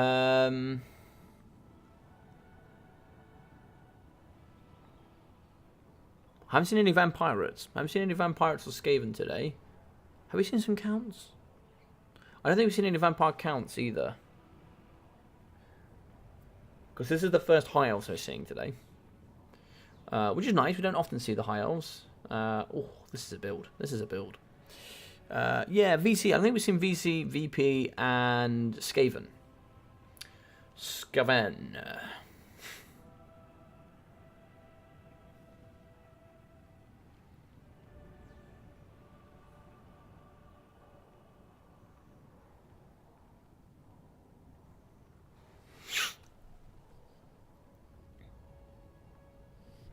So Yosh, nice to get some high elves in. Don't often see them here in the multiplayer scene, so it's nice to get them get some action, as it were. Get some action.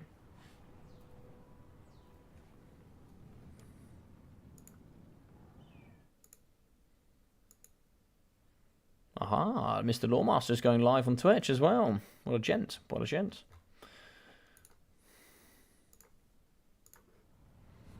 Probably coming in with the Lawbeards today.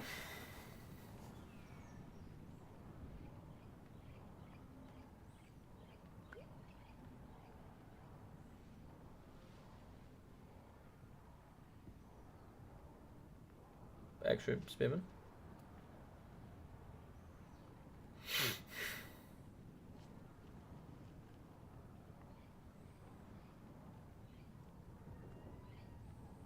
Maybe an extra spearman, Mr. Roman, if you have 500 left.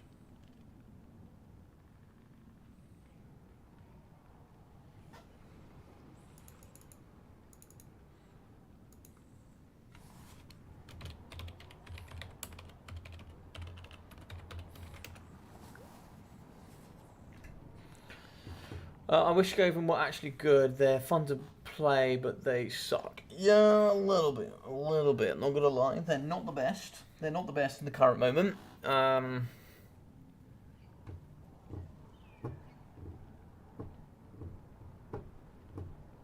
wish they were kind of better. Yeah.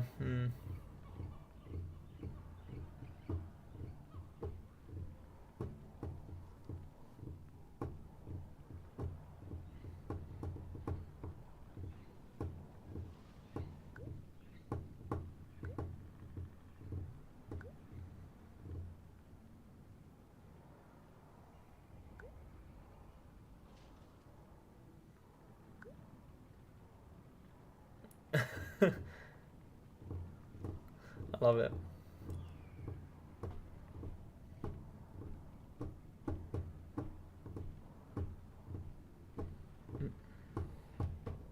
Let's do it. We're in, ladies and gentlemen. We're in.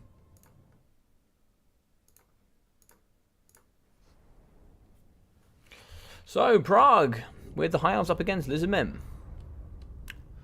Why they suck? They don't suck, but they're not great. They're not what they used to be. When they got nerfed to a lot of their weapon teams, like especially like Poisonman Globes, Poisonman Mortars, which is something they heavily relied on, they just ended up falling apart a little bit. And like, there's just been some updates. So kind of the way it works, Matthew, is like something might stay strong for a long time, but when a DLC comes in and changes certain units, like Skaven used to be really strong against Lizardmen. But Lizardmen got some buffs. They got some units in that really destroy the Skaven, that just, you know, kind of make that matchup lesser. And being that, you know, you don't want to play against Lizardmen anymore, like as a good counter, like there's just less and less matchups that are good for the Skaven as times go on and progress. And, you know, an already tough matchup with Beastmen got even worse.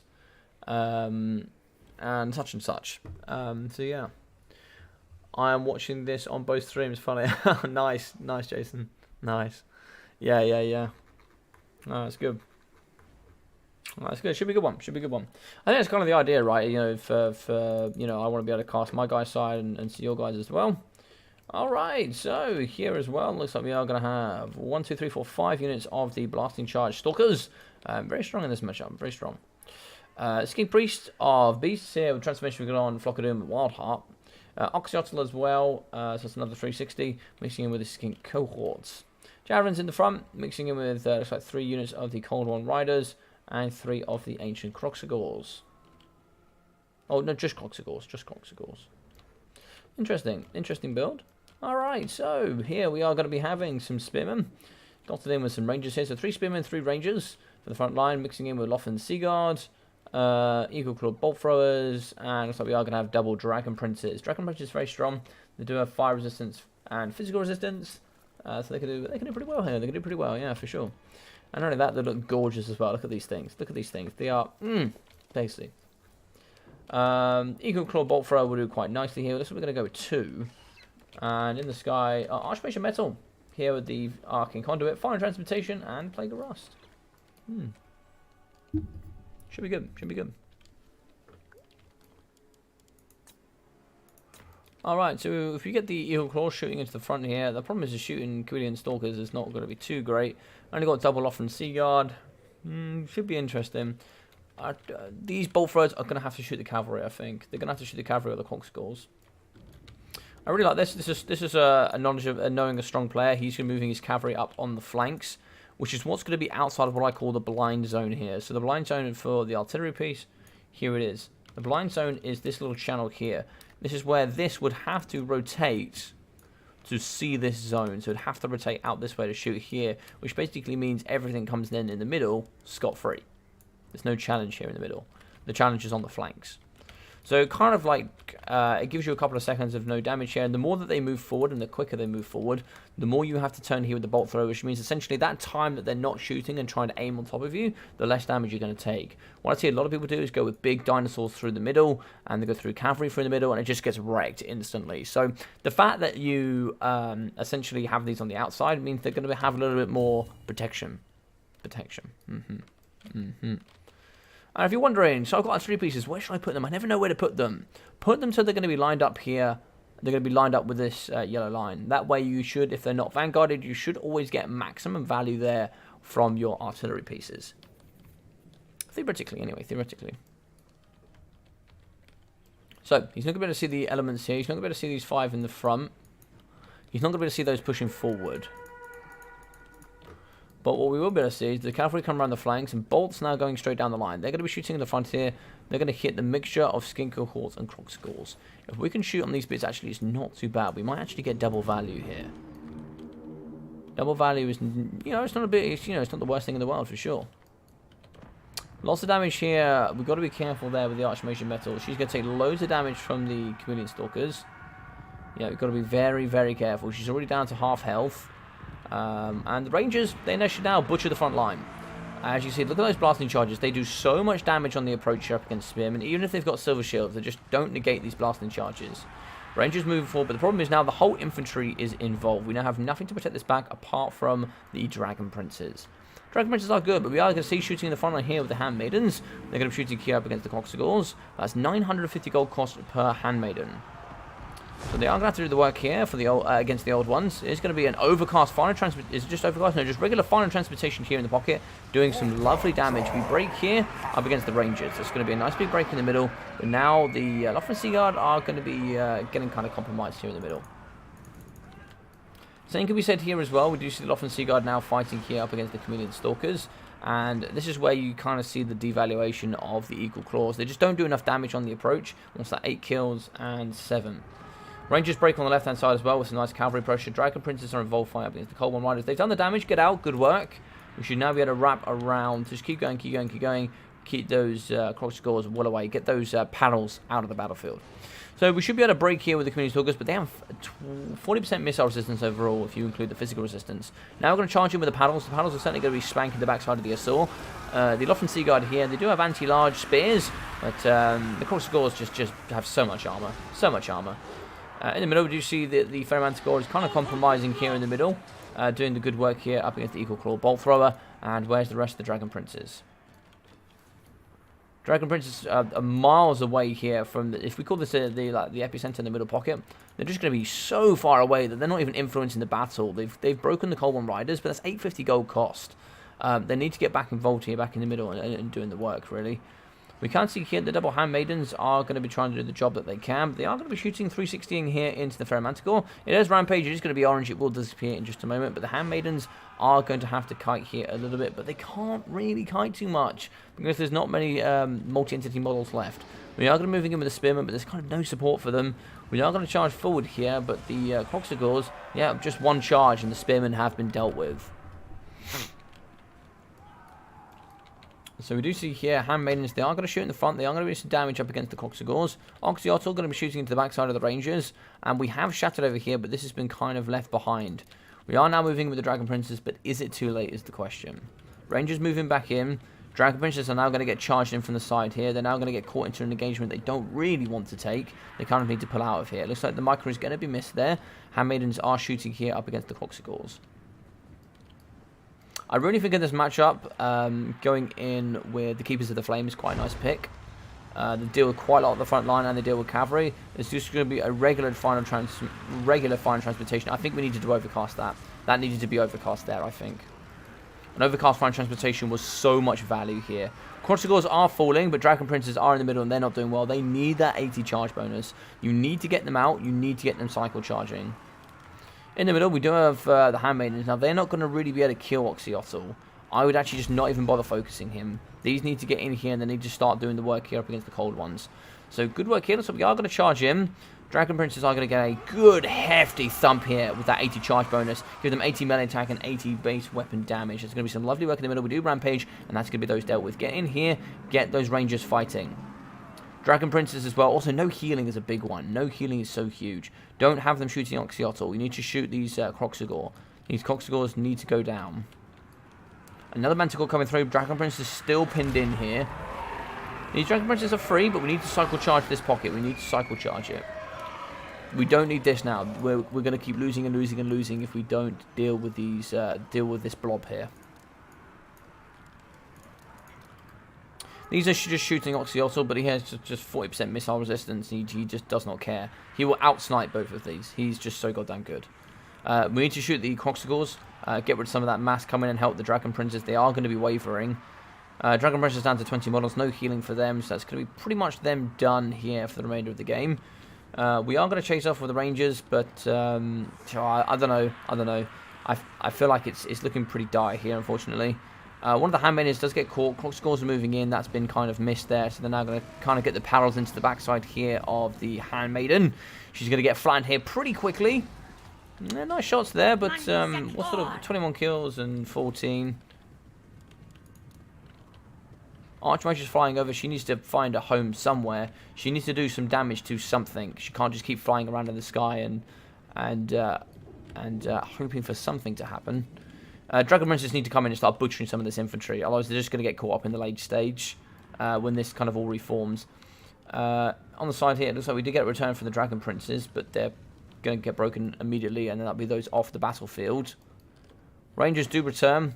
Dragon Princes, we are going to be chasing here with Merfolurf and the Ferromanticore. It does Rampage. It does Rampage. And there we go. It does crumble away. Handmaidens can shoot in, but yeah, we need to see some charge here.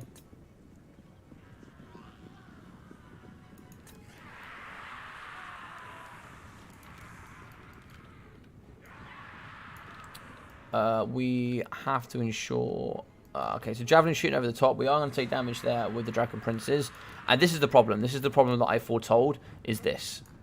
This is the problem. Now there's a massive infantry here. He's kind of just not allowed the Dragon Princes to pull apart units that were separated and get the charge bonus and get out. Now they're going to be clumped together. The armor-piercing Kroxigors are just going to do a number. You now need to pull out through the Rangers. You now need to sacrifice the Rangers so that you can continuously cycle charge with the Dragon Princes. Oxyotl is just going to shoot her in the sky because you just need to ignore him. Get away from him. Don't allow him to get that value. And he is built for the late stage. Oxyotl is very, very strong. You see 1.7k already. She's just going to get sniped here. Yep, she breaks. That's going to be armor losses. GG's and well played. Very, very strong from Merfolurf. Does like every faction have a Manticore? No. No, they don't. No, they don't. High Elves summon Eagles.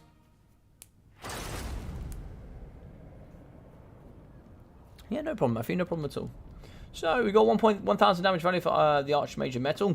I think an overcast fire and transportation would have been really good on one of those pockets, if not maybe two. So, you can see here already the problem with the Handmaidens. 450 and 580 there, so that's sadly not quite pulling their weight. 180 and 64 there with 180 for the Spearmen. 340, 460, and 360 there for the Rangers. 200, I think you just need to go wider here, but 340 and 245 there for the Loft and Sea Guard. 1,400, 1,000 there for the Dragon Princes with 320 and 300 for the Eagle Core Bolt Thrower. So the problem we kind of got here is there's not enough infantry to support this back line of 4, and the Dragon, it's just not enough for me. And like the Handmaidens are really, really strong, but there's nothing really for them to shoot into here. And this is a very common build you'll see from the Lizardmen. It's very strong. Kroxigors I'm not sold on, but they do add a bit of meat to the grinder. You know, they do get in there with a bit of mass and a bit of punch. For sure, for sure. 945 for the Chameleon Stalkers is really, really strong. Yeah, 1.7 for Oxyotl. Dealing with Oxyotl, the best way to deal with him is dogs. Dogs for sure. Or something. Even Illyrian Reavers do struggle, but you could get some Illyrian Reavers in there, for sure. Dragon Princesses were great, but you kind of need healing for them. I think maybe just going Dwellers Below and healing for the Archmage probably would have been better.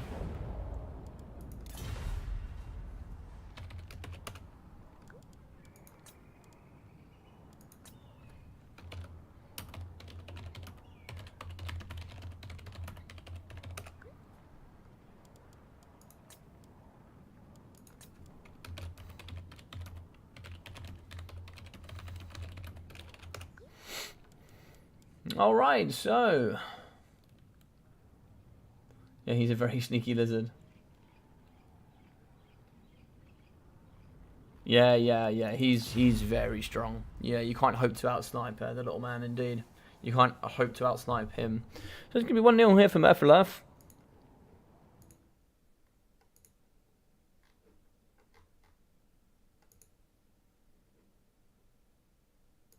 Let's get that on the scoreboard.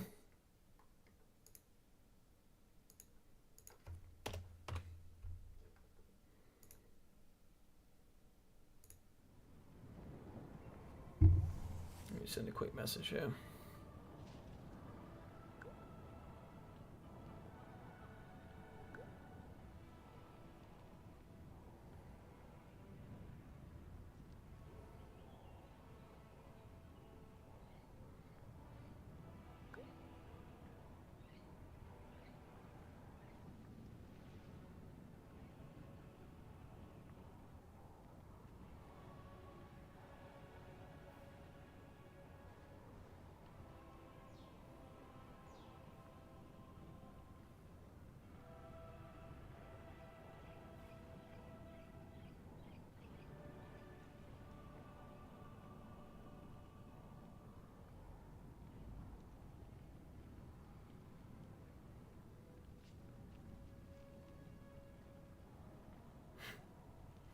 Alrighty.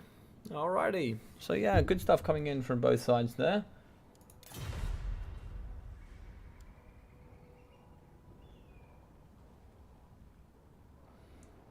Alright, so TK.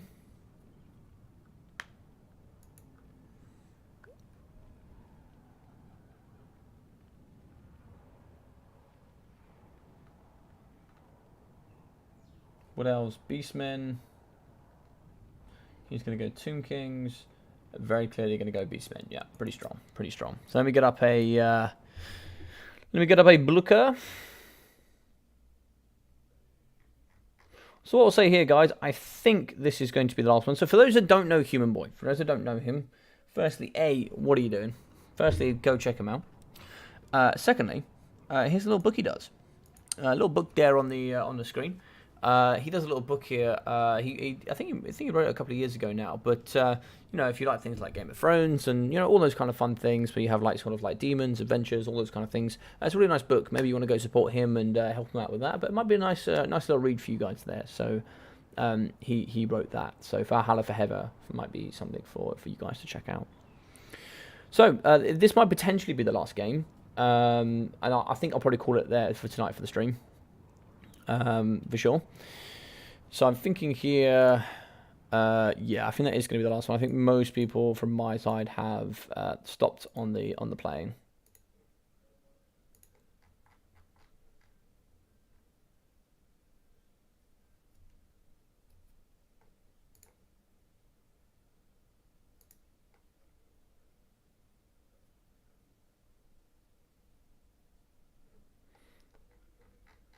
All right. So yeah, if you guys did enjoy today, of course, as always, do feel free to do all the good YouTubey things, like and subscribe. It really, really does help here on the channel a lot. And for those that don't know me, I also do Twitch. I do both. Twitch will be the kind of secondary channel, which is where I kind of like interact with you guys a little bit more. I do sort of like come at me bros on Warhammer. I do sort of like single player campaigns on SFO, vanilla as well. It's sort of legendary, very hard. So I really kind of push and challenge myself on that. I've got some cool challenges as well that I do here as well. And I just do some other games. You know, I do Age of Empires and all those kind of cool things. So do feel free to go check me out on Twitch as well and drop a cheeky follow there. And you guys can certainly get involved. I think recently I did. Recently I did. A sort of a replays for analysis stream where you guys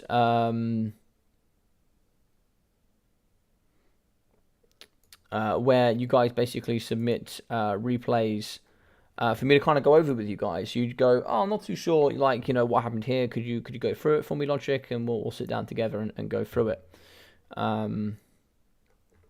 So I kind of drop down and be like, oh, this was good, this was not so good. You should change this, try that, and you know, kind of help you guys find out where you sort of went wrong or right, as it were.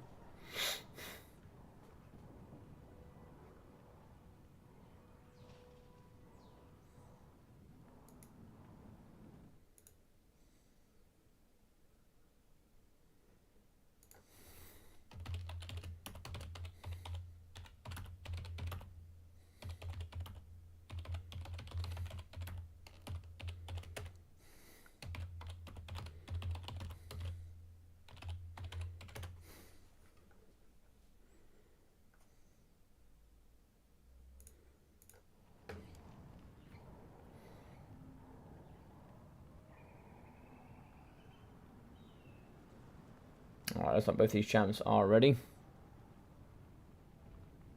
So with Tomb Kings, what do you want to bring? You generally want to bring the ROR Sphinx. It is very good, comes with fire resistance. Although Taurox does fire damage, he actually doesn't have any fire resistance, so you're not too worried there about certain elements of the game. But we are moving on to Oakenhammer, and let's get it going.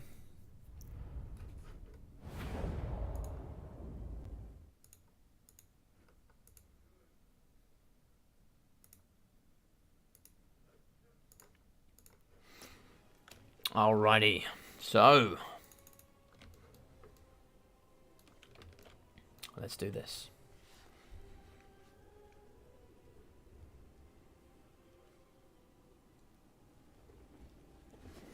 So the Tomb Kings going up against the Beastmen.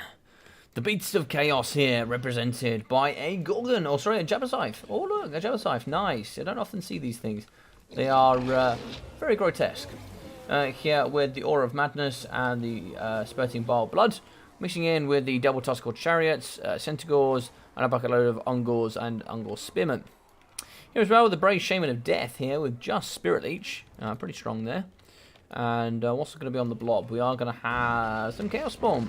Alright, Chaos Spawn mixing in with Torx the Brass Ball and the Gore Ball. Yeah, very nice. Torx here is going to be having all of his items, so Brass Body, Blood Beast, Rune Tortured Axes, Slaughter's Call, and the Blood Greed. Very interesting. Horse Hutches in the front, got to be careful here. 3 units from the Tomb Kings, mixing with a bucket of spears, coming with Nekahara Warriors as well. Here in the back, we are just going to have the regular Necrosphinx. I think that's a bit of a miss out there. Just the regular Necrosphinx doesn't have fire resistance. If you come with the ROR, it certainly has 25%, I believe, which is good up against Taurox. Essentially the Imperishable, the Blessed Blade of Petra, the Wrath of Petra, Incantation of Protection, Jaf's Incantation of the Cursed Blades, and the Restless Dead. So we are going to have a Casket of Souls in the back, mixing in here with some Tomb Guard Halberds and the King's Takesh Scorpion Legion. I think here maybe changing out a couple of the Nekahara Warriors, mixing in for some Tomb Guard Halberds to deal with Chariots maybe. Might have been good, but you know, we got some mass here, we got some mass, and we got the Casket of the Souls as well, which can do some certainly handy work here in the front. But you can see here, knowing that Beastmen can rush, this is a bit of a kind of forward build. As you can see, there's really not much distance in between these. You know, you're sort of talking 100 meters of distance. You're not going to get too much value there from the Casket of Souls. You can see the Casket of Souls with Beastmen. I truly treat this as the line. This is the line where I'm going to be kind of putting, you know, my forces a little bit, you know, further back, expecting them to be vanguarded, because they want to push you in the face, right? They want to get in there and they want to shut you down. So I think, you know, having a bit more wiggle room between here and here is always certainly a little bit better. And even if they don't, you've then got the wiggle room to come forward. So all Casket Souls get Convent of Power. Interesting. So that does actually give some extra mana there up against essentially the Imperishable.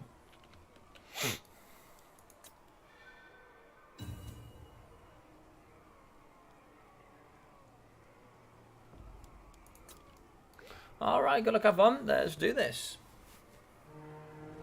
So shots in the front, we are going to be hitting here up against the Ungors. We're now going to fire forward here with the Casket of Souls. Now the question is where are we going to target? We don't have too much infantry to shoot, but we do hit into the front, and that is some lovely damage. Down to half health, that should be a break there, I would have thought. 15, not going to quite do it, but we have some good arrow fire in the front as well. Yeah, pretty strong, pretty strong. We now want to move that onto the next target and send it to the destruction over there. So, horse archers aren't really doing too much into the Tuskor chariots.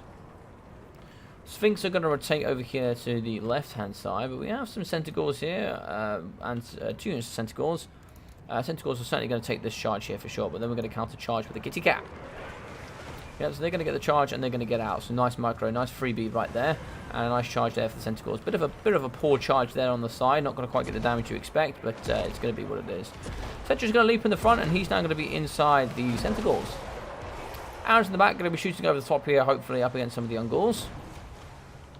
And the Casket of Souls should be able to get forward here and now start shooting into the front. The next going to be target is going to be the triple threat. The triple threat is literally just going to walk through, and there's nothing to protect the Casket of Souls. We've seen this kind of twice coming in. There's no way the Sphinx can go over here and challenge this. The Sphinx goes on its own, it's in big trouble. You can't have Citra fighting here and the Sphinx on its own. It will be game over if we decide to do that. Okay, this is fine for a 1v1. You'll take the Jabbersaw fighting the Necro Sphinx. We'll take that. Jabs Cursed Blade, anti-large, armor piercing and such, but the Jabbersaw to pin in is such a nightmare. Such a nightmare to pin in, but you can see Big Boy's coming over. He does fire damage, and he is going to thump up against Citra. Torox is just going to dump the living daylights. You need to get something in here to protect him now. Even if you charge Kavin, it doesn't really matter. Citra, there's just big chunks coming off now. Torox is an absolute nightmare. AP as well from the casket. It's not really going to do the work you need it to here against Torox, but you kind of want them shooting in here up against the Centaurs if you can. They are the potential weaknesses you have. In the back, the Skeleton Horse Archers are going to be shooting here into Tuskors. Kind of need them shooting into the Centaurs. Torox and the Gobble, they're going to be coming over. You just need to rotate round and away. But the thing is, if you do that, you're then going to leave your casket open. There's nothing really here to protect. The Tomb Guard are leaving. We do actually have the Realm of the Ushopti here ready to go. But these need to get in, and they need to start shooting here up against the Centaurs. In the back here, Skeleton Horse Archers are going to be shooting into the front up against the Ungor herds. Doing the damage there they need to. In the front here, we are going to be seeing Nekahara Warriors with the Kings Takesh beating back the Ungors. So nice work there in the front. It looks like we are going to come to the back here with the Necro Sphinx. We do actually... Oh, nice. We break the Bray Shaman. No, chase the Bray Shaman off. Chase the Bray Shaman off. That's good work. Very, very, very good work. Bray Shaman is going to fall. But in the back here, we're now about to lose the... And this is the problem. This is the problem. We just have nothing here to protect the Casket of Skulls. That's 1,200 gold down the drain. And your Tomb Guard are just way too far away. So that's going to be that going down, unfortunately. That's a big loss here to the Tomb Kings. Yeah, it's a big loss. You need to pull it out. Stop it attacking. Because, yeah, there you go. Big thump and it's down. Okay, cool. So that's been dealt with. That's going to be a big loss. That is going to come back if you run away. So that comes back. So that was yet again just more time mistake there, unfortunately. And now it's going to run away and Spirit Leech you. So big mistake there yet again. Let's have a look here in the middle. So, looks like shooting over here with the Skeleton Horse Archers. They're going to be firing into the Gorball. Gorball's got 100 armor, so unfortunately you're not going to see any damage there. He's coming in, anti-large, armor piercing, should be able to thump up against the Necro Sphinx. These two against one, they're just going to dumpster this thing, unfortunately. It can't be caught also here with infantry support as well. So, the Ushopti Summon is in. It should be able to do some good damage here, but it is going to fall. And now the Necro Sphinx is going to take just some big, big, big damage. Jabbersaw is still online. It's going to be fighting here up against the Tomb Guard. Tomb Guard needs to be in helping fight with the Necro Sphinx, but the Necro Sphinx will fall. Carter is still online. And, yeah, sadly, very, very good target prioritization here from Murph. He just knew what he wanted to do. He knew where he wanted to go. And he got the job done. Yeah, so very, very, very well played. There's nothing really too much more to say about that. Horse Archers shooting into infantry. Yeah, you just need to forget that, move around and start dealing with these Centaurs. You need to deal with the Beastmen mobility. If you don't deal with the Beastmen mobility, they will just shrunk you, unfortunately. And then, you know, the rest of the build will just be dealt with the Jabbersaw. For sure. And then you've also got Spirit Leech as well. It looks like you have Jab's Incantation of the Cursed Blades. That's been popped, but you're not using it. So what are you going to do here is the question. Centaurs are around. We are going to charge in with the Horse Archers. They do actually break the Centaurs, but we're about to tip over to army losses here, I think.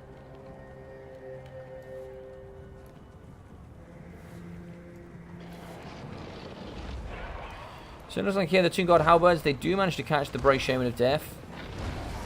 But he's come back in with 2 Spirit Leeches and now a 3rd Spirit Leech here, I think. Blessed Blade, Incantation of Protection. Torox is getting down there, but I just don't think it's going to be enough. Because he's also got support from the Gorball. Yeah, and there's the Spirit Leech. GG's well played. That was a super cool game. Super cool game. But yeah, it just goes to show there that you know, having these two as a pile, they're just disgusting. Everyone's taking Torox in this matchup, and that's why you kind of need your. Agreed, Doug. Agreed. That's why you need the ROR Sphinx. The extra fire damage is super helpful. But 2,000 damage value for the Necro Sphinx is really strong. Only 630 for Cetra. He kind of just gets abused there by Torox. The other way you can play it, you go double Necro Sphinx. I would just drop the casket. Just go double Necro Sphinx with the ROR, and you just bring Cetra the Imperishable, and you just Spirit Leech spam Torox, because there's nothing you can do about it. You just Spirit Leech him to death, or you Spirit Leech the Tuskals.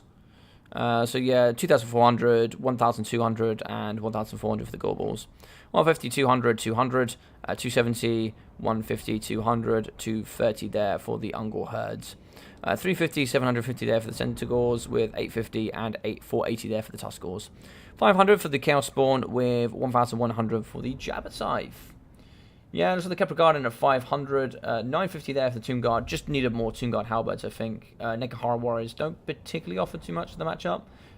You got 361, 420. You could see they outperformed the Skeleton Spearmen, to be fair. But yeah, arrows here, they need to focus their time on the Centaurs. Get them on the Centaurs and then shooting the Chaos Spawn. That's where they're going to find their value. 1,000 though for the Casket of Souls is good, but there was just nothing there to protect it, really, sadly. There was nothing there that kind of like stopped the pressure on it, because if that kept firing for the majority of the game, I was thinking maybe it was possible, because then you could deal with the infantry, because normally the infantry just kind of overwhelms the Tomb King infantry. But there were certainly good aspects to this build. I think there's certainly ways to improve it, but yeah, there's a nice attempt here, nice attempt. Murphlove is very, very experienced.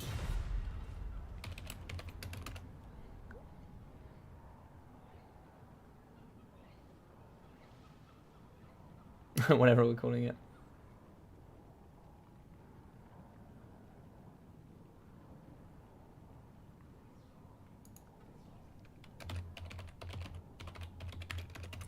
Thank you, Lover. He looks like he has a shout out here for the Logician, so say thank you very much to him. Great games. Great games, gents. Great games. How are you doing, Nick Colby? And that's a GG. Yes, sir. Yes, sir. And that's a GG. Indeed, indeed. Very good stuff. Very good stuff.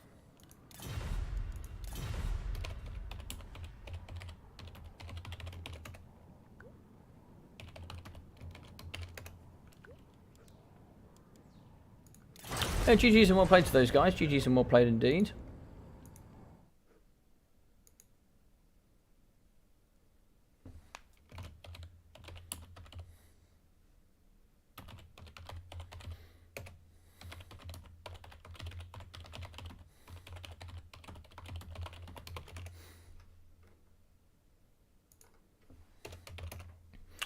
Alrighty, so let's see who is online right now. So all my guys are finished, I think, today. So I'm going to just see who else is streaming. So firstly, before we finish up, if you guys did enjoy today, which I hope you really did, do feel free to do one of 3 things. Like on the video, it really does help. Subscribe to the channel, that also really helps. And then, of course, do join up there with ENT's Ladder if you want to play and get involved in tomorrow's event. So tomorrow's event will basically be the same as today, but tomorrow. So you better get involved there. So we should have Murphy. He's got a lot of people watching, which is very nice for him.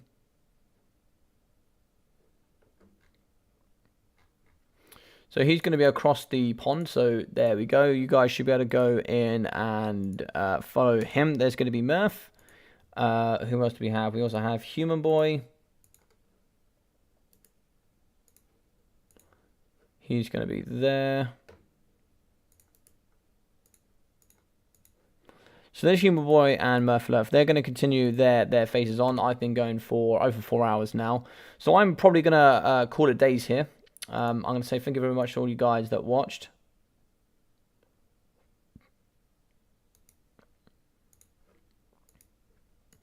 And I'll say thank you very much for all the support you guys have been giving me over the recent times. It's really, really appreciated. So, yep, you've got Murph and Human Boy continuing to stream. I think Ducky will be around tomorrow. He'll be doing his side of things. So you guys should be able to dive online and go support him as well. So thank you very much for all of you that have watched. I'm going to shoot off and go have a well-deserved dinner. I'm very, very hungry. And then I will catch you guys tomorrow for another stream here on Inticity's Ladder. So take care of yourselves. I'll see you all tomorrow. And enjoy the rest of your evening.